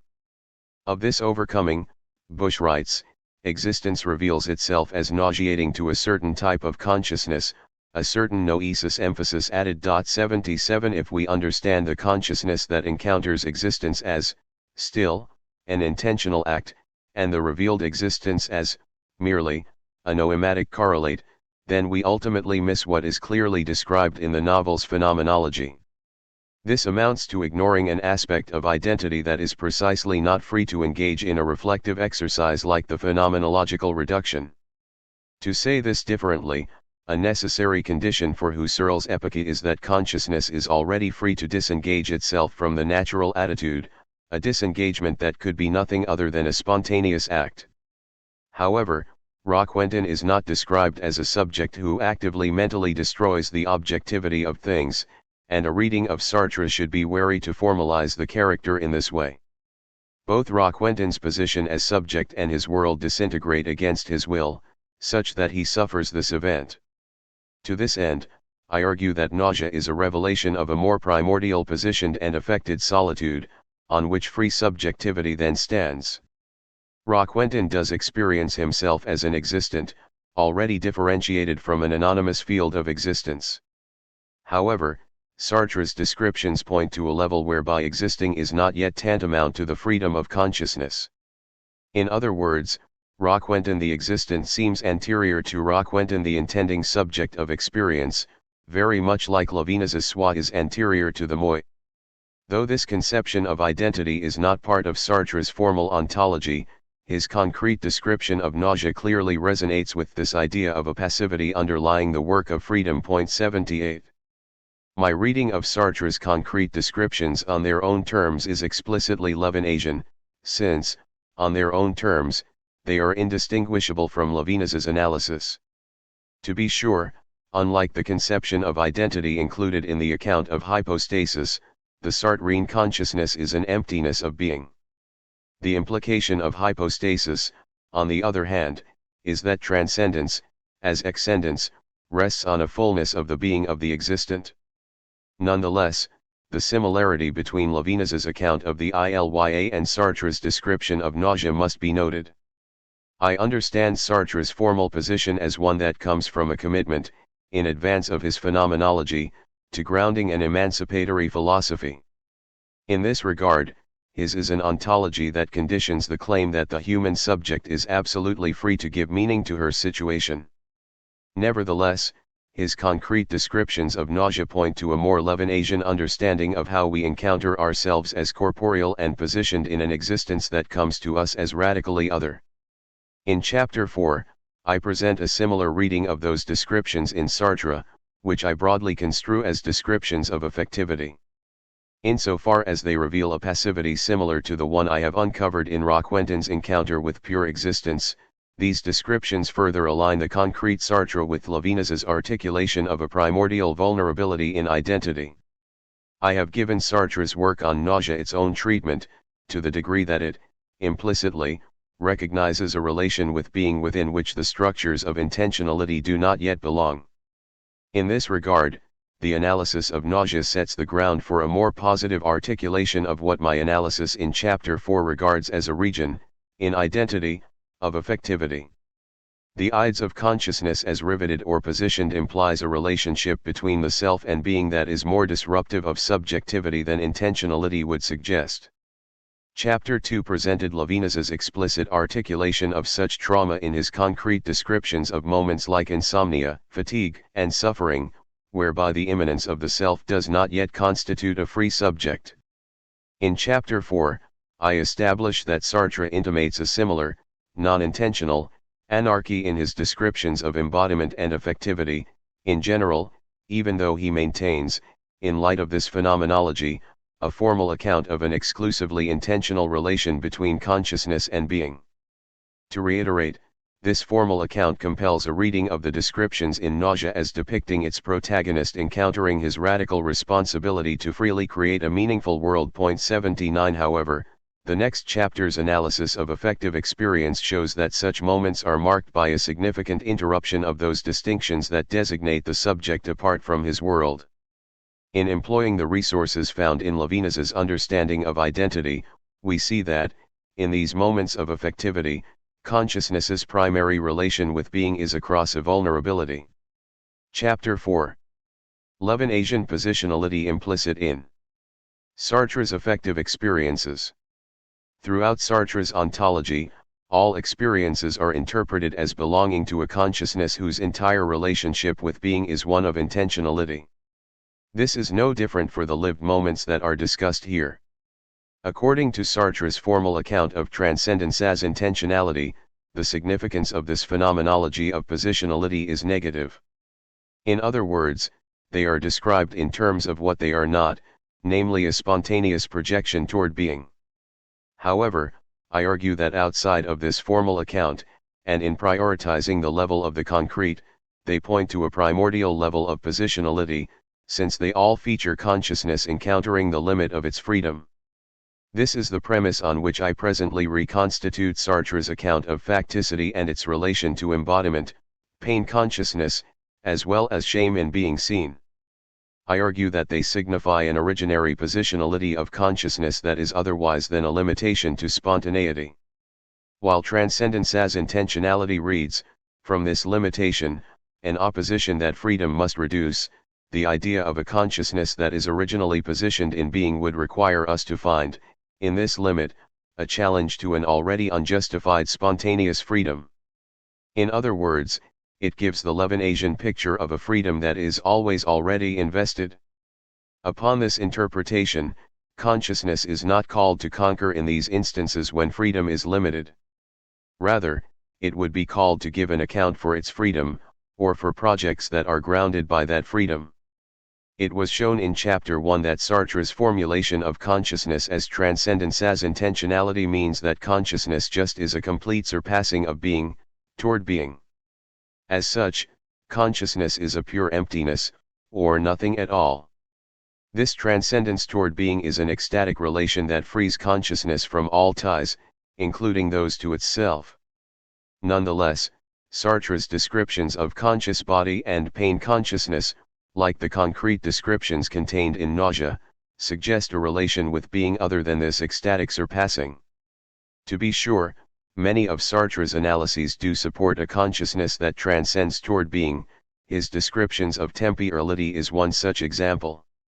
Hence, I reiterate that it is not my claim that transcendence as intentionality is not an applicable account of consciousness's relation to being. Rather, I argue that intentionality is not its only relation, and it is certainly not its most fundamental one. This chapter's discussion begins with Sartre's notion of facticity, as revealed in his phenomenology of the body. Though facticity was introduced in Chapter 1, This chapter more fully develops the claim that Sartre's concrete descriptions of facticity expose a subject who is dense with being. For Sartre, embodiment is revealed as being given over to us, since we neither choose to be a body, nor do we choose the fundamental type of bodies that we are. This counts as a revelation of the facticity of consciousness, insofar as it includes aspects of consciousness that precludes its spontaneous acts. Sartre explains that consciousness is necessarily embodied, and for this reason an experience of the world is always situated. However, his explicit conception of being in situation does not in the least limit the free transcendence of consciousness. Rather, it further supports Sartre's claim that intentionality exhausts consciousness's primary engagement in being. It is as embodied, or in situation, that consciousness ecstatically surpasses being. 1. I discuss Sartre's interpretation of the phenomena of physical pain and sensation, showing that, despite the affectivity he describes in these experiences, he still recognizes them as belonging to a consciousness that surpasses being absolutely. The following section argues that Sartre's formal ontology is also less equipped than Levinas's conception of identity when it comes to accounting for his own description of shame. Both identify shame as a revelation of an aspect of ourselves that we would like to hide. Sartre describes this aspect as degraded, while Levinas describes it as a mode of ourselves as diminished beings. 2. The similarity in descriptive language suggests that both find a similar modification in the subject living that event of shame. Nonetheless, despite his concrete descriptions, Sartre never articulates what we find in Levinas, which is the structural passivity of an imploded subject. I claim that this is the case because, when it comes to this locus of vulnerability in the subject, Sartre's formal structures betray the concrete descriptions to which they should be accountable. As such, I read his descriptions of shame as a continuation of what I understand to be a calling into question of his formal ontology of a radically free I, void of all being. In the end, although Sartre ultimately identifies an ecstatically transcending consciousness in them, the experiences discussed show an aspect of the subject captured in Levinas's notion of positionality. To recall from chapters 2 and 3, hypostasis, for Levinas, is that event in being, whereby consciousness establishes its position, or foothold, in being, to then be able to transcend freely in the movement of intentionality. This base in existence is precarious, insofar as it grounds both the victorious conquering of existence and the existence vulnerability under the weight of that very existence. In this sense, hypostasis characterizes that event through which consciousness is ambiguously both autonomous subject and passive existent. Levinas's conception of transcendence as excendence is able to account for this event, because he understands transcendence not as an ecstatic movement toward being, but rather in terms of a desire for an exit from being. It is precisely in the anarchical vulnerability before existence that this exit is accomplished. Even though Sartre's formalizations of the effective moments of consciousness include an account of consciousness's rootedness, my reading finds it deprioritized to a more privileged account of an unlimited freedom. I. The body as facticity. Through his account of facticity, Sartre gives a concrete understanding of human freedom. He emphasizes that, though consciousness is a nothingness of being, it is ultimately always situated. The implication of its being situated is that, at all times, the subject faces certain coefficients of adversity against which he or she must exercise her freedom. Sartre's argument is that it is only through freedom that these coefficients of adversity show up as such, since it is ultimately for consciousness that certain aspects of being in itself appear as resistance to be overcome. 3 Hence, despite the account of being in situation, consciousness is understood as fundamentally free.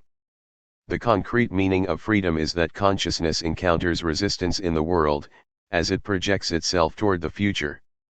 But this resistance does not come as a limitation of freedom. The very meaning of our facticity that there are obstacles to our freedom is grounded in freedom. Indeed, the world that resists consciousness is its world, since meaning is always for consciousness.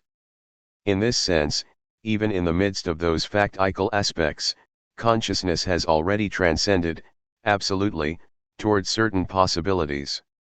In other words, Facticity already fits into a world that is constructed in light of my free choices. Point 4. Sartre locates the significance of the body within the parameters of facticity, and as such, understands embodiment to support the conception of an absolutely free subject. Against the misguided mind-body problem, his is not an account of consciousness and its body as two distinct substances, whose relation must subsequently be established. Rather, Sartre holds that consciousness is always embodied, and bodies are necessarily conscious. Concretely, we are our bodies, and any distinction would be on a level of formal abstraction only. The very possibility of experience is conditioned by embodiment.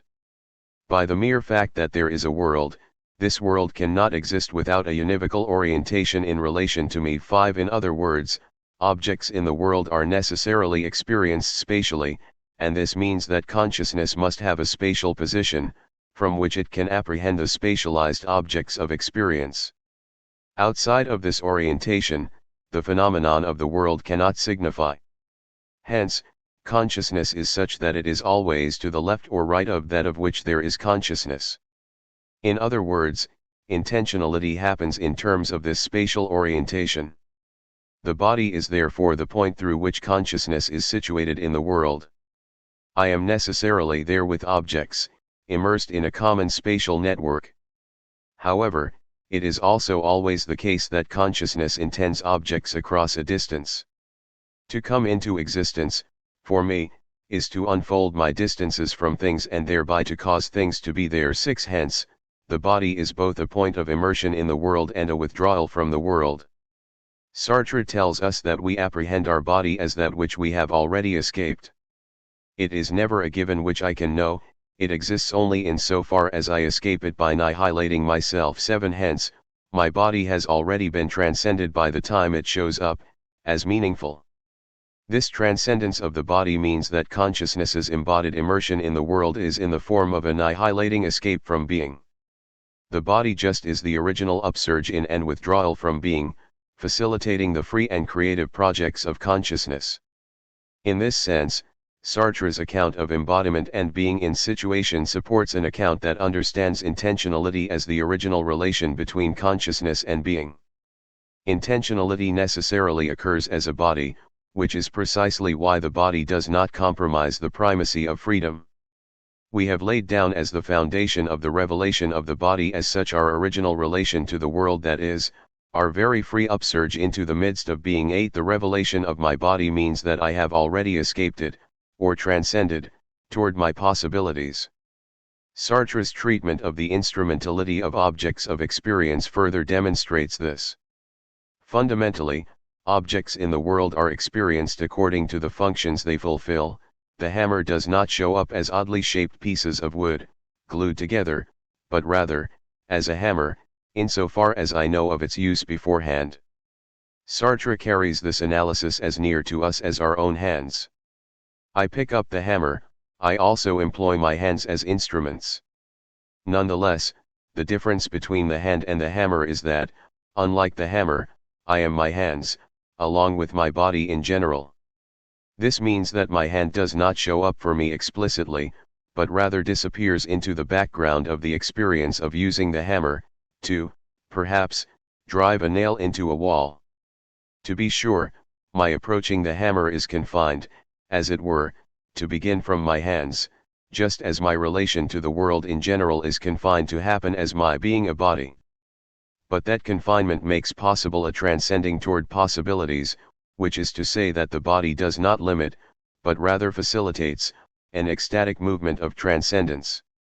Sartre's treatment of the phenomena of affectivity and physical pain is no different from his analysis of the body, for itself. We have established that the body is the necessary condition for the free being of consciousness, insofar as it offers that standpoint from which I then transcend the past, in order to freely project toward future possibilities. In other words, body provides a ground on which there can be that primary relation of intentionality, or transcendence as intentionality, without in any way compromising, or making less free, this transcending engagement in being. Thomas Anderson's analysis successfully uncovers certain inconsistencies surrounding this issue in the Sartrean analysis. Point 9. But he also determines, quite correctly, that the cards ultimately fall on the side of a consciousness whose radical spontaneity is despite its embodiment. Consequently, it is important that readers of Sartre also negotiate this conception of consciousness with those descriptive moments in his work, where he presents the body as a locus through which consciousness feels itself a passive recipient of being, or what I determine to be his concrete phenomenologies of affectivity. In such accounts, there are aspects of experience that are beyond the powers of my manipulation, in the sense that I must resign myself to something that has happened to me. For instance, we suffer grief over the loss of a loved one, or on the opposite end of the spectrum, we are overcome with joy at the birth of a child. In both cases, it is improbable that we can identify, through introspection, perhaps, the instant in which we choose to grieve, or choose to be happy, precisely because these are affective states that we apprehend as being given over to. Physical pain is a significant instance of this kind of affectivity, since it belongs to that region of embodiment, which, according to Sartre, is the source of spontaneity.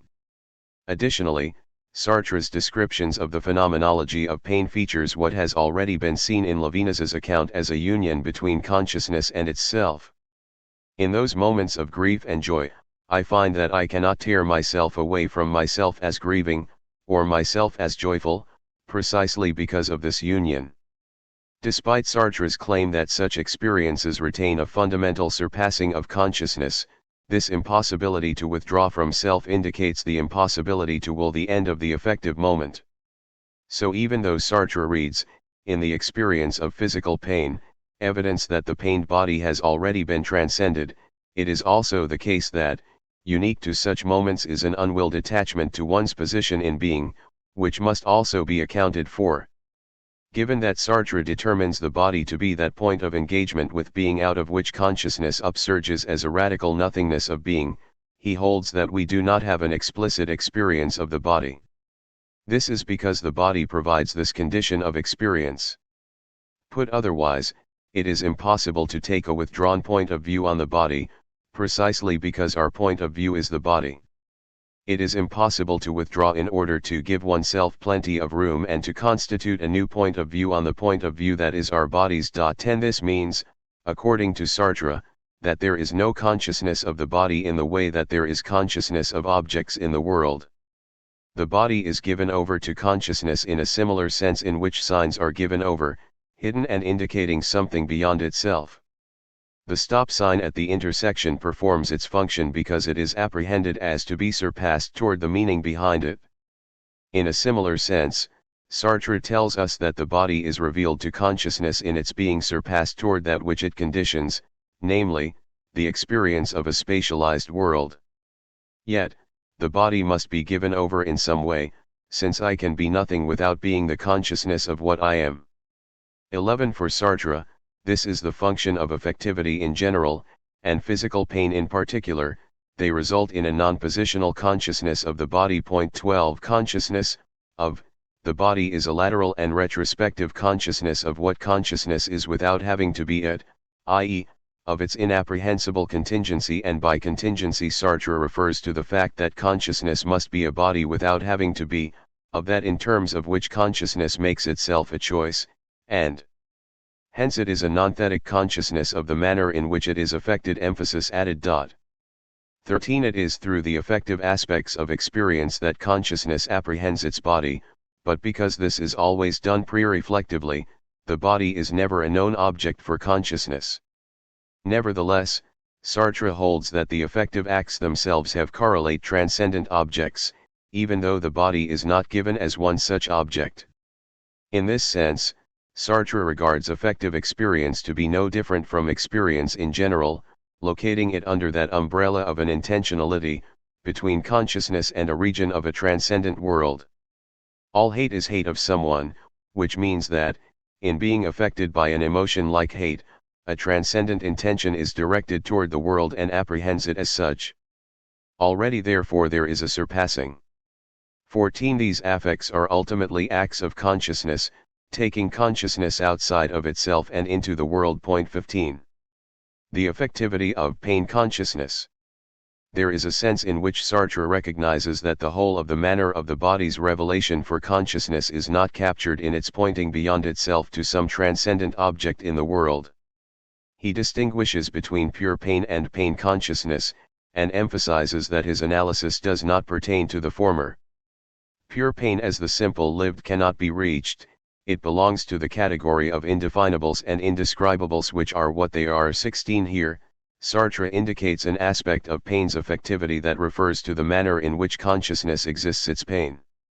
Unlike pain consciousness, which is shaped by intentional acts that allow transcendent objects in the world to show up, pure pain is totally void of intentionality. 17. In this sense, pain is on this side, the side of consciousness, of the relation between consciousness and world, and hence, there is nothing transcendent about it.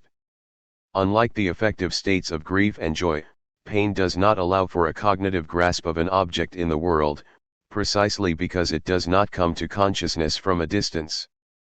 Pure pain, or what, under the Sartrean account of consciousness, remains indefinable and indescribable, means that physical pain is consciousness. It is the translucent matter of consciousness, its being there, its attachment to the world. 18. It is interesting that Sartre brings together the terms translucent and matter. In his ontology, the translucent character of consciousness typically grounds its non-being, accounting for the fact that consciousness is all lightness and lucidity. Matter, on the other hand, is what Sartre assures us could never be an aspect of consciousness. As pure density, matter would be the germ of opaqueness that is banished from the structure of the for itself. Point 19. Any such opacity would destroy consciousness's non-being, making it heavy and ponderable. Hence, in describing consciousness in terms of translucent matter, Sartre seems to be articulating the very paradox of affectivity, whereby the body positions both subjectivity and a self who is not yet free to withdraw from her embodied position. A similar paradox is described in Levinas's conception of an identity that is both a transcending subject and a riveted existent. Though Sartre's formal account of consciousness never comes close to this Levinasian identity in recurrence, it is important to recognize what remains on the outside of that Sartrean account, as implicitly acknowledged but not formalized. Point 20. This becomes even clearer in the following example that Sartre cites. While reading, I may find that my eyes become painful. To reiterate, my eye as painful is not an object transcendent to my act of reading. On the contrary, I carry out this act through my pained eyes, they are not distinguished from my way of apprehending transcendent words. 21. Insofar as I must now carry out the conscious act of reading through painful eyes, I am reminded that my sole means of relating to the world is as, or through, a body. To be sure, outside of my experience of pain, this inevitability slips into the forgotten background of my spontaneous projections. But pain gives my body over to me as that which I must be, or as that to which I must be attached. In this example, one reads Sartre's attempt to present the paradox of translucent matter, or the paradox of a spontaneous field of ecstatic projections that is nowise dense with being as a consequence of embodiment. These descriptions reveal a rivetedness in being that is also a non-coinciding with that position in being. Pain consciousness exists its pain, i.e., itself as a wrenching away from self. It is a project toward a fureur consciousness which would be empty of all pain. 22. In this account, Sartre seems to read the sense in which consciousness is not its pain as a transcending or surpassing, of that pain. However, might this not be akin to the phenomenology found in Levinas's analysis of the revolt characteristic of moments of suffering? In 1935, some 10 years earlier than Sartre's descriptions in Being and Nothingness, Levinas also attempts to account for an autonomous I that is nevertheless riveted to being, or to its position in being. This revelation of being as that to which we are attached without reprieve, especially evident in the experience of suffering, is at the same time the experience of a revolt. Such a revolt no longer has anything in common with what opposed the I to the non-I. 23. What Sartre describes in his analysis as the refusal of pain is very similar to what Levinas describes as a refusal of one's own being. As such, they both describe an imprisonment in oneself that is non-reducible to the reification found in a materialistic account of identity. 24 Of such moments of pain/suffering, Sartre writes, the inexpressible which one wishes to flee is rediscovered at the heart of this very wrenching away emphasis added. 25 To be overcome by a pained corporeality is, indeed, to live as a rejection of that pain, or more precisely, to live as a rejection of my present being as painful. However, that rejection is haunted, and perhaps even fueled by the steadfastness with which consciousness is held onto by its pain. Sartre is right to identify, in this rejection by consciousness, a projection toward a better consciousness through which there can be a more pain-free way of transcending toward the world. In a similar fashion, Levinas identifies, in this revelation of being, a definite revolt, or refusal to resign to things as they are. But to say that this aspect of pain consciousness, in its most immediate sense, is a surpassing, or an internal negation of the world, is to undermine the sense in which pain is a revelation of my being. The decisive difference between those acts of consciousness that are an actual transcending toward objects in the world, and those moments of affectivity, or non-acts, that are the underbelly of pain consciousness, is that the latter signify as a relation between consciousness and itself. Pain does not exist anywhere among the actual objects of the universe. 26, and not as a relation between consciousness and world. Hence, notwithstanding the ramifications of his formal account, Sartre's descriptions read as descriptions of that most immediate bond between consciousness and itself. This stands alongside other portrayals in his work, of events in which we encounter ourselves without, or rather, before we possess the freedom to surpass our embodied position in being.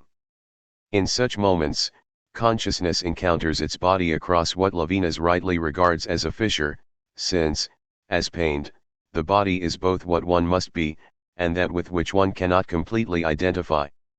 Here, the language of fissure is pertinent for capturing the significance of the non-coincidence between consciousness and consciousness in pain, without reducing that non-coincidence to the distance typical of consciousness's intentional movement. 27 In other words, by employing this Levinasian language, it possible to recognize the body as that from which we are separate, but to which we cannot relate across intentionality, despite that separation.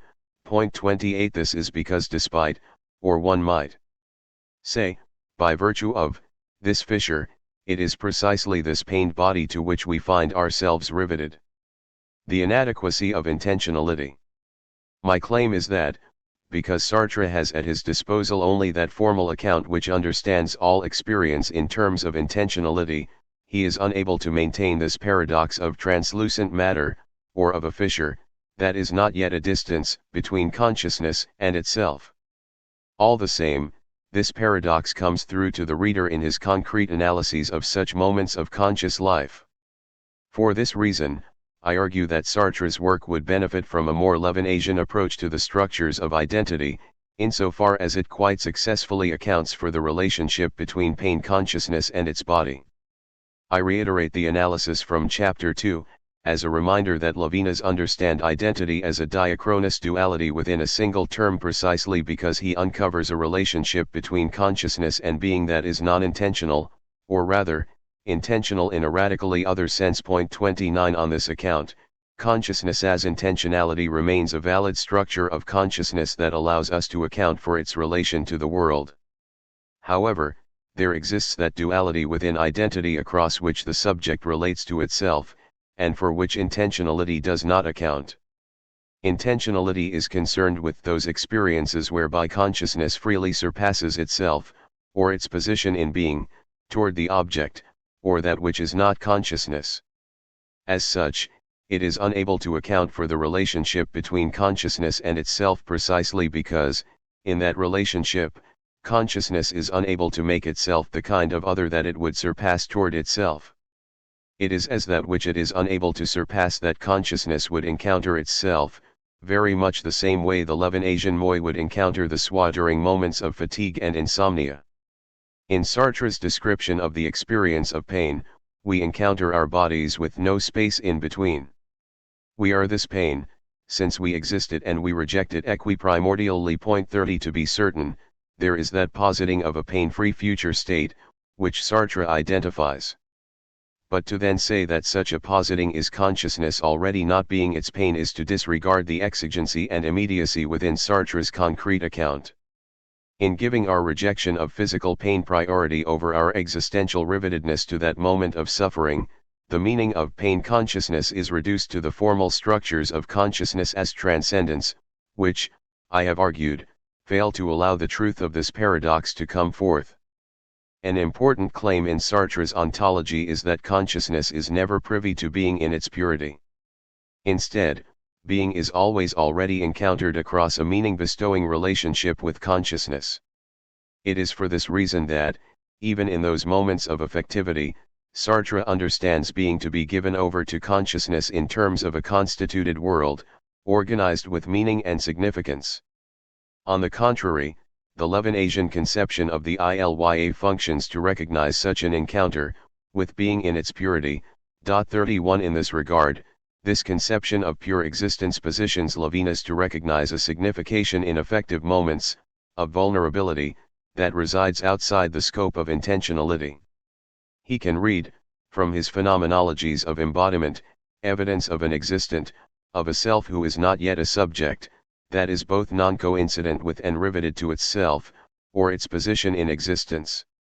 Said otherwise, Levinas understands identity in terms of an imminent disruption of that identity, which then calls into question the possibility of the kind of subjective coherence conditioning an intentional relation with being.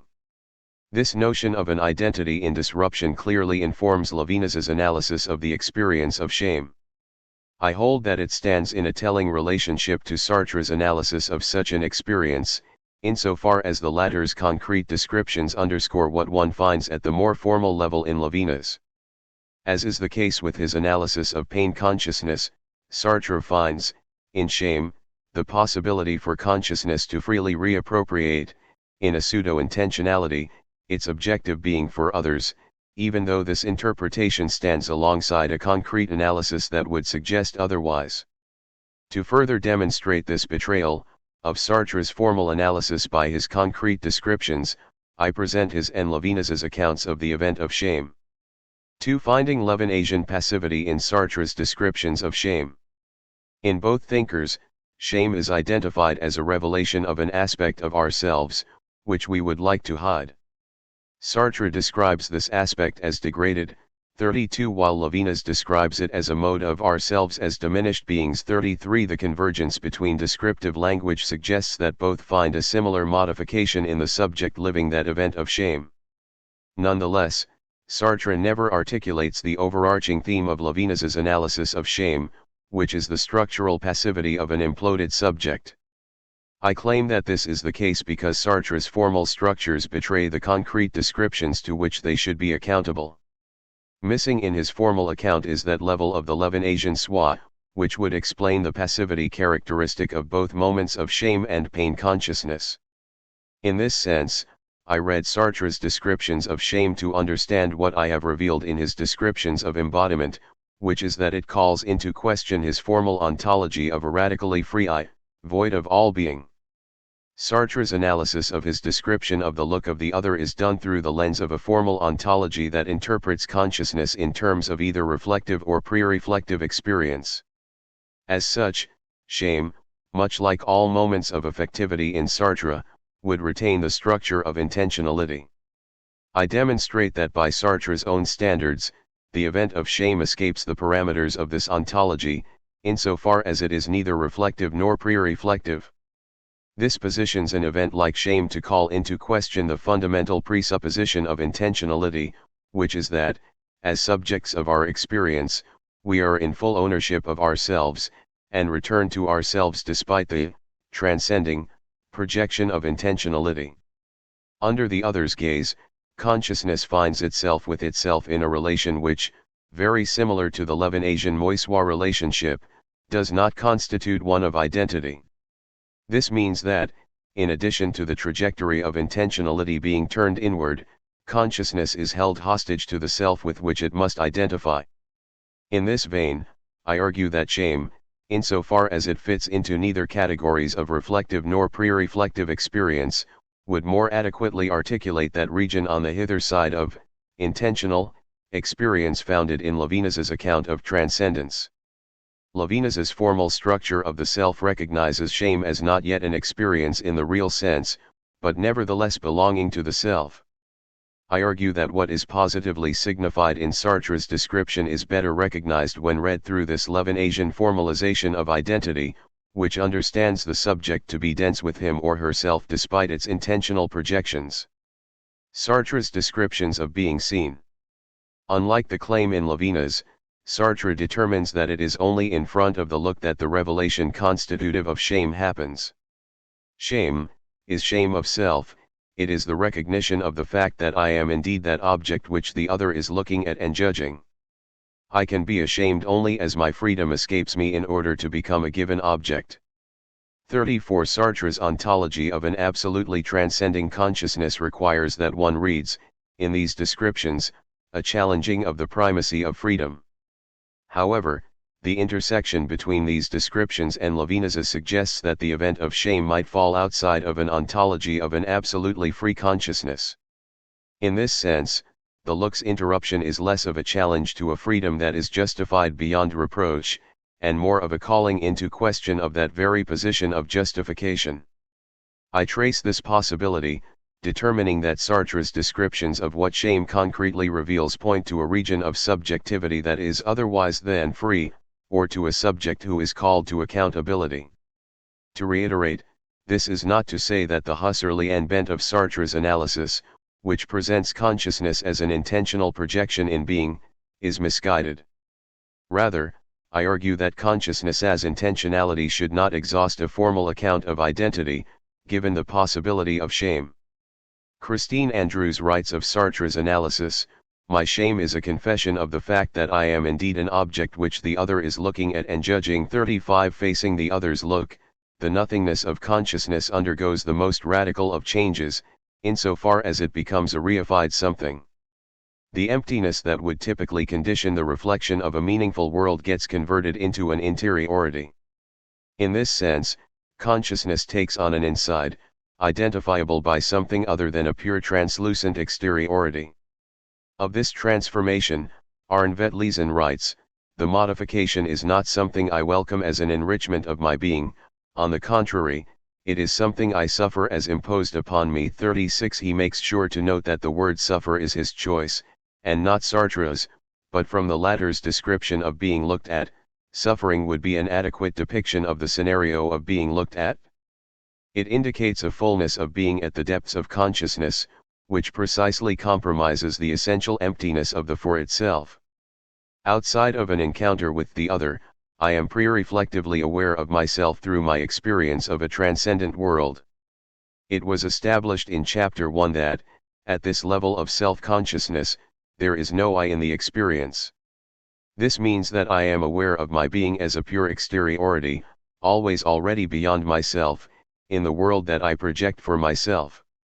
The I only appears subsequently, in reflective acts, whereby it is posited as an aspect of a transcendent ego that unifies conscious states. 37 That there is no I at the most immediate level of experience means that consciousness is never there with itself. It is an outward-pointing directionality toward objects of experience. Sartre writes, "Let us imagine that I have just glued my ear to the door and looked through a keyhole. I am alone and on the level of a nonthetic or pre-reflective self-consciousness. This means first of all that there is no self to inhabit my consciousness. I am my acts and hence they carry in themselves their whole justification. I am a pure consciousness of things." 38 The unity of the phenomena that appears to consciousness suffices to unify consciousness throughout the duration of the experience, hence the gratuity of the I at this pre-reflective level. 39 More importantly, at this level of self-consciousness, experiences are given over as belonging to consciousness. The experience of eavesdropping behind the closed door is my experience. As such, there is an unthematized and immediate sense of self, which yet rests on the pure translucency of consciousness, empty of an I. This self-awareness is not in the form of a unifying ego, but rather, in the form of the unity of the objects before me. 40. However, in front of the look, my immediate experience is made to emanate from an I object that is not a spontaneous creation of a reflective act of consciousness. To put this otherwise, the look gives me an I, for which I am responsible and to which I am riveted. According to Sartre's descriptions, I am seen very much as a part of the other's world of objects, oriented in terms of and constituted by my relation to those objects. 41. So whereas, in solitude, I can intentionally refer to the world without touching the objects of my projection, my being seen bestows on me a body with which I touch the world, and of which I am now a part. As we have already seen, my embodiment typically resides at the backdrop of my experience, as that invisible stance from which there is visibility. Now, in front of the look, I am there, for the other sees that I am there. In this sense, I find myself in my body, unable to transcend it. To revisit Sartre's example of the snooping consciousness, what I apprehend immediately when I hear the branches crackling behind me is not that there is someone there, it is that I am vulnerable, that I have a body. And that I occupy a place, emphasis added, that I cannot in any case escape from. 42. Hence, through its being for others, consciousness finds that it is there, with itself, and no longer ahead of itself in the object of experience. Recall a similar rivetedness in Sartre's concrete descriptions of pain consciousness.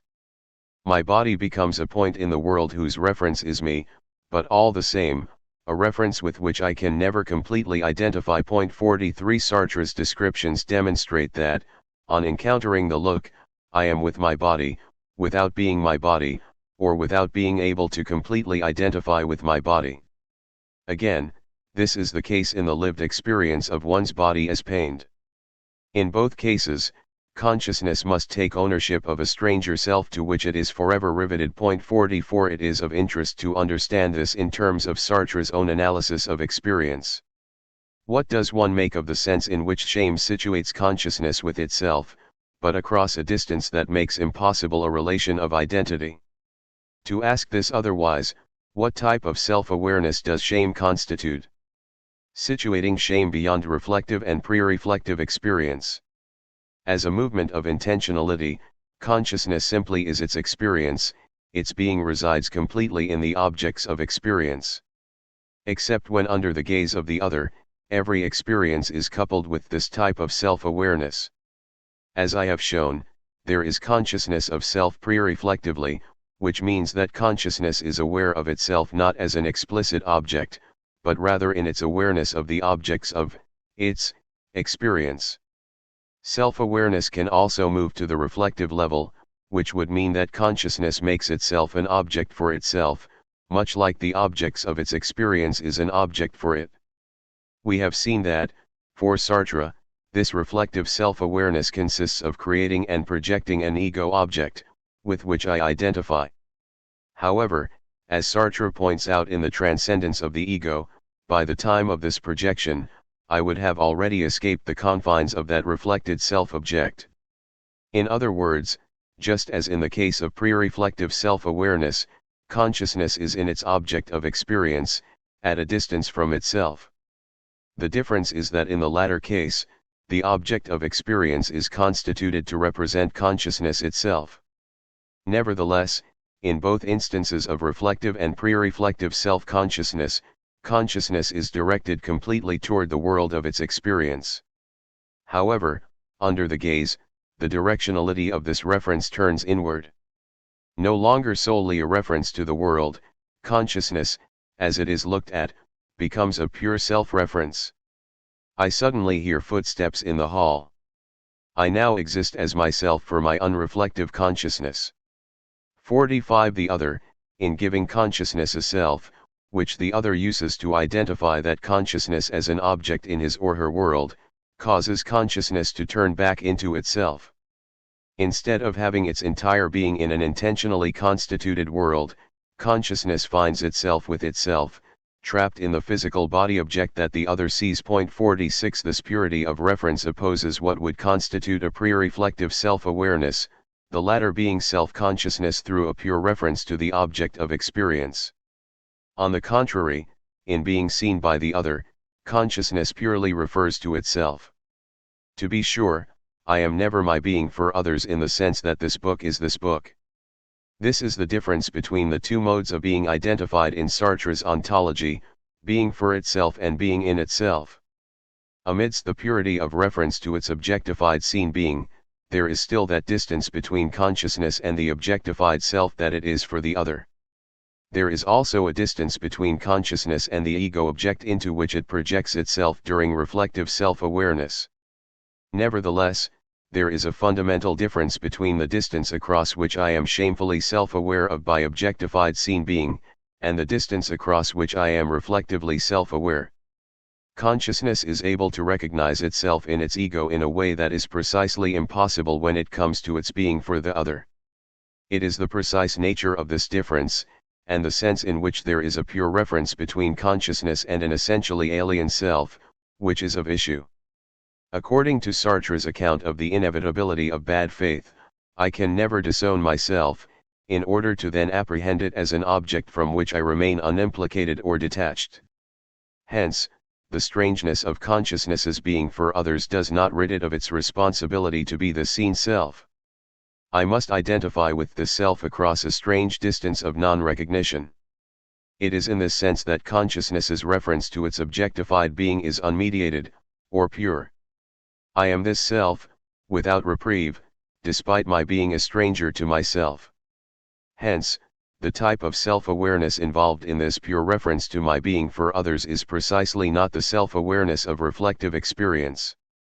My objectified being for the other is imposed on me, and though there is a distance of non-recognition between my being for itself and my being seen, an encounter with the other compels both to map onto each other in a dissonant yet undeniable identity. Insofar as consciousness's objectified being does not replace its being for itself, Sartre describes being seen as a solidification and an abrupt stratification of myself which leaves intact my possibilities and my structures for my self-emphasis added, but which suddenly pushes me into a new dimension of existence. 47 Consciousness does not dissipate, it is still there, as a reflection of being, albeit in a new dimension. How then, must we understand this new dimension? It is clear that shame is not a reflective experience. Consciousness does not, and cannot, apprehend its being for others across the distance necessary for reflective experience. Shame is an immediate shudder which runs through me from head to foot without any discursive preparation. I am unable to bring about any relation between what I am in the intimacy of the for itself, without distance, without recoil, without perspective, and this unjustifiable being in itself for the other. 48 This explains the sense in which my being for others is beyond my cognitive grasp.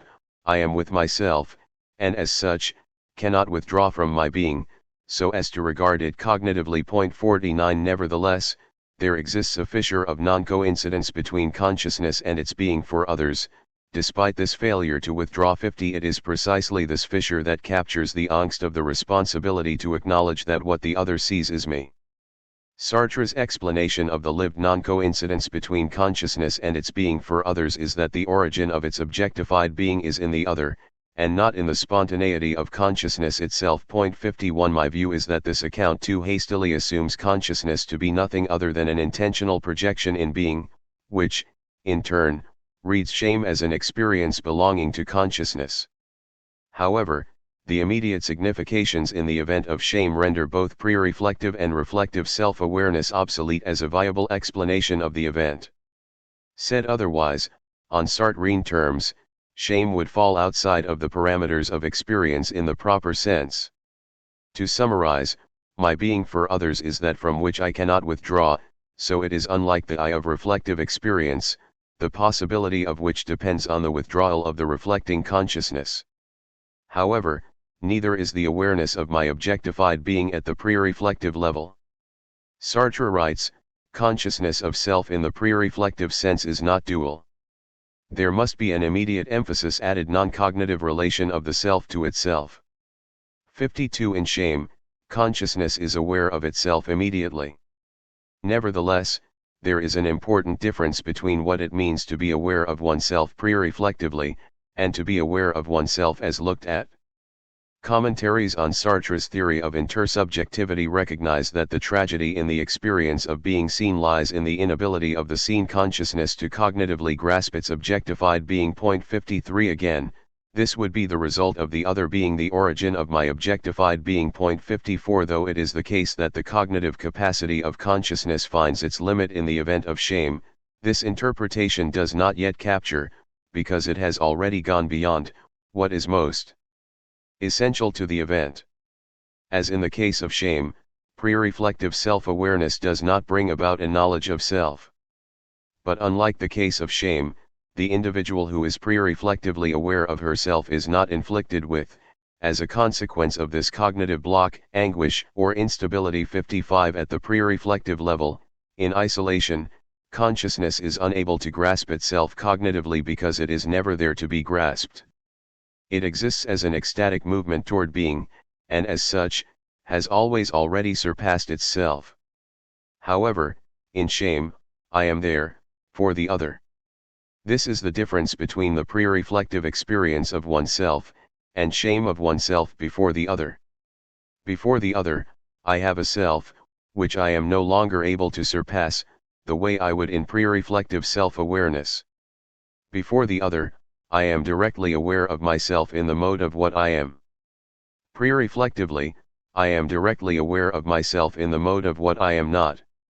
Ultimately, there are aspects of both reflective and pre-reflective levels of experience, from which shame borrows.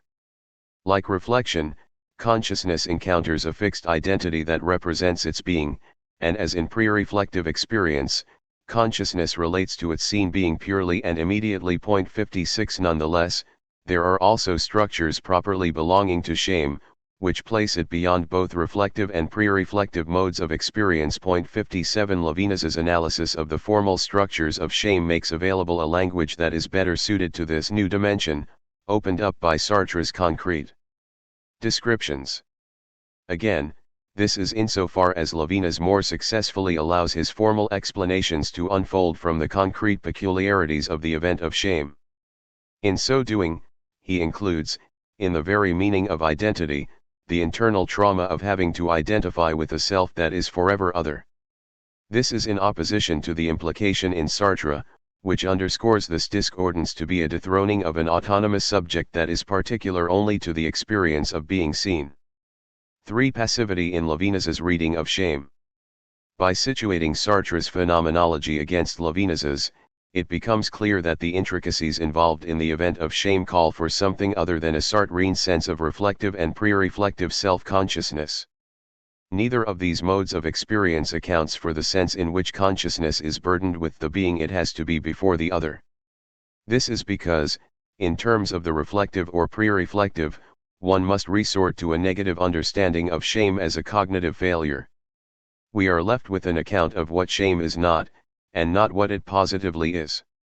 The non-coincidence between my for itself interiority, and my exterior being for others does indeed have these cognitive ramifications. Since I am an object that is valued with reference to the other's possibilities, my seen being is outside of my cognitive grasp, and remains entirely inaccessible to me. My being for the other is not an object of my own reflective act, which is why, under the look, consciousness can be assured of its existence as a physical person. 58 However, apart from these epistemological effects, this non-coincidence might signify on its own terms. 59 It is in the hope of finding a more positive reading that I return to Levinas's analysis in Of Escape. In Christina Howells's discussion of the similarities between Sartre's and Levinas's account of the other, she also points out that they both identify an essential non-coincidence in subjectivity. She determines that, while Levinas identifies this non-coincidence as good, precious, and better than self-coincidence, Sartre often focuses on the freedom this non-coincidence represents. 60 For Sartre, it is precisely insofar as consciousness is forever outside itself, in a condition of non-coincidence or non-identity, that it is structured as the freedom of intentionality. From Levinas's exposition on the event of shame, one understands subjectivity in terms of non-identity with self, not insofar as the subject is beyond him or herself in a free transcendence. Instead, The moment of shame reveals a non-identity despite the I being irrevocably riveted to itself. As such, the subject apprehends his or her being as a plenitude that, in the midst of its intimacy, is absolutely foreign. 61 Hence, for Levinas, shame demonstrates the vulnerability of an existent who is invested in that which is absolutely exterior, or in what approaches from a radical elsewhere. His descriptions of shame begins as follows: shame's whole intensity, everything it contains that stings us, consists precisely in our inability not to identify with this being who is already foreign to us. 62 As the analysis proceeds, it becomes clear that this inability is not essentially a failure on the part of the subject. Indeed, it does uncover the limit point of cognitive ability. 63 However, Levinas does not reduce the primary meaning of our inability to identify with ourselves with any limitations of our being. Shame, he says, is more attached to the being of our I than it is to its finitude. 64 In other words, it is not the case that I am unable to identify with myself because I lack the necessary cognitive powers. Rather, this inability is featured positively in the analysis, instead of merely indicating a lack in the structure of the subject. On the issue of what shame reveals, both Levinas and Sartre seem to agree. Sartre finds in original shame a state of nakedness, 65 very much like Levinas's determination that shame arises each time we are unable to make others forget our basic nudity. Emphasis added. 66 Nudity, he determines, signifies the sheer visibility of our being. It points to our inability to hide both from ourselves and from others, precisely because our being is such that it is wholly there. Sartre echoes this sentiment when he claims that, in putting on clothes we actually seek to hide our object state. Though for Sartre, it primarily points to an epistemological defeat, this state of nakedness is, for both thinkers, the there-ness of our being. In this sense, they both recognize a connection between the way in which shame signifies and the subject's exposedness or visibility. Levinas's formalization of subjectivity underscores his concrete descriptions in general, and those of shame in particular. His conception of positionality allows us to read the nudity associated with shame as an exposure to the brute fact of existence, or to the brute fact of my existence. To find myself exposed, despite my desire for invisibility, is to face the underlying conditions of my freedom, which is the there-ness of my being.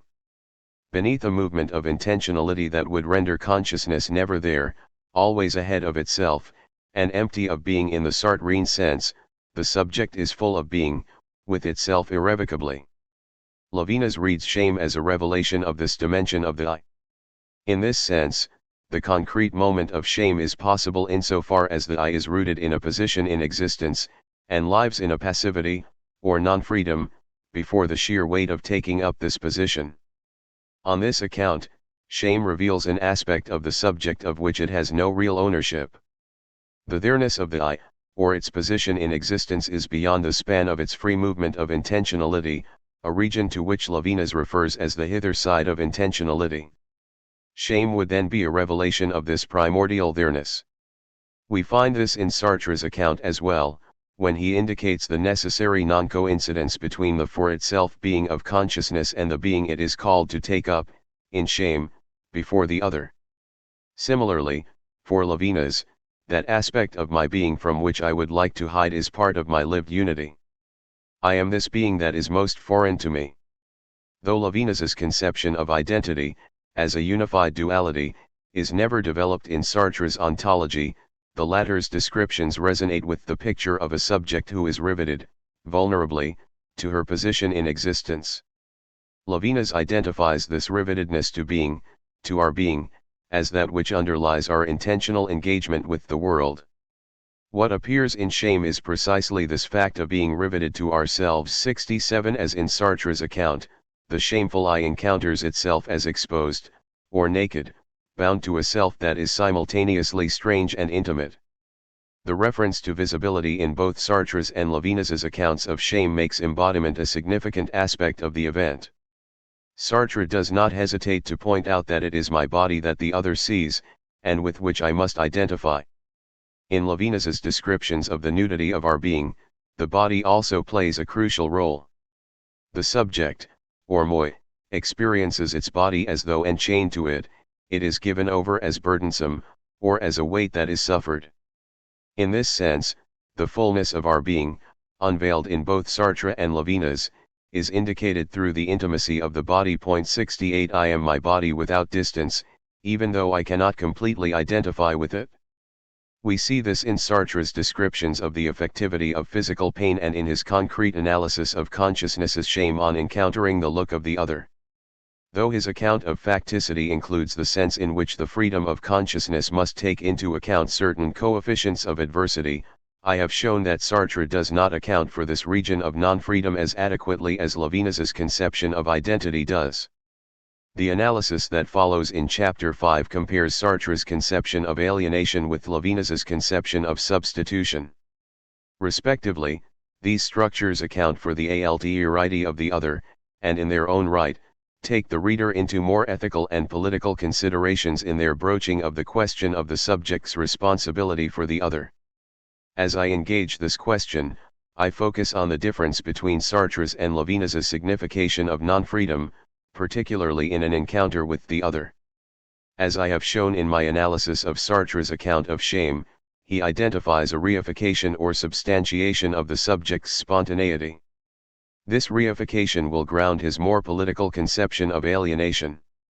In Levinas's account of substitution, he inscribes my being for the other with a passivity that is other than an object-like reification. This, among other significant differences, will inform their respective accounts of what it means to be responsible for the other. Chapter 5. Levinas and Sartre on the question of the other. The preceding chapters have argued in favor of minimizing the distance between Sartre and Levinas from the vantage point of concrete analysis. It is clear that both describe, in several lived experiences, a primordial level of subjectivity that calls for an interruption of the primacy of freedom.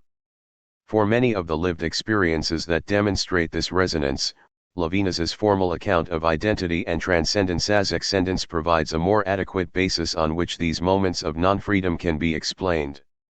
Sartre sustains the claim that such experiences ultimately manifest appearances for a consciousness that continues to be an absolute spontaneity in being. In other words, he holds that the structures of freedom remain in place in such concrete moments. This chapter brings into dialogue Sartre's and Levinas's analyses of the other one in a way that exceeds my previous discussion of their accounts of shame. 2 As is the case in other descriptions, their concrete phenomenologies of alterity are similar in many respects. However, there is significant divergence in their interpretations of this alterity of the other. As previously done, I identify descriptive language in Sartre that, for the most part, is indistinguishable from Levinas's descriptions of the other. But in so doing, I make clear that, despite this similarity, the explicitly political commitments through which Sartre formalizes his phenomenology of alterity are quite absent in Levinas's work. 3 To be sure, there are significant political implications in Levinas, and I will present Sartre's analysis as a way to bring those implications to the forefront. Nonetheless, Levinas's approach toward alterity is motivated by a pursuit of the meaning of the metaphysical that, he claims, disappears throughout the trajectory of Western thought. 4 In this regard, we will see that Levinas understands alterity as a radical aperture in human identity, which then makes it difficult to determine what it might mean to act, politically, in the name of others. Sartre's work takes this question, of committed action, head-on. In this vein, my analysis maintains Sartre's and Levinas's formal conceptions of the other in their own distinct spheres of relevance. More importantly, I evaluate the strength of their respective conceptions in terms of the very different questions for which they are designed to address. Both thinkers identify a moment of vulnerability that is undergone on encountering the other. Sartre formalizes this vulnerability in the concept of alienation, while Levinas captures it in his account of substitution. Given the different conceptions of identity from which these are formulated, the contents of alienation and substitution vary in essential ways. So even though both notions refer to a sense in which the presence of the other troubles the free movement of the subject, Sartre presents alienation in a significantly more negative light than Levinas does with substitution. In the end, Sartre's notion of authenticity shows how consciousness might have a more positive encounter with others in a socio-political space. This difference aside, this conception of authenticity is like Levinas's substitution insofar as they both advocate for a level of ethical responsibility toward the other, which then obligates me to make him or her my concern. Although Sartre never articulates an account of transcendence as ascendance, it is clear that, beyond the pages of being and nothingness, his exposition of authenticity does recognize a sense in which a free consciousness must positively value the freedom of others. It is not sufficient to then attribute to Sartre the claim that the subject is otherwise than absolutely free, since this would imply that my valuing the other's freedom puts me in an asymmetrical relation to him or her. Sartre's, more political, account establishes that individuals who are radically free must also be equally free. On the other hand, Levinas's conception of substitution identifies asymmetry as the only rubric that adequately captures my relation to THIRD-WORLDISM. Furthermore, Sartre's Notebooks for an Ethics makes a clear case against the use of notions of duty and obligation in formulating an ethics of authenticity. In other words, he very precisely refers to a duty-bound consciousness as a slave consciousness, or as one that has internalized the violence of the other. However, my approach towards Sartre's account of authenticity employs an understanding of obligation very much like the one found in Levinas's account of substitution. In that account, my obligation before the other is not of the order of servitude, since this would presuppose that my freedom and the freedom of the other reside on the same plane, and as a consequence, can come into the kind of conflict espoused in Sartre's discussion of an ethics of duty. Because Levinas's project is one of metaphysics, he explicitly establishes that THIRD manifests itself through an encounter with the face. The face then becomes a locus of metaphysical desire, or height. In this vein, the plane on which my obligation encounters its indebtedness toward the other is vertical, and not horizontal. I describe, in greater detail, Levinas's exposition of this. But for the moment, suffice it to say that, in Levinas, any mention of obligation is already not that toward which Sartre's critique is geared. In the end, despite this critique, I determine that Sartre's position is similar to Levinas's insofar as they both attack the assumption that, because consciousness is absolutely free, it is also free to remain ambivalent to the other, or to the other's fundamental projects. The work in this chapter does not identify Sartre's formalization as more, or less, problematic than Levinas's. It is also not my claim that Sartre's narrative of committed, political, action requires him to subscribe to the more Levinasian notion of substitution. I do determine that, barring the different conceptions of identity that support these accounts, both thinkers substantively ground a philosophy of ethical responsibility for the other. 5 Sartre's conception of authenticity and Levinas's notion of substitution open onto the idea of a subject being called to do something in response to the persecution of the other, or to commit to bringing about the other's freedom. But it is in Sartre that we find a more robust account of what it means to take action on behalf of the other. Though never completed before his death, his ethical position includes the argument that an authentic ethics must explicitly be a praxis. Whatever responsibility I might have toward the other, it must manifest itself in action that comes out of the immediate contingencies of my situation. By contrast, we find, in Levinas, the absence of such explicit articulations of committed political action.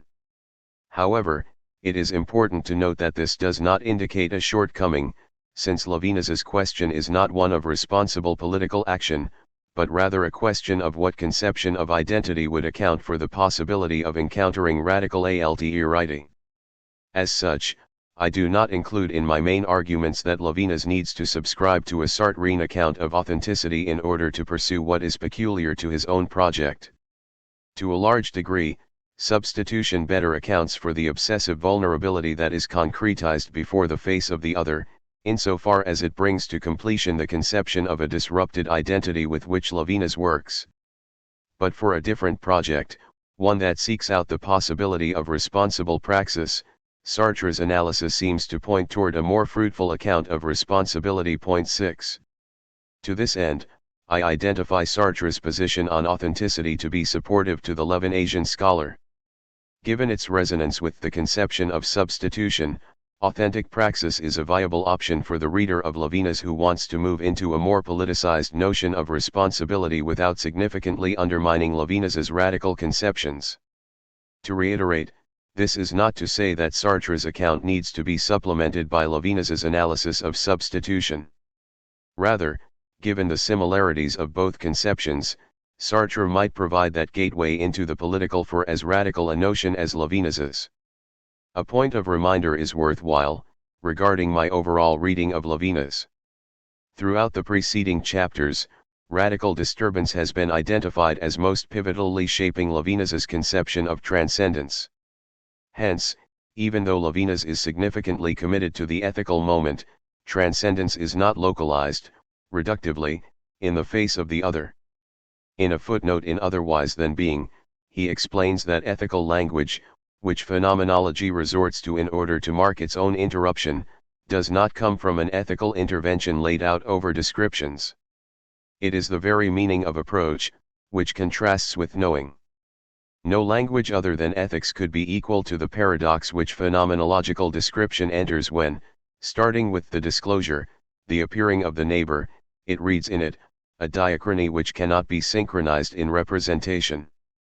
7. In my bringing together Levinas and Sartre around the question of ethical responsibility, it is important to remember that Levinas identifies himself as resorting to this ethical language, in order to then articulate the moment of phenomenology's waning, in its attempt to account for as singular a moment as an encounter with THIRD-WORLDISM. Point 8. So though substitution concretizes his conception of transcendence as excendence, it is insofar as the obsession of this pre-experience 9 indicates that the subject is primordially structured as not yet, or radically interrupted. Point 10. The other is extramundane for both Sartre and Levinas. Sartre approaches the question of the relationship between two consciousnesses through the problem of solipsism. Both realism and idealism, he tells us, fail to adequately address this problem because the relation between the I and the other is given by both as an externally negative relation. For both idealism and realism, therefore, since the other is revealed to me in a spatial world, there is a real or an ideal space which separates us.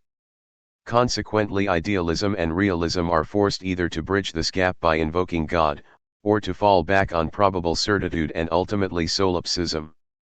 11. In this sense, the question of the other's existence is erroneously presented as a question of knowledge of the other.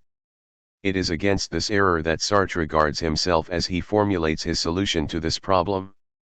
He shows that the certainty of the other's existence does not come from knowledge, but rather from the pre-reflective awareness that we have of his existence. This type of awareness gives us unmediated access to this absolute altruity, but it is not the case that we know of his existence. That the other is beyond the world is precisely that which makes him immediately accessible to consciousness. To put this differently, it is through the failure of knowledge that Sartre solves the problem of solipsism. This unmediated awareness of the other, given at the pre-reflective level, is opposed to the sense in which awareness of all else is given through the constitutive power of consciousness. As was discussed in Chapter 1, Sartre's analysis of situation shows that the world is not a simple given, that the mind is not a camera, 12, but rather that it is an intentional construction. To be sure, included in consciousness's situation are the concrete limitations encountered by its free projections. As a result of the fact of being. Point 13, we find ourselves having to negotiate these brute givens of existence, because they do not seem to be of the sort that can be subject to our choice. Yet, Sartre determines that our very appropriation of these givens is already a constitution. He uses the relationship between the ambitious rock climber and the crag before him to demonstrate this inseparability.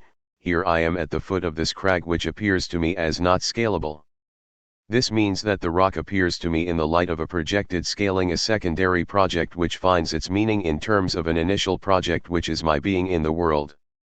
Thus the rock is carved out on the ground of the world by the effect of the initial choice of my freedom. 14. Sartre does identify those aspects of the crag that are radically independent of the climber's choice, independent of human existence. But at the same time, the individual encounters such a crag as either climbable or not climbable. Outside of these two alternatives, it is not there for the rock climber. Hence, despite its characteristics that are apparently independent of any human presence, this crag belongs to a world, the world of the rock climber, insofar as it appears in terms constituted by his or her consciousness.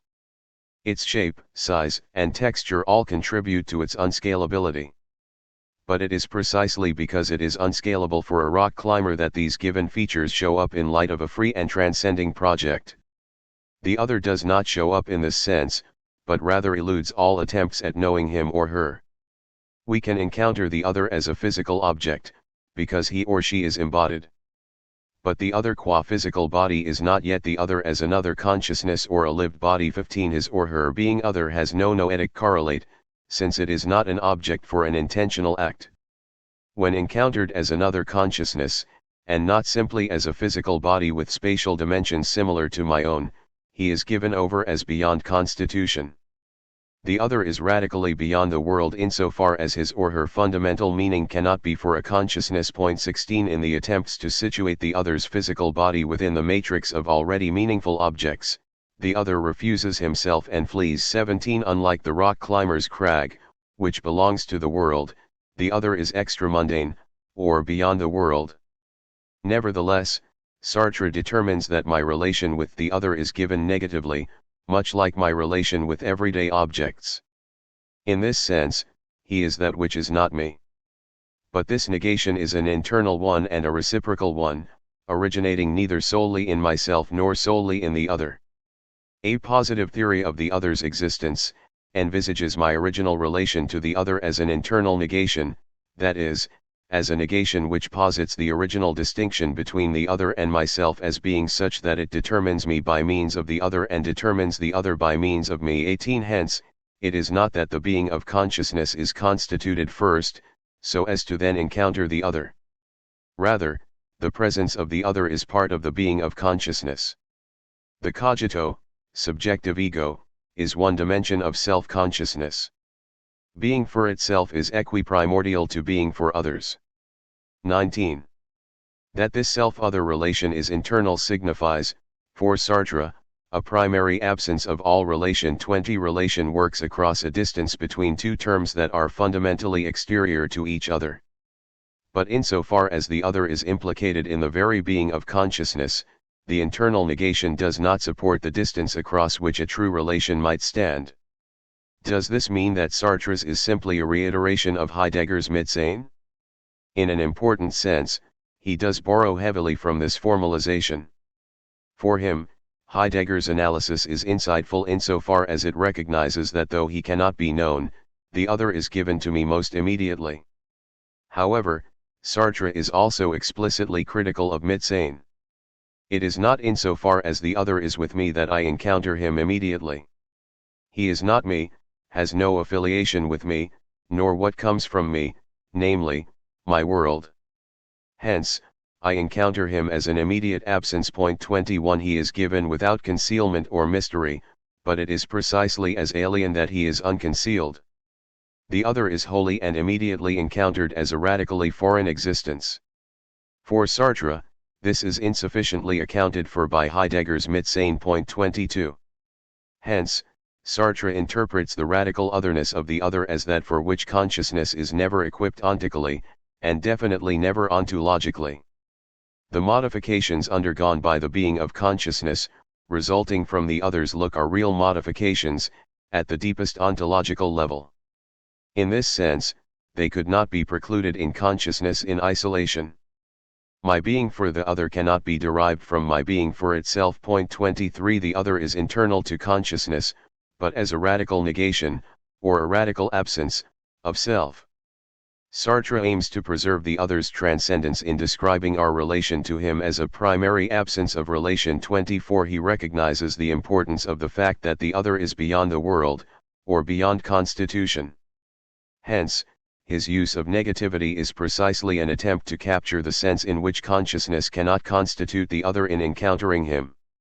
This is important to remember as we approach Levinas's treatment of THIRD-WORLDISM, which recognizes a similar focus on radical absence. Point 25 Sartre's purpose in describing the self-other relation as both internal and negative is to recognize, like Levinas, that the other is not there for consciousness. So even though Sartre's use of negation as the structure of transcendence would fall under Levinas's critique, it remains the case that Sartre's and Levinas's analysis align to the extent that they employ a phenomenology of absence in their negotiations of the other. Point 26. The non-manifestation of Levinas's other. From a Levinasian perspective, to claim that the other is the negation of consciousness is to lock the other in absolute immanence. Terms that relate across negation require each other, and are thus included in a single totality. If the negation is external, then that totality is one of meaning. If it is internal, then the totality is one of being. In both cases, Levinas understands negation to be a reduction of all otherness to participation in the realm of the same. By contrast, Levinas holds that the otherness of the other is infinitely and absolutely distant from the I. Indeed, Sartre is right to note that there is an absence of relation between the I and other. But there is also an infinite distance between them, which is ultimately destroyed in a negative relation. Whereas Sartre's other is given in terms of an I, the other is non-I, Levinas presents THIRD as an absence that signifies beyond the dichotomies of I and non-I, or of being and non-being. While Sartre's work is, overtly, a phenomenological ontology, Levinas's project rests on an explicit rejection of ontology, and, to a degree, phenomenology, altogether. Point 27 No comparison of their work would be fair without acknowledging the implications of this significant difference. Sartre is directed toward developing the relation between consciousness and being that would establish consciousness as the absolute foundation of experience. In this regard, his exegesis accesses THIRD through the structures of consciousness, and ultimately in terms of its intentionality and meaning-bestowing, or constituting, activity. In contrast, Levinas's agenda is metaphysical, and searches for the how of exteriority's signification.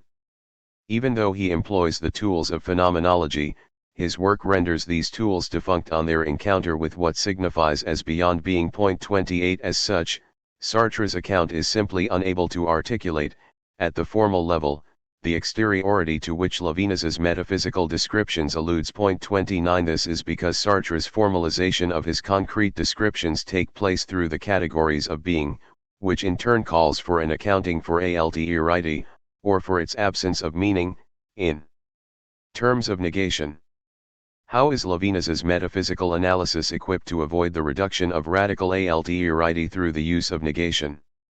One way of addressing this is to understand Levinas's employment of the Cartesian formulation of the infinite to demonstrate this proper signification of the other. Point 30 The idea of infinity is one that the cogito does have, but the content of this idea is such that it could not have originated in the cogito.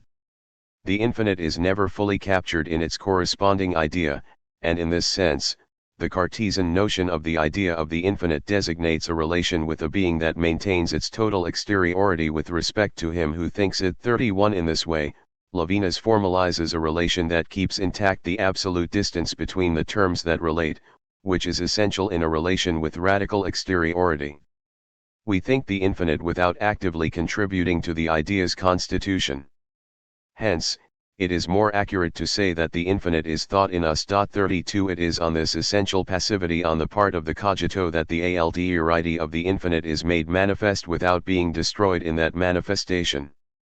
The thinking of the cogito is aporetically conditioned by what it constitutes, giving rise to a thought that overflows itself or that thinks more than it thinks. 33 In this sense, infinity reveals itself, but as surpassing the idea that thinks it, outside of all theme, concept, or representation. The intentionality emphasis added that animates the idea of infinity is not comparable with any other, because thought aims toward, without capturing. 34 Yet, it is not the case that this modality of thought fails. Rather, in this rupture of representational adequacy and mastery, the cogito precisely succeeds in thinking what it would wish to think, namely, the infinite. 35 This formal structure of a relation that maintains the distance between its terms finds its concretization in an encounter with a THIRD. In that encounter, it is not that the other is not me, much like the sense in which the infinite is not merely not finite. Like the relation between the idea of infinity and the infinite, the other overflows any and all possible conceptualizations of him or her, including that which determines the other negatively. Levinas uses the face to capture this way in which a THIRD, or that which is radically exterior, is given over. 36 In place of a theme or manifestation, the face expresses in its a THIRD. The way in which the other expresses himself, exceeding the idea of the other in me, we name here face. 37 Not only is it possible to encounter this a THIRD without reducing its expression to a theme, but it is precisely in the failure of consciousness to think this otherness that, in the words of Sartre, absolute immanence opens up to absolute transcendence. 38 Alongside Levinas's employment of this notion of the face, there is Sartre's identification of the look as that which captures, most fundamentally, an encounter with a THIRD. For Levinas, the other as face already signifies the radical rupture of the identity of the same. Conversely, Sartre's conception of the look understands the other as an invasive a THIRD that alienates a looked at consciousness from its interiority, an interiority that would otherwise be an uninterrupted transcending toward world. This difference, between the other as a look and the other as a face, will play a critical role in both understanding Sartre's and Levinas's respective projects, as well as how those projects come into dialogue with each other. 2. Sartre's alienation before the other. In Being and Nothingness, Sartre tells us that, I do not choose to be for the other what I am, but I can try to be for myself. Emphasis added what I am for the other. 39 At this stage in his work, consciousness's objectified being for others is a momentary fall of its freedom to carry out its own projections. 40 To recall, consciousness is a gap in the density of being in itself, which means that its non-being rests in its withdrawal from being, or its remaining separate from beings that are something fixed and definite. This is the sense in which consciousness is free, spontaneously surpassing any reified identity. All else, by contrast, is an absolute fullness of being. 41 In placing the encounter with a THIRD within these parameters, one consciousness remains a transcendence toward a nothingness of being, while the other attains the fullness of an object for the other. In this sense, the problem of intersubjectivity, for Sartre, is the problem of how two ontologically and necessarily free beings might remain free throughout the experience of looking at each other. In this regard, the look is problematic insofar as it is the source from which I am alienated from my freedom. Along with David Detmer and other Sartrean scholars, Joanna Peer reiterates Sartre's claim that I come to know the existence and freedom of the other because of my experiencing being made an object by him. 42 Indeed, this experience of objectification is the only source of verification of the other's existence. 43 Hence, for Sartre, the moment I encounter that which does not become an object for me, but rather makes of me an object, is the moment in which I have encountered radical a THIRD. As soon as a freedom other than mine arises confronting me, it is not a question of my conferring a meaning on brute existence. It is I myself who see a meaning conferred upon me. 44 Sartre is like Levinas in the sense that he not only places the other beyond the intentional grasp of consciousness, but more importantly, recognizes this beyond as essential to this a THIRD. The consequent reversal of the direction of meaning bestowing indicates to consciousness that it has encountered a radically free transcendence who will deflect all signification imposed on it, and remain forever on the outside of such attempts to make it present in a theme. Alongside this seemingly conflict-ridden account of what it means to encounter a THIRD, Sartre establishes an important distinction that, at least concretely, presents this experience of alienation in terms that are less oppositional. Said otherwise, there is another sense, in Sartre's concrete descriptions, whereby I discover, in the other, a limit point to my spontaneity without necessarily being called to overcome the source of that limitation. This distinction, between the resistance inherent in the other's actions, and the resistance of his very existence, operates as early on as being and nothingness, and acquires full exposition only later. In the Critique of Dialectical Reason. 45, the actions of another consciousness impose a limit on me, but insofar as I encounter these limitations as such, I have already woven them into my own projects. 46, the actions of others are encountered as a resistance that means something, for consciousness, and in this sense, do little to undermine the structure of spontaneity. My freedom ultimately perseveres against any potential reification I might face under the other's actions. However, the fact of the other's existence reveals a significantly different truth. According to Sartre, it places consciousness in a new dimension, 47, in which the experienced resistance is precisely resistant to taking on a meaning whose origin is in consciousness. Confronting the other's existence, something of myself exists in the manner of the given, it is without being existed. 48, the brute existence of the other, unlike his actions, deflects all signification whose origin is my world, and remains on the outside as that which is absolutely exterior. In this analysis, Sartre appears to be describing a relation to a pure exteriority, in the sense that the other shows up independently of the projections of the consciousness that encounters it, which is really to say that it shows up as absent for that consciousness. In this sense, Sartre's development of the alterity of the other's existence is very much like the Cartesian idea of the infinite, from which Levinas borrows in his articulation of metaphysical exteriority. To be certain, Sartre ultimately formalizes this concrete phenomenology in terms of his ontology of a radically free consciousness, which is to say that the other's existence is understood as a point of theft of my freedom, and the source of my alienation, to which my proper response is a kind of self-determination. Nonetheless, I situate such a formalization of this phenomenological description at a later level, already removed from the lived moment of finding, in my world, that which is an absolutely outside alterity. More importantly, despite its being outside, or its approaching from elsewhere, this absence of the other is very much my concern. Said otherwise, the alterity of the other's existence makes itself felt in its very deflection of all meaning. It enters into the world of consciousness as an outside, or as a strange and unknowable absence that is very much there in its not being there.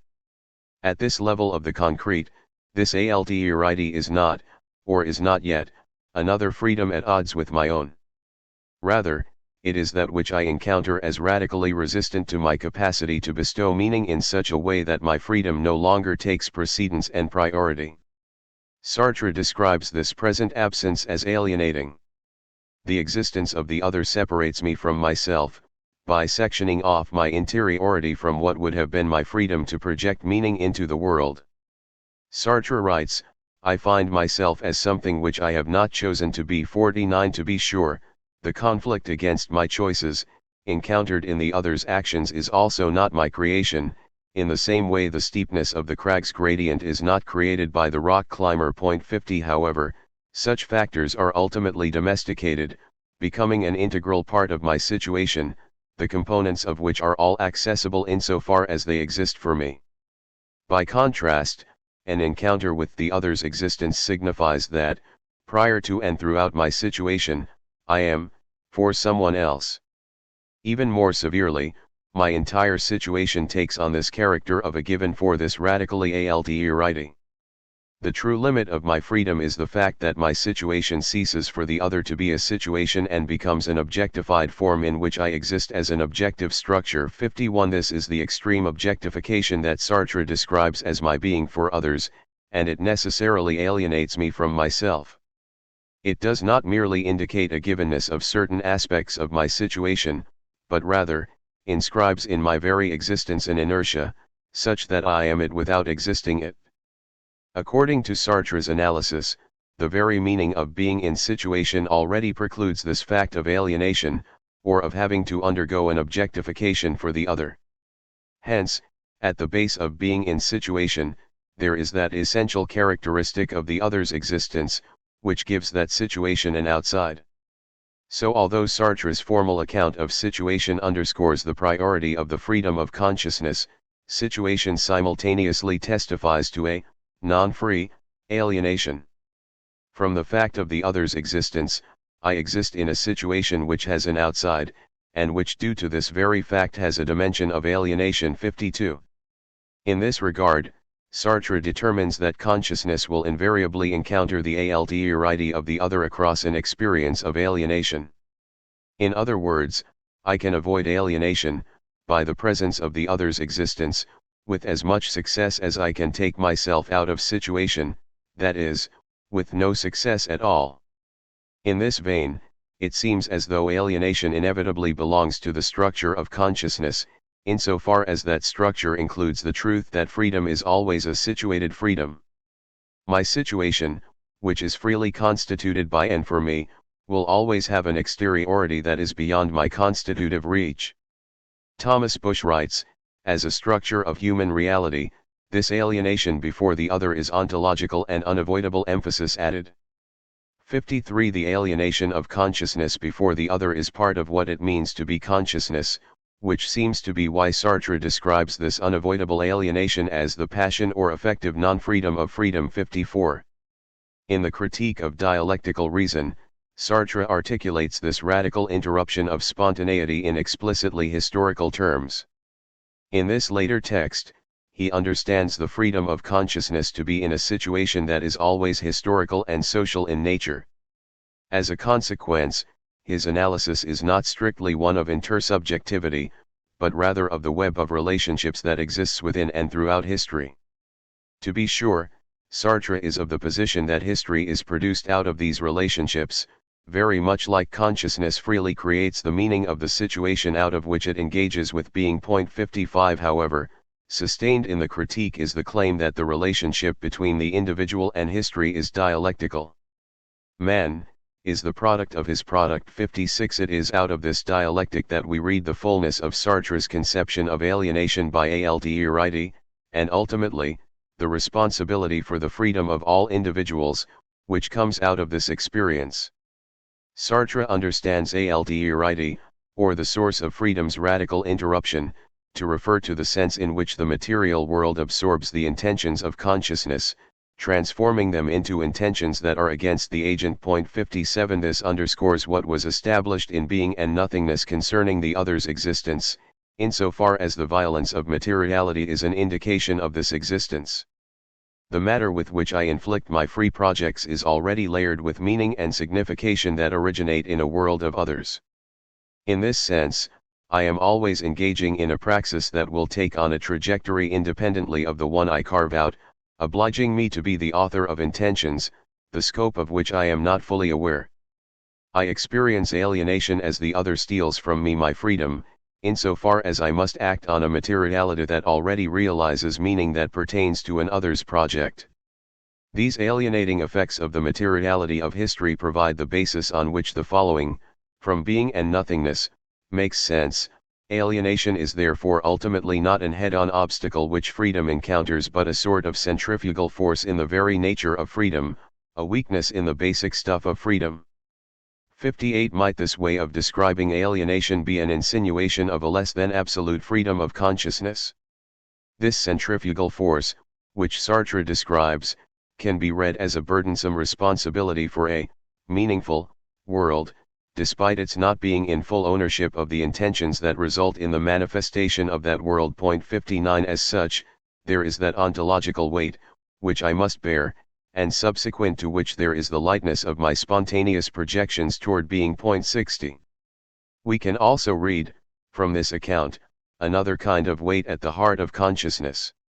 It seems as though Sartre's account identifies an altérité that is irreducible to the order of intentionality. On the contrary, the trajectory of intentionality refracts on encountering the altérité of the other, which would suggest that consciousness undergoes a modification of its very being in that encounter. In this regard, the resonance between Sartre's analysis and Levinas's is unmistakable. These descriptions of the altérité of the other can be likened to what, in Levinas, indicates an inflicting of the freedom of consciousness with a burden of unassumable vulnerability.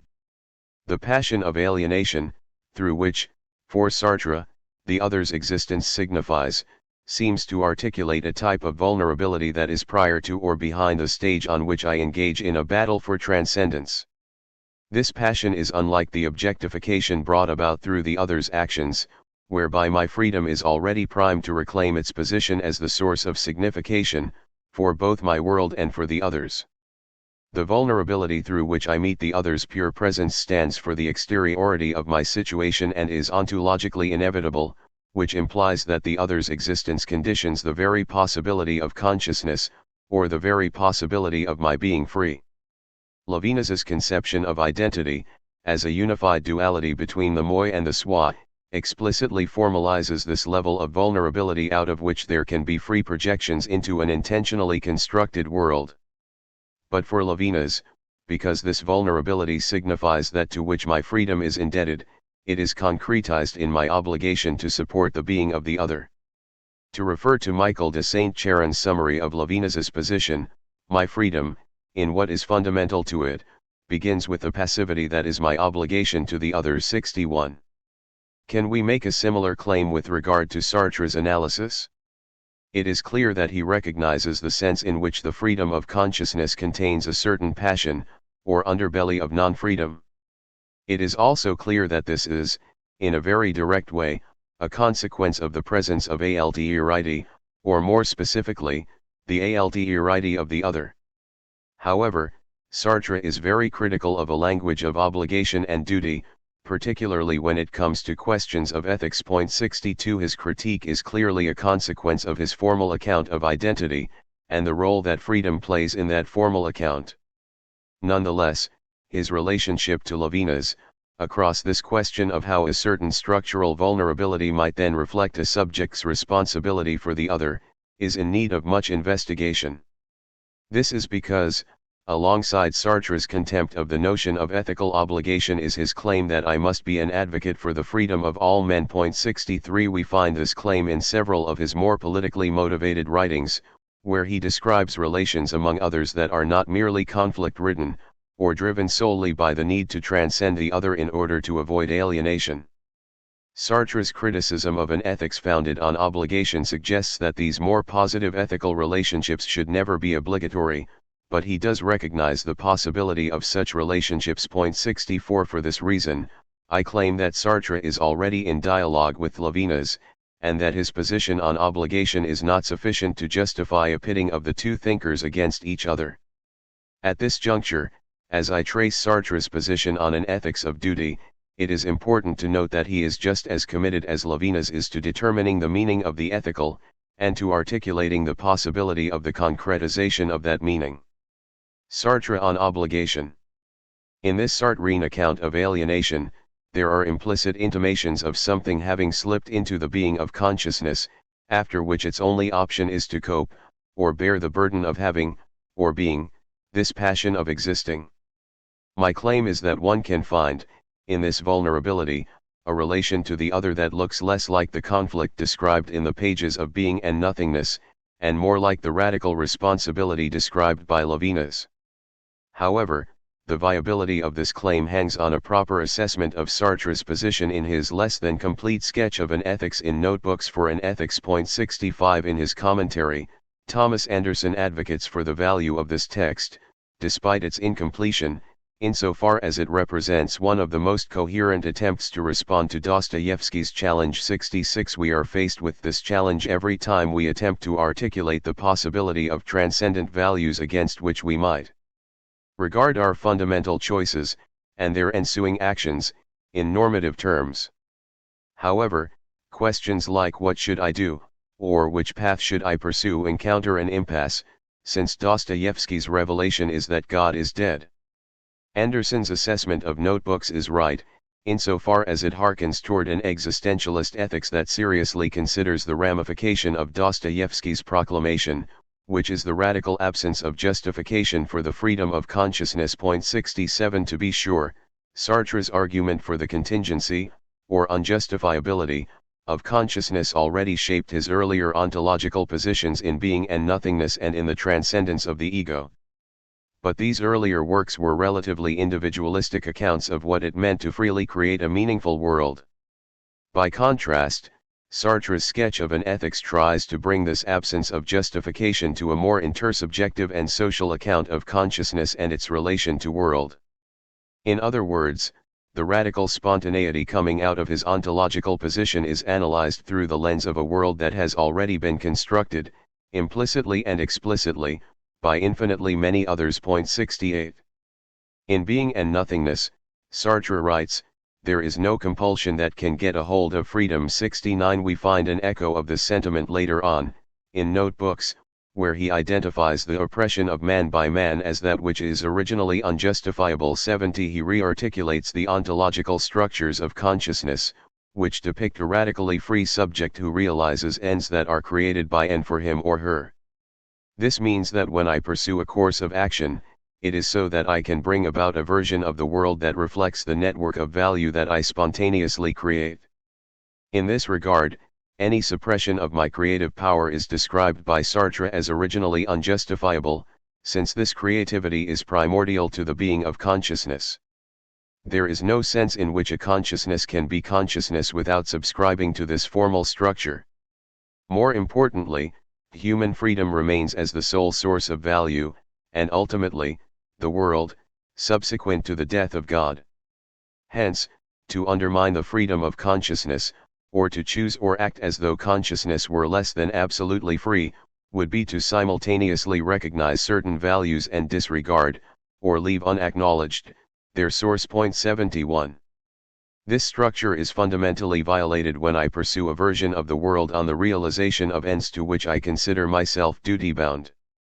In other words, when I find myself realizing ends that I am obligated to realize, these ends show up for me as what I have no choice other than to pursue. The Notebooks describes this consciousness as being in a spirit of seriousness, very much like the consciousness of being and nothingness, who, in veiling from itself all that is implied in its situated freedom, exists in bad faith. The spirit of seriousness, Sartre writes, is voluntary alienation, that is, submission to an abstraction that justifies that one, man is a slave who has his master in the world, outside of himself. Emphasis added. 72. Hence, I minimize as inessential, or of little determinative force, those real, concrete conditions out of which I act, to then negotiate the legitimacy of my choices in terms of a duty that predates the immediacies into which I am immersed. These concrete factors would be valued, as either worthy or not worthy of consideration, relative to an abstract and non-lived ideality. In this sense, my choices would derive their normative worth from that which is not only other than me, but also more essential than me, or more essential than my freedom. Sartre describes this kind of morality as one in which man is the inessential and the abstract the essential, and as such, one that is no longer applicable to the structures of human freedom. 73. Maintained throughout the trajectory of Sartre's work is the sense in which the freedom of consciousness is solely a freedom that unfolds in the motion proper to existence. 74. Outside of that motion, as in a transcendent realm of fixed and objective ideals, freedom can no longer be this existential unfolding.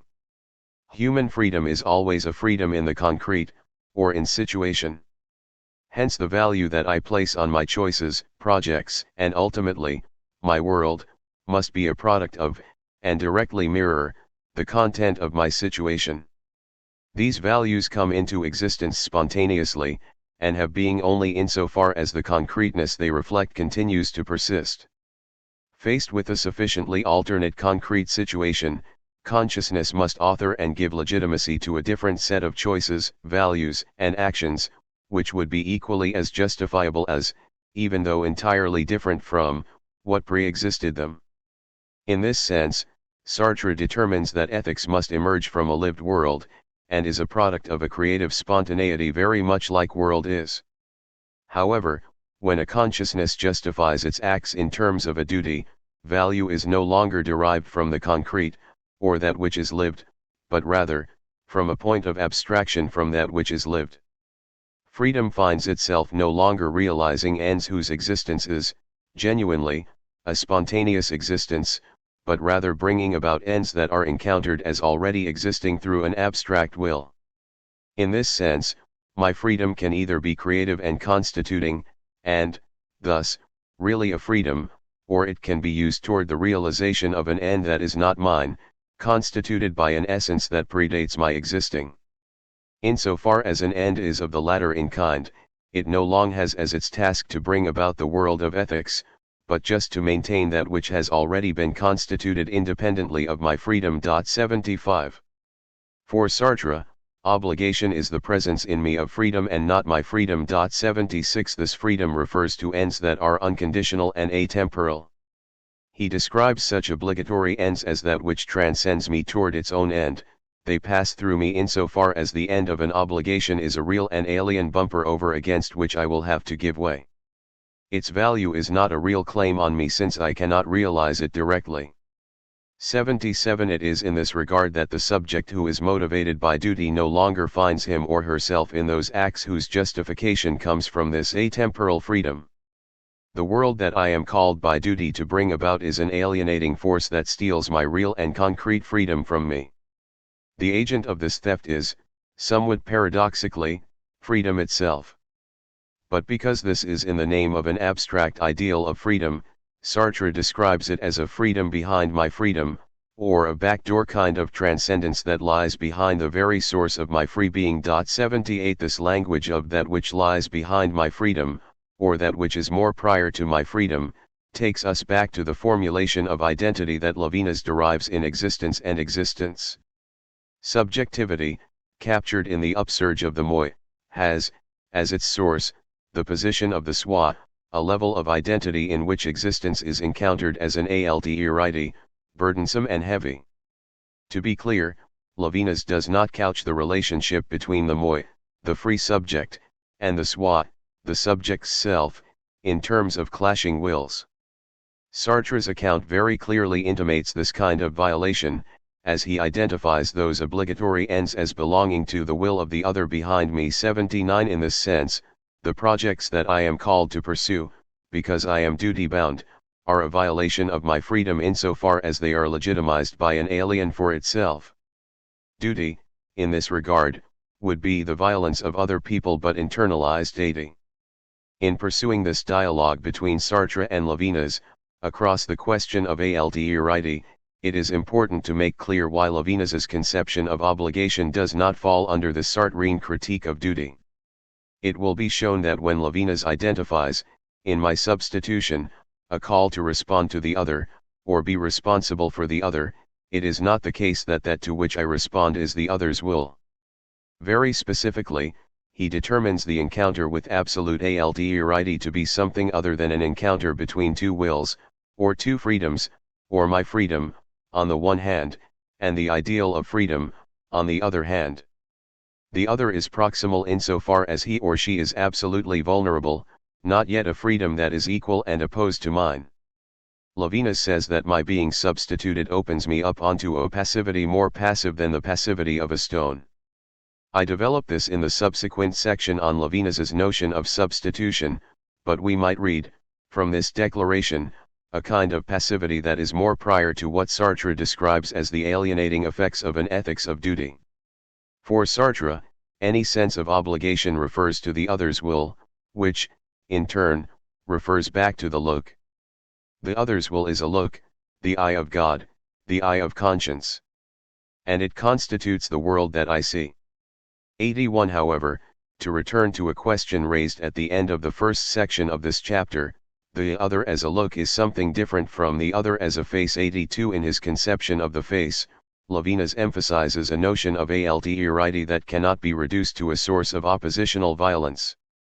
In this regard, what Sartre describes as a submission to the other's will, or to the freedom that transcends transcendence, is something entirely different of my being substituted for the other's being. In that substitution, there isn't a violation of my freedom insofar as the face, for which I substitute myself, is not yet the kind of violator that could initiate the slavery described in Sartre's conception of duty. Quite the contrary, it is I who discover myself in the role of violator, in lieu of the radical vulnerability of the face. To say this otherwise, this face accuses in a way that is not presupposed in Sartre's formal account of the look. Hence, even though both employ a language of obligation, it is not the case that the content of their accounts allow for a direct comparative analysis. In light of Sartre's formal conception of consciousness, his criticism of founding interpersonal relationships on the notion of ethical, or moral, obligation is only fair. A Sartrean understanding of the primacy of freedom would imply that out of duty is derived an ethics of slaves. In this regard, a mode of existence committed to the realization of duty would be one in a mode of bad faith, and in alienation from its freedom. Levinas does not recognize the structures of freedom to be exhaustive of or fundamental to identity, and it is on these terms that we read his determination that the subject, through substitution, is under an obligation to be for the other. Despite his admonitions against the notion of obligation, it still remains that Sartre recognizes the possibility of positive, and even ethical, relations with the other. To say this otherwise, as early on as being and nothingness, Sartre gestures towards certain conditions under which the alterity of the other does not signify as a theft of my freedom, even though he or she is a point of transcending spontaneity. Point 83 Instead, under these conditions, the other signifies as a source of freedom that is equally as valuable as my own spontaneity. Hence, as I realize the value of my freedom throughout the course of my projections, I acknowledge that the freedom of the other signifies in a similar way. The notebooks outline Sartre's attempts to develop an ethics out of this kind of recognition, alongside the claim that the aforementioned ethics of duty is essentially incompatible with this more positive mode of intersubjectivity. In other words, the analysis is driven by the claim that, in promoting the freedom of all others, I am precisely not using obligation as the source that justifies my ends. 3. Freedom as the source of all value. In Being and Nothingness, Sartre discusses, at length, the unavoidability of bad faith. His account describes the sense in which consciousness will always exist along some point of a pendulum swing between an erroneously emphasized transcendence and an overly emphasized rootedness to being. In so doing, consciousness hides from itself the real structures of its freedom, which is a twofold unity of a situated transcendence. Always free to transcend, I am also always transcending certain, given, factical aspects of my condition, whose meaning I must then be responsible for. At the pinnacle of this self-deception, Sartre identifies the God project toward which a consciousness in bad faith typically projects. In flight from the absolute contingency of my existence, I desire to be the kind of being who is self-caused, or the kind of being who gives itself its reason for being. In other words, in appropriating for itself this God project, consciousness pursues a version of existence that would exclude the possibility of its non-existence. Sartre identifies this pursuit as a useless passion, insofar as it is destined for defeat. Nevertheless, it presides over our human condition as that screen that protects us from the contingency of our radical freedom. The truth of my being is that all meaning and justification, particularly that which applies to my own existence, is, or rather, must be, my spontaneous creation, and sustained as such. The implication of this is that my existing, or what I determine my existence to mean, is quite unnecessary. In every sense, it is for no reason, other than, of course, that which I give to myself, and it is this radical contingency that consciousness desperately wants to evade. Thomas Anderson writes, "Man rebels against considering his existence to be a mere accident or freak of nature, a mere chance occurrence that could have just as easily not happened. He will be content only with a reason or meaning that shows him to have a right to exist." 84 To this end, I evade the truth of my existence, namely, its non-justification, and pursue a kind of existence that does have a reason. However, was this reason to come to me from the outside, it would mean that the ground of my being would be beyond the scope of my control. In other words, to be justified externally would be to rencounter another level of contingency, since there would be no way for me to ensure that that justification remained. For these reasons, consciousness pursues the project of being God, insofar as God is, categorically, that kind of being whose justification is included in, presupposed by, its existence. Sartre details much of the inconsistencies and contradictions of a fundamental project such as this. For my purposes, I focus on those contradictions that contain ramifications for our relations with others. In other words, how does this desire to be God signify in the relationship between one such consciousness, pursuing self-causation, and another? In the section of being and nothingness titled First Attitude Toward Others, Sartre identifies both love and masochism, as well as all possible in-betweens, as modulations of an original conflict that categorizes the experience of my being for others, but which arises only on the grounds of my having a God project. 85 Before the other, I find myself with a meaning that originates from the other. Insofar as that meaning pertains to me, or more specifically, to the being I must own despite my not being its author, my encounter with the other gives me a reason for being that is on the outside, or beyond my freedom. 86 If it is the case that I desire self-causation, that I have taken on this fundamental God project, then my being for the other appears to me as a violent compromising of my freedom. I must now negotiate some cause of my existence that is alien to me, and which is in direct conflict with my desire to be self-caused. In other words, insofar as I hold on to the fundamental project of being in itself for itself, the other shows up as that with whom I am in an inevitable conflict. To this end, I seek to reduce the other to a non-free objectivity, so as to then steal his or hers power to alienate me from a certain foundation of my being. For similar reasons and motivations, the other's aim is toward objectifying me. So we have it that, so long as I have for myself a project of being self-caused, every possible relationship I develop with others is ultimately a dynamic of transcend or be transcended. At all costs, consciousness must avoid being given a foundation that lies outside of itself, in the other. But this is something worth avoiding only insofar as I consider it worthwhile to flee from my contingency. Said otherwise, there is value in transcending the other only if there is value in the God project. Hence, relations of intersubjectivity are of the order of an ontological conflict precisely because being self-caused is regarded by consciousness as that which is of utmost value. 87. By the end of being and nothingness, Sartre insinuates toward conditions on which relations with others could be less conflictual and more positive. Hence, despite his use of a language that presents such conflict as original to the structures of intersubjectivity, he does open up the possibility that this might be otherwise. What will become of freedom if it turns its back upon this value of being self-caused? In particular, is it possible for freedom to take itself for a value as the source of all value, or must it necessarily be defined in relation to a transcendent value which haunts it? 88 By such questions, Sartre seems to undermine the assumption that consciousness's desire to be its own foundation is structurally inevitable, and can instead be regarded as one of two possible fundamental projects.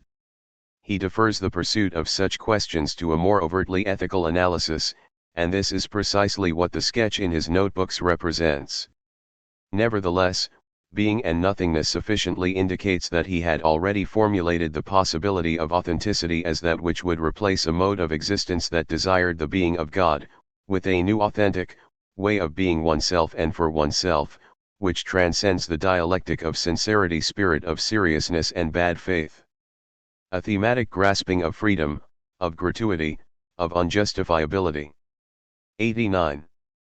With this choice of authenticity, consciousness moves beyond the alienation that results from a conflict-ridden, inauthentic encounter with others. This is because it chooses freedom, in its gratuity and unjustifiability, to be the sole and most absolute source of value, and in so doing, understands the futility of a project that desires an in-itself kind of reification for a for-itself being. This means that, upon this conversion, I take on a radically different attitude toward the other. When I come to understand my freedom as the only unconditional, the only source of value, I must also then apprehend all freedom, including the freedom of others, as unconditionally valuable as well. This means that I no longer encounter the other as a look that steals from me my freedom, but rather as another freedom in pursuit of projects that will be realized alongside my own. 90 In this regard, instead of transcending the other's transcendence, I regard that transcendence, along with my own, as a unique and unconditional source of creativity. Thomas Anderson writes, by choosing to help others' freedom I thereby will that being be disclosed and given meaning from multiple perspectives. Because each freedom is in its own unique way a creative source of the world, to aid others' freedom is in effect to will the maximum creation of meaning. 91 To be sure, this already implies that this conversion pertains to a modification of the social. In other words, Sartre's account of authenticity presupposes that we are already in what he calls the city of ends, where all individuals have replaced their bad faith desire to be God with an authentic recognition of freedom as the only source of justification. 92 Hence, authenticity becomes a viable option for me if and only if it is equally viable for everyone. 93 A main criticism that Sartre lays against the idea of realizing ends based on obligation is that, in so doing, consciousness does not yet regard freedom as absolutely unconditional. As we have seen, those ends founded on duty have their justification independently of the concrete, lived experience of consciousness. My duty precisely signifies as absolute, unchanging, and atemporal. 94 And as such, comes to my concrete and contingent situation from the outside. Insofar as the freedom of consciousness is always situated, and is meaningful only in the project of doing or praxis, an authentic valuing of freedom requires that consciousness remain in the concrete, and avoid what Sartre refers to as a quest for being. It is in this sense that freedom is grasped in its full gratuity and unjustifiability. Authenticity reveals that the only meaningful project is that of doing, not that of being, and that the project to do something cannot itself be universal without falling into what is abstract. The only meaningful project is that of acting on a concrete situation and modifying it in some way. So, originally, authenticity consists in refusing any quest for being, because I am always nothing. 95 In authenticity, my ends are justified solely in terms of the concrete, since it is solely in terms of the concrete that my freedom exists. As such, the other is apprehended as another unconditionally valuable freedom that signifies in his or her concrete doing, or work. To regard the other in this way is to acknowledge that I am called to facilitate the modifications in being, which his or her projects seek to bring about. 96 In that facilitation, I also support the freedom of the person in, or behind, that work. In this vein, Sartre declares that freedom, in respect of concrete circumstances, can have no other end and aim but itself, and when once a man has seen that values depend upon himself, in that state of forsakenness he can will only one thing, and that is freedom as the foundation of all values. The actions of men of good faith have, as their ultimate significance, the quest of freedom itself as such. 97 All this would mean that, instead of realizing a world founded on duty, or demand, my world would be the realization of spontaneous and concrete choices that not only embrace the contingencies of my situation, but also allow for other consciousnesses to do the same.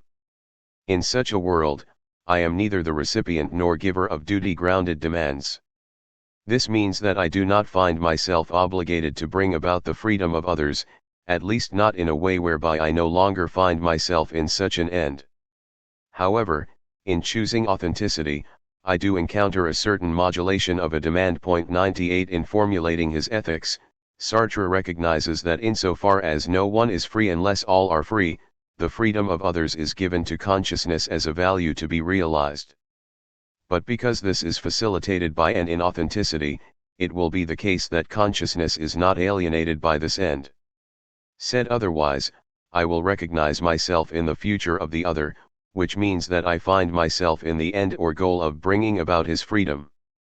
It is not at the expense of my freedom that my concrete praxis will bring about this end. Rather, as a member of Sartre's city of ends, my freedom would already include the freedom of the other, a value that is simultaneous to the value of my own spontaneity. As Anderson writes, according to Sartre, men who choose to value their freedom in place of God, choose to increase concretely this freedom in the world. 99 Such men are no longer motivated by obligation, but by freedom itself. So even though Sartre writes, in existentialism is a humanism, that I am obliged to will the freedom of others at the same time as mine, 100 It is very much the case that my own freedom is valued most supremely. In this regard, the work of this sense of obligation is already doing something differently from what we see in Levinas, where my obligation toward the other rests on a fundamental asymmetry between my being and the face of the other. 101 This indicates an important difference between Sartre's and Levinas's conceptions of the ethical. Both seem equally as committed to articulating a compelling account of our responsibilities toward each other, which would apply when we find ourselves navigating a social space in which our choices create a world that everyone must inhabit. Nevertheless, their respective approaches to this question are unique and should be read on their own terms. For Levinas, ethics, or rather, the meaning of the ethical, lies in the undoing of identity in its proximal relation to the metaphysical. Very often, he describes this metaphysical in terms of the face, but, as I have argued, it should be understood more generally as that moment when identity is without identity, radically compromised by the proximity of THIRD. I discuss this shortly, in the following section.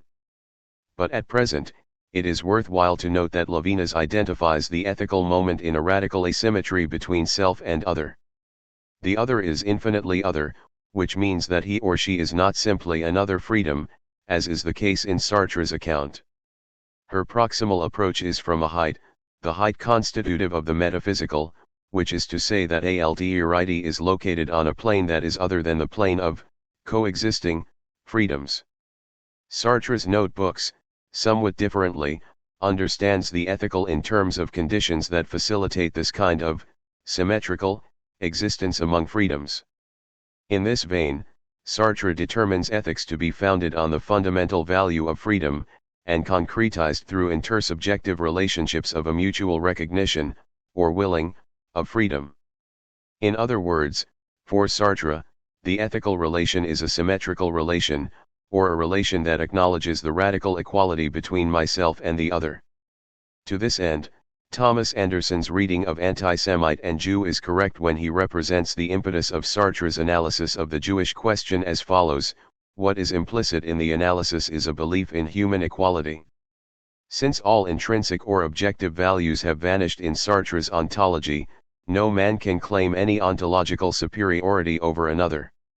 102 So even though, upon the conversion to authenticity, my fundamental project includes supporting the freedom of others, their freedom does not supersede my own. The other's ends become a value for me, without being venerated at the expense of my own ends.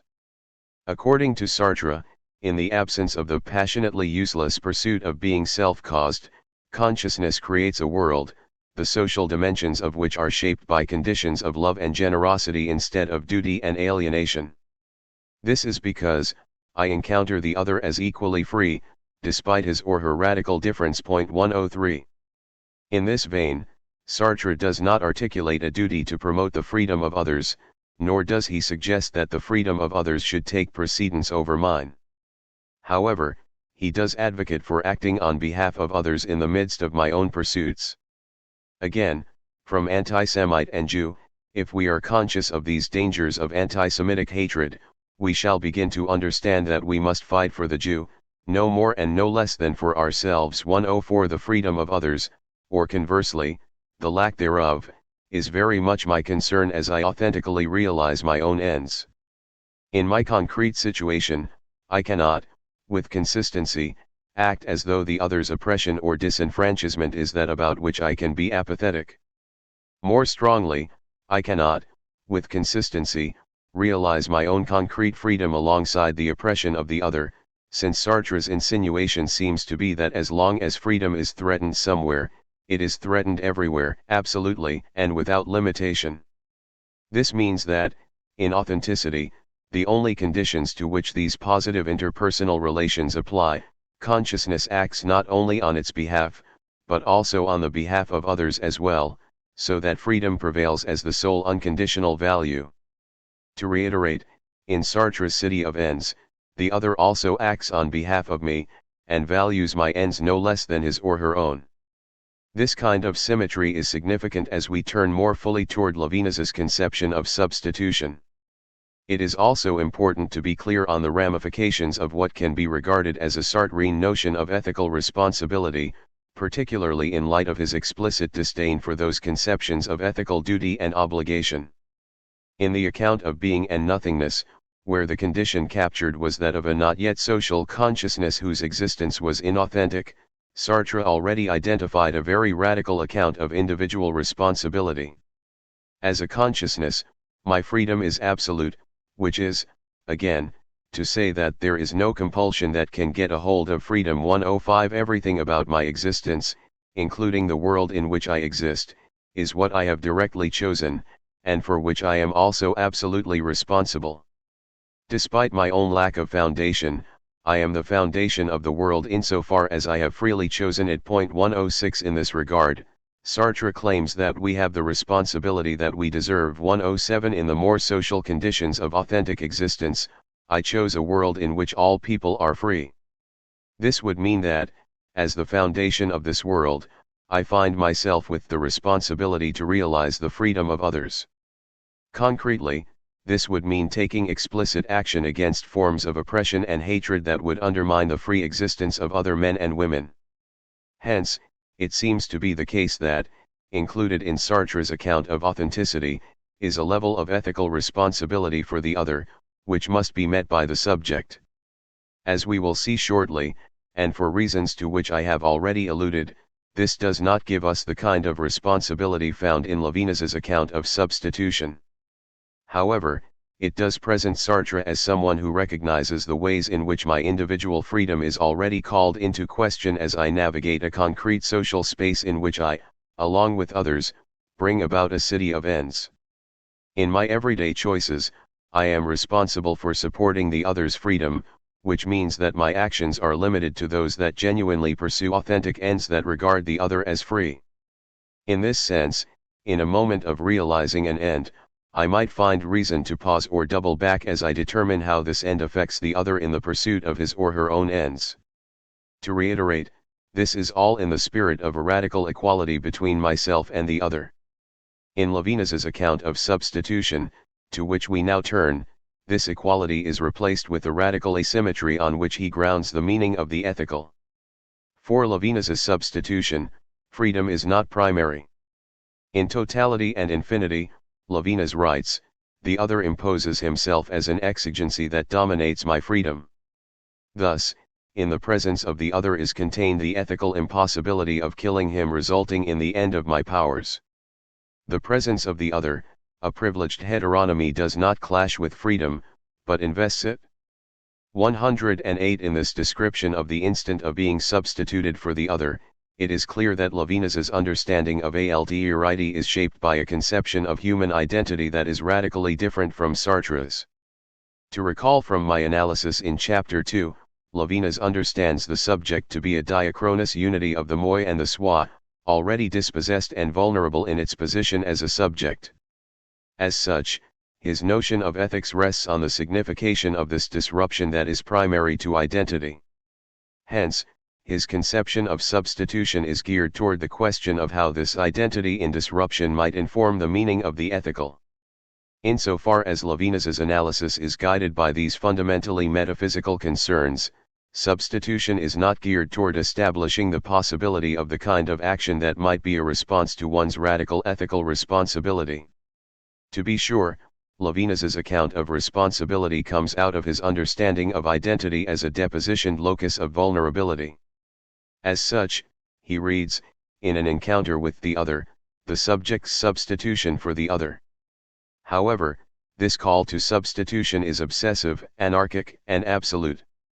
Indeed, the subject is called to a kind of self-sacrifice, insofar as his or her place in being is primordially delegitimized, or rather, never legitimate, given the other's suffering. As such, it is notoriously difficult to determine, out of this account, the possibility of ethically responsible action in the sphere of the political. 109 Given the singularity of the other, and my absolute vulnerability under the weight of the other's being, any negotiations of my responsibility for several others would be to undermine the severity of my obsession. 110 This should not be read as a shortcoming in Levinas, since it was never his intention to articulate an account of the political, or to establish what it means to take action on being called to substitution. Nonetheless, the question of a possible transfer of Levinas's radical responsibility into the political is one worthy of pursuit. In this vein, I use the resonance between his notion of substitution and Sartre's account of an ethics of authenticity to ground my claim that Sartre's account of committed political action can be used to take a Levinasian conception of responsibility into the political with minimal betrayal. In Levinas's formal account of substitution, one passes from the outrage undergone by THIRD to the responsibility for the persecutor. 111 In other words, my substitution is so severe that, in a condition of being oppressed, I am even called to support the being of my oppressor. However, it is this very severity in which my freedom is dethroned that, for Levinas, saves me from a slave-like condition of being alienated from my freedom, the way one might expect me to be, on encountering the master's look. 112 Very clearly, Levinas states that substitution is, not an alienation, because the other in the same is my substitution for the other through responsibility. 113 For Sartre, alienation presupposes a theft, or an illegitimate pillaging by the other of what is rightfully mine, namely, my freedom. In the case of Levinas's account of substitution, the subject is always already for the other, in the sense that the very structure of the subject is dispossession. My substitution for the other does not imply that the other steals what is rightfully mine. On the contrary, as primordially elected and thus unique through my responsibility, there is no place in being for which I can claim this kind of primordial propriety. Hence, for Levinas, the trauma of an encounter with THIRD is beyond the negativity of a failed self-determination, and as such, beyond the offense of alienation. 114. We return, again, to Levinas's structure of identity, in order to fully understand how substitution captures the subject's encounter with THIRD in a way that does not result in a Sartre-like alienation. Levinas uncovers an existent that is not reducible to the leaving and returning to self of consciousness, but rather must be understood in terms of recurrence. 115 Of the relationship between the ego, or moi, and itself, or soi, Levinas writes, the ego is in itself like a sound that would resound in its own echo. 116 The imagery is one of an undeniable yet discordant union, such that the identity of the subject is the impossibility of being completely free from itself, as well as the impossibility of being completely one with itself. In this sense, though the subject is tethered to a corporeal existence, its incarnation is not that of Sartre's in itself being. The latter possesses an identity of equivalence, as in the objectivity of a stone.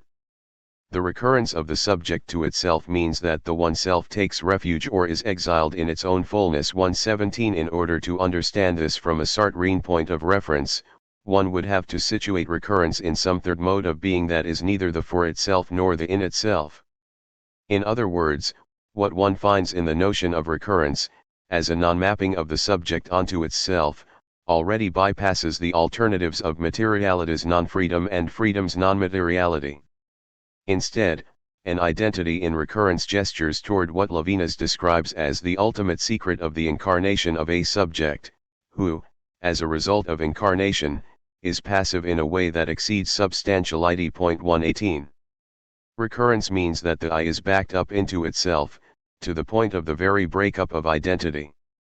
But instead of allowing for an ecstatic surpassing of self, the breaking up of identity sustains the hostage-like condition of the subject, trapped in itself as in its own skin.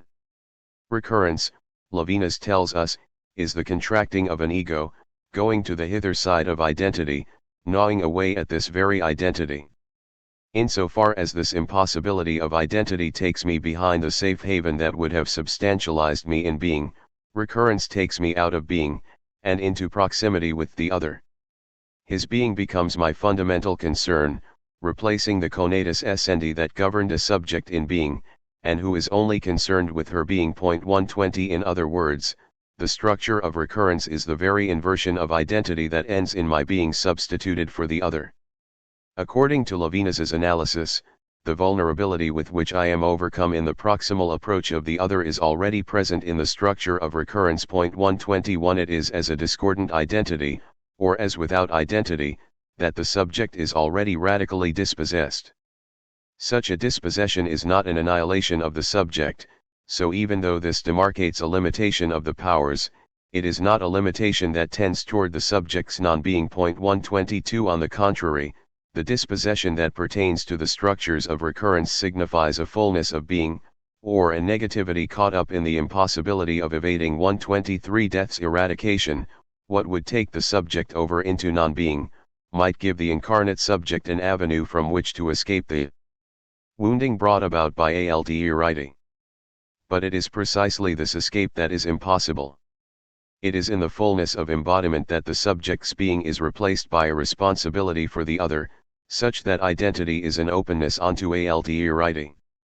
In this vein, Levinas finds, in corporeality, the signification of the weight of this radical responsibility, and the possibility of giving and sacrifice.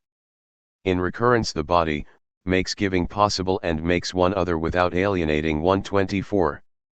Even more severe than discovering myself to be an object for the other, the discovery that prevails throughout Sartre's account of alienation, is what I discover as a consequence of substitution. There, I find myself in the other's place. In front of the other, as a face, and not as a look, I am only insofar as I am already for him.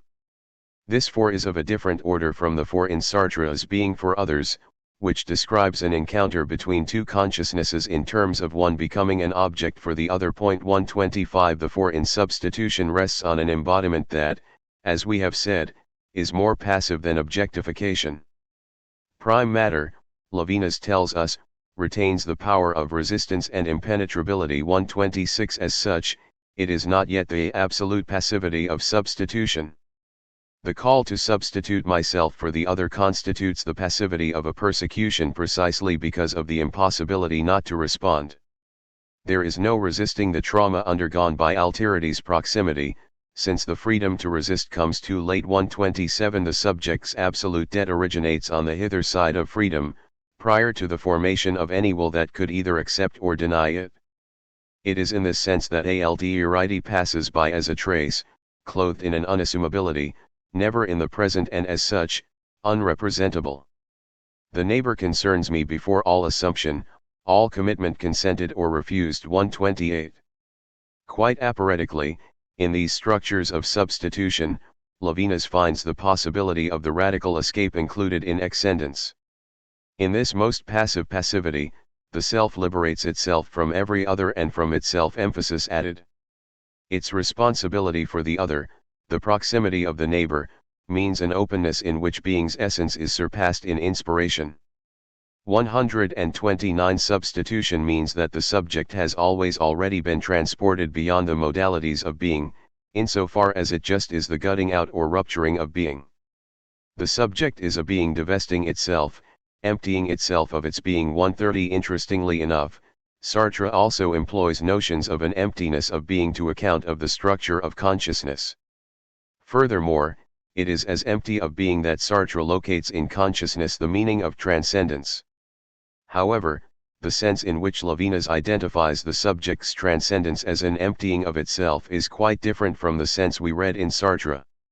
Insofar as an identity in recurrence is equivalent to a non-identity, Levinas identifies the subject as the fact of otherwise than being. 131 Hence, subjectivity's divesting of itself signifies as a rivetedness to an obsessive responsibility for the other.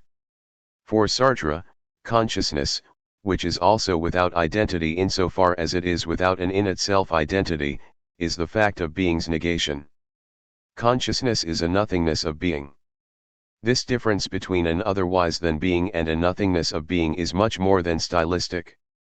It captures the difference between what Levinas describes as a density of being, which then conditions a vulnerability, and what Sartre describes as the emptiness of being that conditions a spontaneity.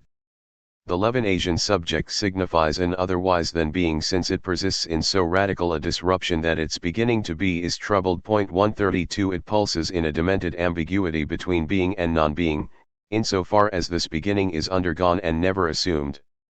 Though a Sartrean consciousness exists as a persistent rupturing of definition, this rupture is completely spontaneous. This means that consciousness's nothingness is ultimately assumed by consciousness, and acts as the ground for acts of consciousness. For Sartre, non-identity is a consequence of freedom, and safeguards freedom. In Levinas, it is an indication of the absolute passivity of incarnation and, ultimately, substitution. Hence, as Levinas celebrates substitution as that which ultimately opens up the possibility of transcendence, it is not to undermine the severe wounding on which this possibility rests. Situating this transcendence in substitution against Sartre's transcendence in intentionality makes this quite clear. To transcend in substituting oneself for the other, or to divest oneself of one's being, is to respond to a call for absolute sacrifice. The burden of the weight of one's existence is transcended, but it is precisely in exchange for the immemorial and unassumable weight of the obligation to support all. In this regard, implied in a Levinasian transcendence is a forsakenness, to which the monstrosity of death pales in comparison. To be sure, Levinas will establish that, in replacing the useless suffering of my own death with the suffering of the other, a beyond appears in the form of the interhuman. My own experience of senseless suffering can take on a meaning, the only one of which suffering is capable, in becoming a suffering for the suffering, inexorable though it may be, of someone else. 133 The implication is that the absurdity of death loses its evil character when it becomes a dying for the sake of the other. But this is not to suggest that the "here I am" of substitution is any less absurd or insidious than it actually is. Responsible to the point of being responsible for my persecutor, my being substituted for the other is a clear defiance of all logic. For the order of contemplation it is something simply demented. 134 The very rupturing of the texts in which Levinas articulates the meaning of substitution indicates the nonsense, or anachronism of being accused of all fault, for nothing. 135 In this sense, it is imperative to maintain the essential difficulty in Levinas's way of transcendence. The proximal approach of radical THIRD does not result in an alienation, but there is nevertheless an essential difficulty in the for-nothing of this sacrificial transcendence, or this transcending in a sacrifice that is never quite sufficient to counter the immemorial debt of one's responsibility. This is evident in Levinas's emphasis on the unassumability of THIRD's passing. The subject must undergo this approach insofar as the latter remains without reason or meaning. The futility of one's own death might be in its failure to bring about a genuine transcendence, but one's substitution for the other is also useless in its own right. I am divested of being in substituting myself, which means that taking up this burden does not service the good of my being in the least. It is genuinely for nothing. As such, the goodness of absolute responsibility bears the very absurdity and delirium found in the ILYA, where Levinas already locates the THIRD that the subject is called to support in substitution. V. Limitations and Values. In Being Jewish, that essay in which Levinas discusses Sartre's analysis of the alienation of the Jew under the anti-Semitic gaze, we find further elaboration on the intricacies of substitution. There are many criticisms of anti-Semite and Jew, the most common being that Sartre too hastily reduces the identity of the Jew to a borrowed identity that emerges solely as a response to anti-Semitism. Such criticism holds that not only does this further rob the Jew of autonomy as a Jew, but it also seems to come from a dismissal, on Sartre's part, of that Judaic religious history informing the identity of the Jew, and which stands independently from forms of anti-Semitic hatred. In Being Jewish, Levinas's criticism comes from a markedly different place insofar as it calls into question the very assumption that Sartrean authenticity is a sufficiently universal structure that can apply to the singularity of the Jewish experience. Levinas presents Judaism's unique relation to being as that which is resistant to these Sartrean dichotomies of inauthentic and authentic modes of existence. 136 Responding to Sartre's call for an authentic Jewishness, Levinas writes, Jewish existence cannot be fit into the set of distinctions by which Sartre, for example, attempts to grasp it. 137 Levinas proposes that, instead, Jewish facticity, or the positioned existence of the Jew, should be understood in terms other than the facticity of a world that understands itself starting from the present. 138. The presentation of Jewish facticity as distinct from facticity in general underscores what I have thus far demonstrated as the structural difference between the Levinasian recurrence of an identity in substitution, and the Sartrean account of consciousness's impenetrable objectification in the experience of being alienated. Levinas's claim is that a Jewish facticity is only approximately so.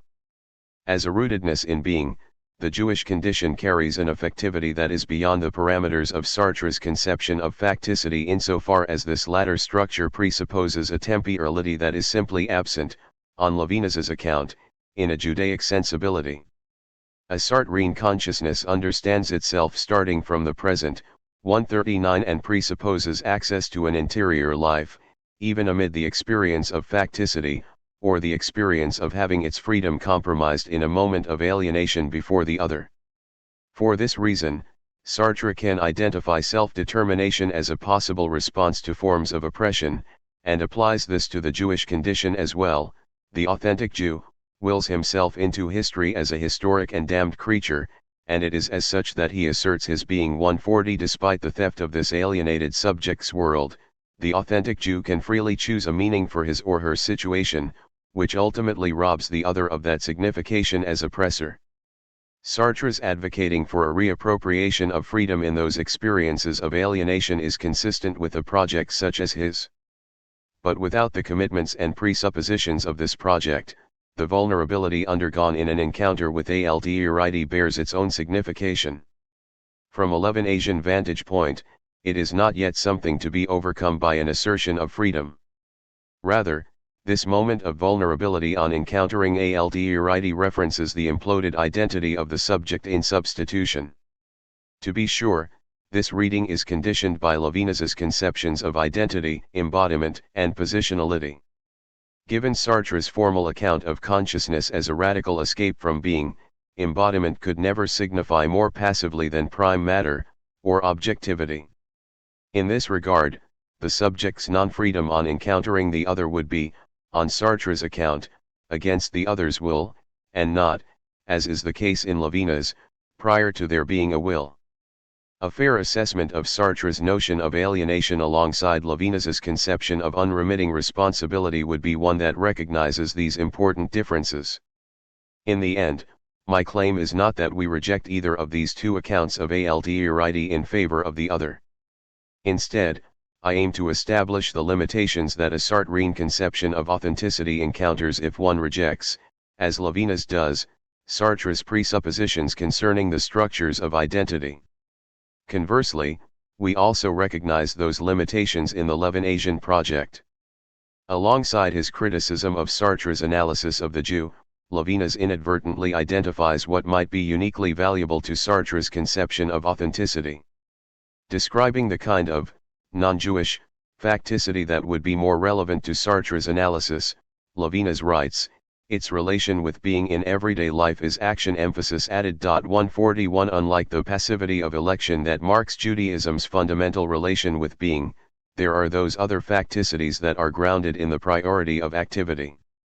Sartre's account of authenticity is useful insofar as it is built on this fundamental value of action, or praxis on behalf of the other. This positions Sartre to negotiate questions concerning political action in ways that Levinas's analysis is less equipped to engage. This is because Sartre's account of an authentic response to alienation includes responding to the other's appeal by acting on behalf of his or her freedom. Robert Bernasconi describes the conception of responsibility coming out of the Sartrean account as hyperbolic, whereby the free subject is responsible not only for acts that can be traced back to his or her agency, but also for the entirety of the subject's situation, past and future. 142 Sartre's philosophy of freedom does not lead to resignation, or stoic indifference to one's circumstances, but to taking responsibility. There are no excuses, whatever the conditions. 143 This is clearly Sartre's intentions when he describes the responsibility of all of France, regardless of political affiliation, for the marginalization of the Jews. In this situation there is not one of us who is not totally guilty and even criminal. The Jewish blood that the Nazis shed falls on all our heads. 144. Even though this position is not identical to the radical responsibility found in Levinas, it certainly resonates with it. 145 Indeed, Levinas's exposition of a notion like substitution might be read as the condition that accounts for the possibility of taking such action on behalf of the other, even when such action means that we are less concerned for our own death than we are for the death of the other. 146 But it is in Sartre that we find an overt emphasis on concrete action as a response to one's obligations to bring about the freedom of others. In his account of Sartre's ethical position, Thomas Anderson refers to those interviews that Sartre gave between the late 1960s and early 1970s, in which his position on what he called a living morality, one that placed the importance of concrete praxis above abstract moral principles, is clear. According to Sartre, no longer can the intellectual serve the oppressed masses simply from his office or study. He must join with them bodily in demonstrations, hunger strikes, counter-violence against police violence. The intellectual must put himself directly at the service of the oppressed. 147. In the end, even though Sartre's account of authenticity does not support the severe notion of passivity found in Levinasian substitution, both, on their own terms, provide a robust conception of responsibility. For Levinas, this responsibility comes from a conception of the subject whose very structure is interruption, trauma, and dispossession. Though the ontology from being and nothingness does not identify this level of affectivity in consciousness, I have shown that the phenomenology of the text does lend itself to a Levinasian understanding of an identity in disruption, gesturing toward an account of freedom that is called into question. This is not to interpret Sartre as saying that, in that moment of authenticity, I prioritize the other's freedom at the expense of my own. Nevertheless, that other freedom does present a living, and not abstract, consideration against which I gauge the justification of my actions. This would mean that these actions, and by extension, my freedom, are not in a position to justify themselves, as is the case in Levinas's critique of the priority of freedom. Instead, it is only insofar as I regard and support the other that I am justified. Concluding remarks. My hope is to have demonstrated the convergence between the concrete phenomenologies of Jean-Paul Sartre and Emmanuel Levinas. Such convergence requires both Sartrean and Levinasian scholars alike to open anew the question of transcendence, and how it figures into the formal level of the work of these thinkers. Sartre gives us a conception of consciousness as spontaneous, always in the process of creating a world that is reflective of a freely taken up fundamental project. Hence, his is an account of transcendence as intentionality that completely exhausts the structure of consciousness. Levinas augments this account of the subject as intentionality with a layer of vulnerability that, he holds, conditions the possibility of that creative freedom. In this sense, a Levinasian conception of transcendence as excendence does not oppose transcendence as intentionality, but, rather, determines the latter as an incomplete depiction of the totality of the human condition. As such, Levinas reads intentionality as that which conceptualizes a constituting encounter with being, and presents a cohesive phenomenology on which he identifies another kind of encounter with being, which precisely falls outside of this constituting relationship. His conception of transcendence as excendence rests on the claim that being is also given over in its radical alterity, in the form of the ilya. In this regard, he determines the need for a notion of identity that can account for this encounter, which manifests as a disruption of constitutive powers. Identity, as a dissonant unity between the moi and soi, responds to this need, and ultimately shapes Levinas's account of transcendence as excendence, as well as his more overtly ethical conceptions of alterity. There are allusions to this modality of being in Sartre's analysis of the experience of nausea, and some commentaries on nausea read, in the novel, a portrayal of a kind of brute existence.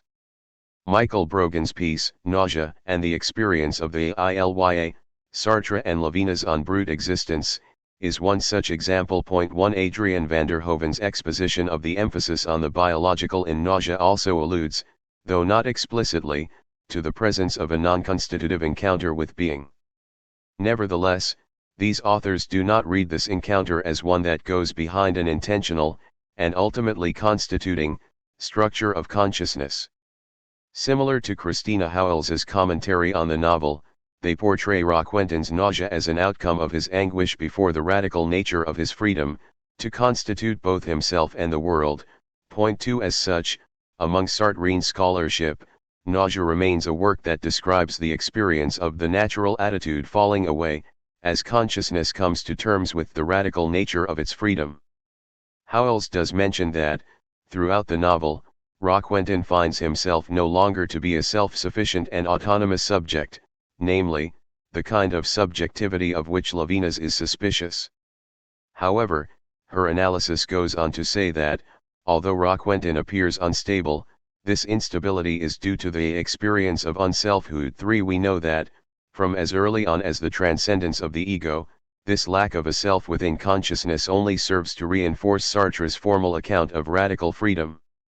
A lack of self, for Sartre, means that consciousness is a perpetual surpassing of being, and as such, is without the kind of positioning that Levinas portrays in his formal structures of identity. So even though nausea has been read as describing a destabilized freedom, it is clear that most understand the work of this destabilization as presenting to the novel's protagonist the monstrous spontaneity of consciousness. Point 4 To this end, Roquentin's experience of unselfhood confirms the human condition as an ecstatic transcendence in being. My analysis in Chapter 3 presents an alternative reading of the work of the radical disruption of Roquentin's subjectivity. As I have established, one of Sartre's primary motivations for developing his conception of consciousness as an absolute transcendence from being is to keep uncompromised Husserl's account of intentionality.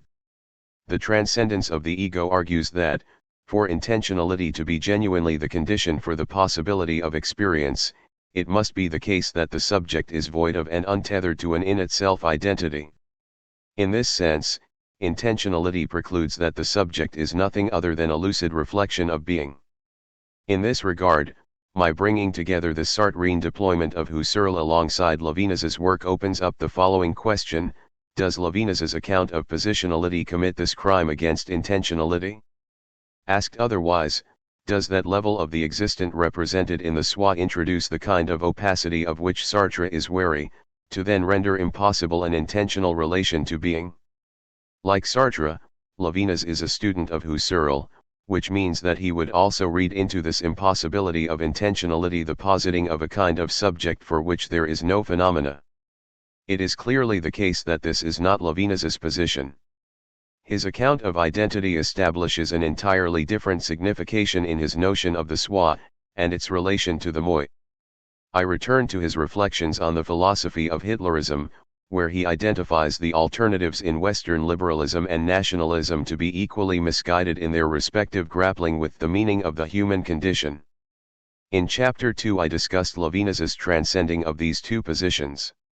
However, I return to this analysis here to establish that, notwithstanding perfunctory indications to the contrary, the Levinasian conception of positionality does not succumb to Sartre's critique in the transcendence of the ego.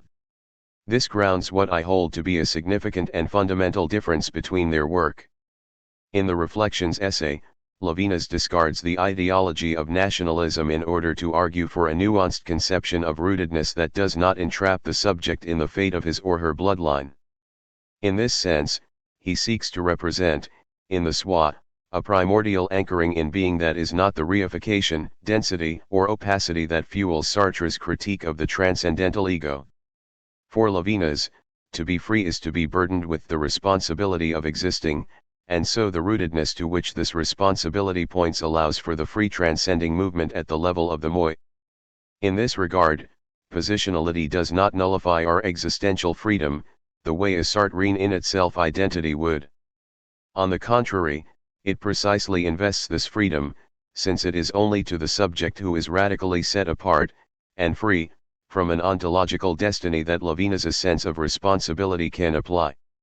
To say this otherwise, the non-freedom implicated in the conception of positionality, in the conception of the soi, does not belong to the order of objectification, but rather to the order of responsibility, in which case the freedom of the movement of intentionality remains uncompromised. It is also for this reason that Levinas' more ethical conception of substitution, into which his language of the moi and the soi translates, does not succumb to Sartre's critique of duty as an alienation of the subject from his or her freedom. My being substituted for the other limits my freedom in the sense that I am now responsible for the other's being. But that responsibility does not constitute a theft of my being, the way my objectified being for others would, on a Sartrean account. This is because the soi has already formalized the sense in which I already am without identity for the other insofar as I am never for myself. I have argued that Sartre's more concrete descriptions resonate with this imagery of a subject in radical disruption. Nevertheless, his formal account sustains that of a consciousness that is radically for itself in its transcendence toward being. I have shown that, despite this formal account, Sartre's more political writings develop an account of authenticity that captures an ethical responsibility very similar to what we find to be supported by Levinas' account of positionality. Unlike the experience of alienation, whereby the subject feels his or her freedom stolen by the will of the other, a more authentic intersubjectivity does not regard this invasion as a theft, but rather as an interjection of an obligation to promote the freedom of all. It must be noted that the Sartrean account, according to which I advocate the other's freedom so as to guarantee the possibility of my own, differs from Levinas insofar as it presupposes a fundamental equality between self and other. All the same, both analyses clearly recognize that, by virtue of being a subject, I am unable to remain ambivalent toward the other's existential condition. In this regard, the other is particularly privileged by both thinkers, when it comes to understanding how THIRD performs as a disruption of subjective freedom. For both Sartre and Levinas, it is the other as persecuted and oppressed that most significantly halts the trajectory of my fundamental project, calling into question the priority of my freedom over my obligation to end the other's suffering. In the end, I have shown that the account that presents intentionality as the conditions for the possibility of experience can be sustained while adopting a Levinasian account of transcendence as excendence, which is founded on a conception of identity as radically disrupted. To be sure, this without identity would render intentionality as an incomplete depiction of the human condition, but accurate nonetheless. Sartre and Levinas part ways at this formal level, where transcendence as intentionality stands over and against transcendence as excendence. Nonetheless, the concrete levels of both analyses are characterized by a pervasive presence of a phenomenology that gestures toward a subject whose freedom is called into question, and who is radically interrupted by that which is radically otherwise. To this end, Sartre and Levinas do meet across a theme of disruption that determines the subject to be more primordially vulnerable than free. THIRD.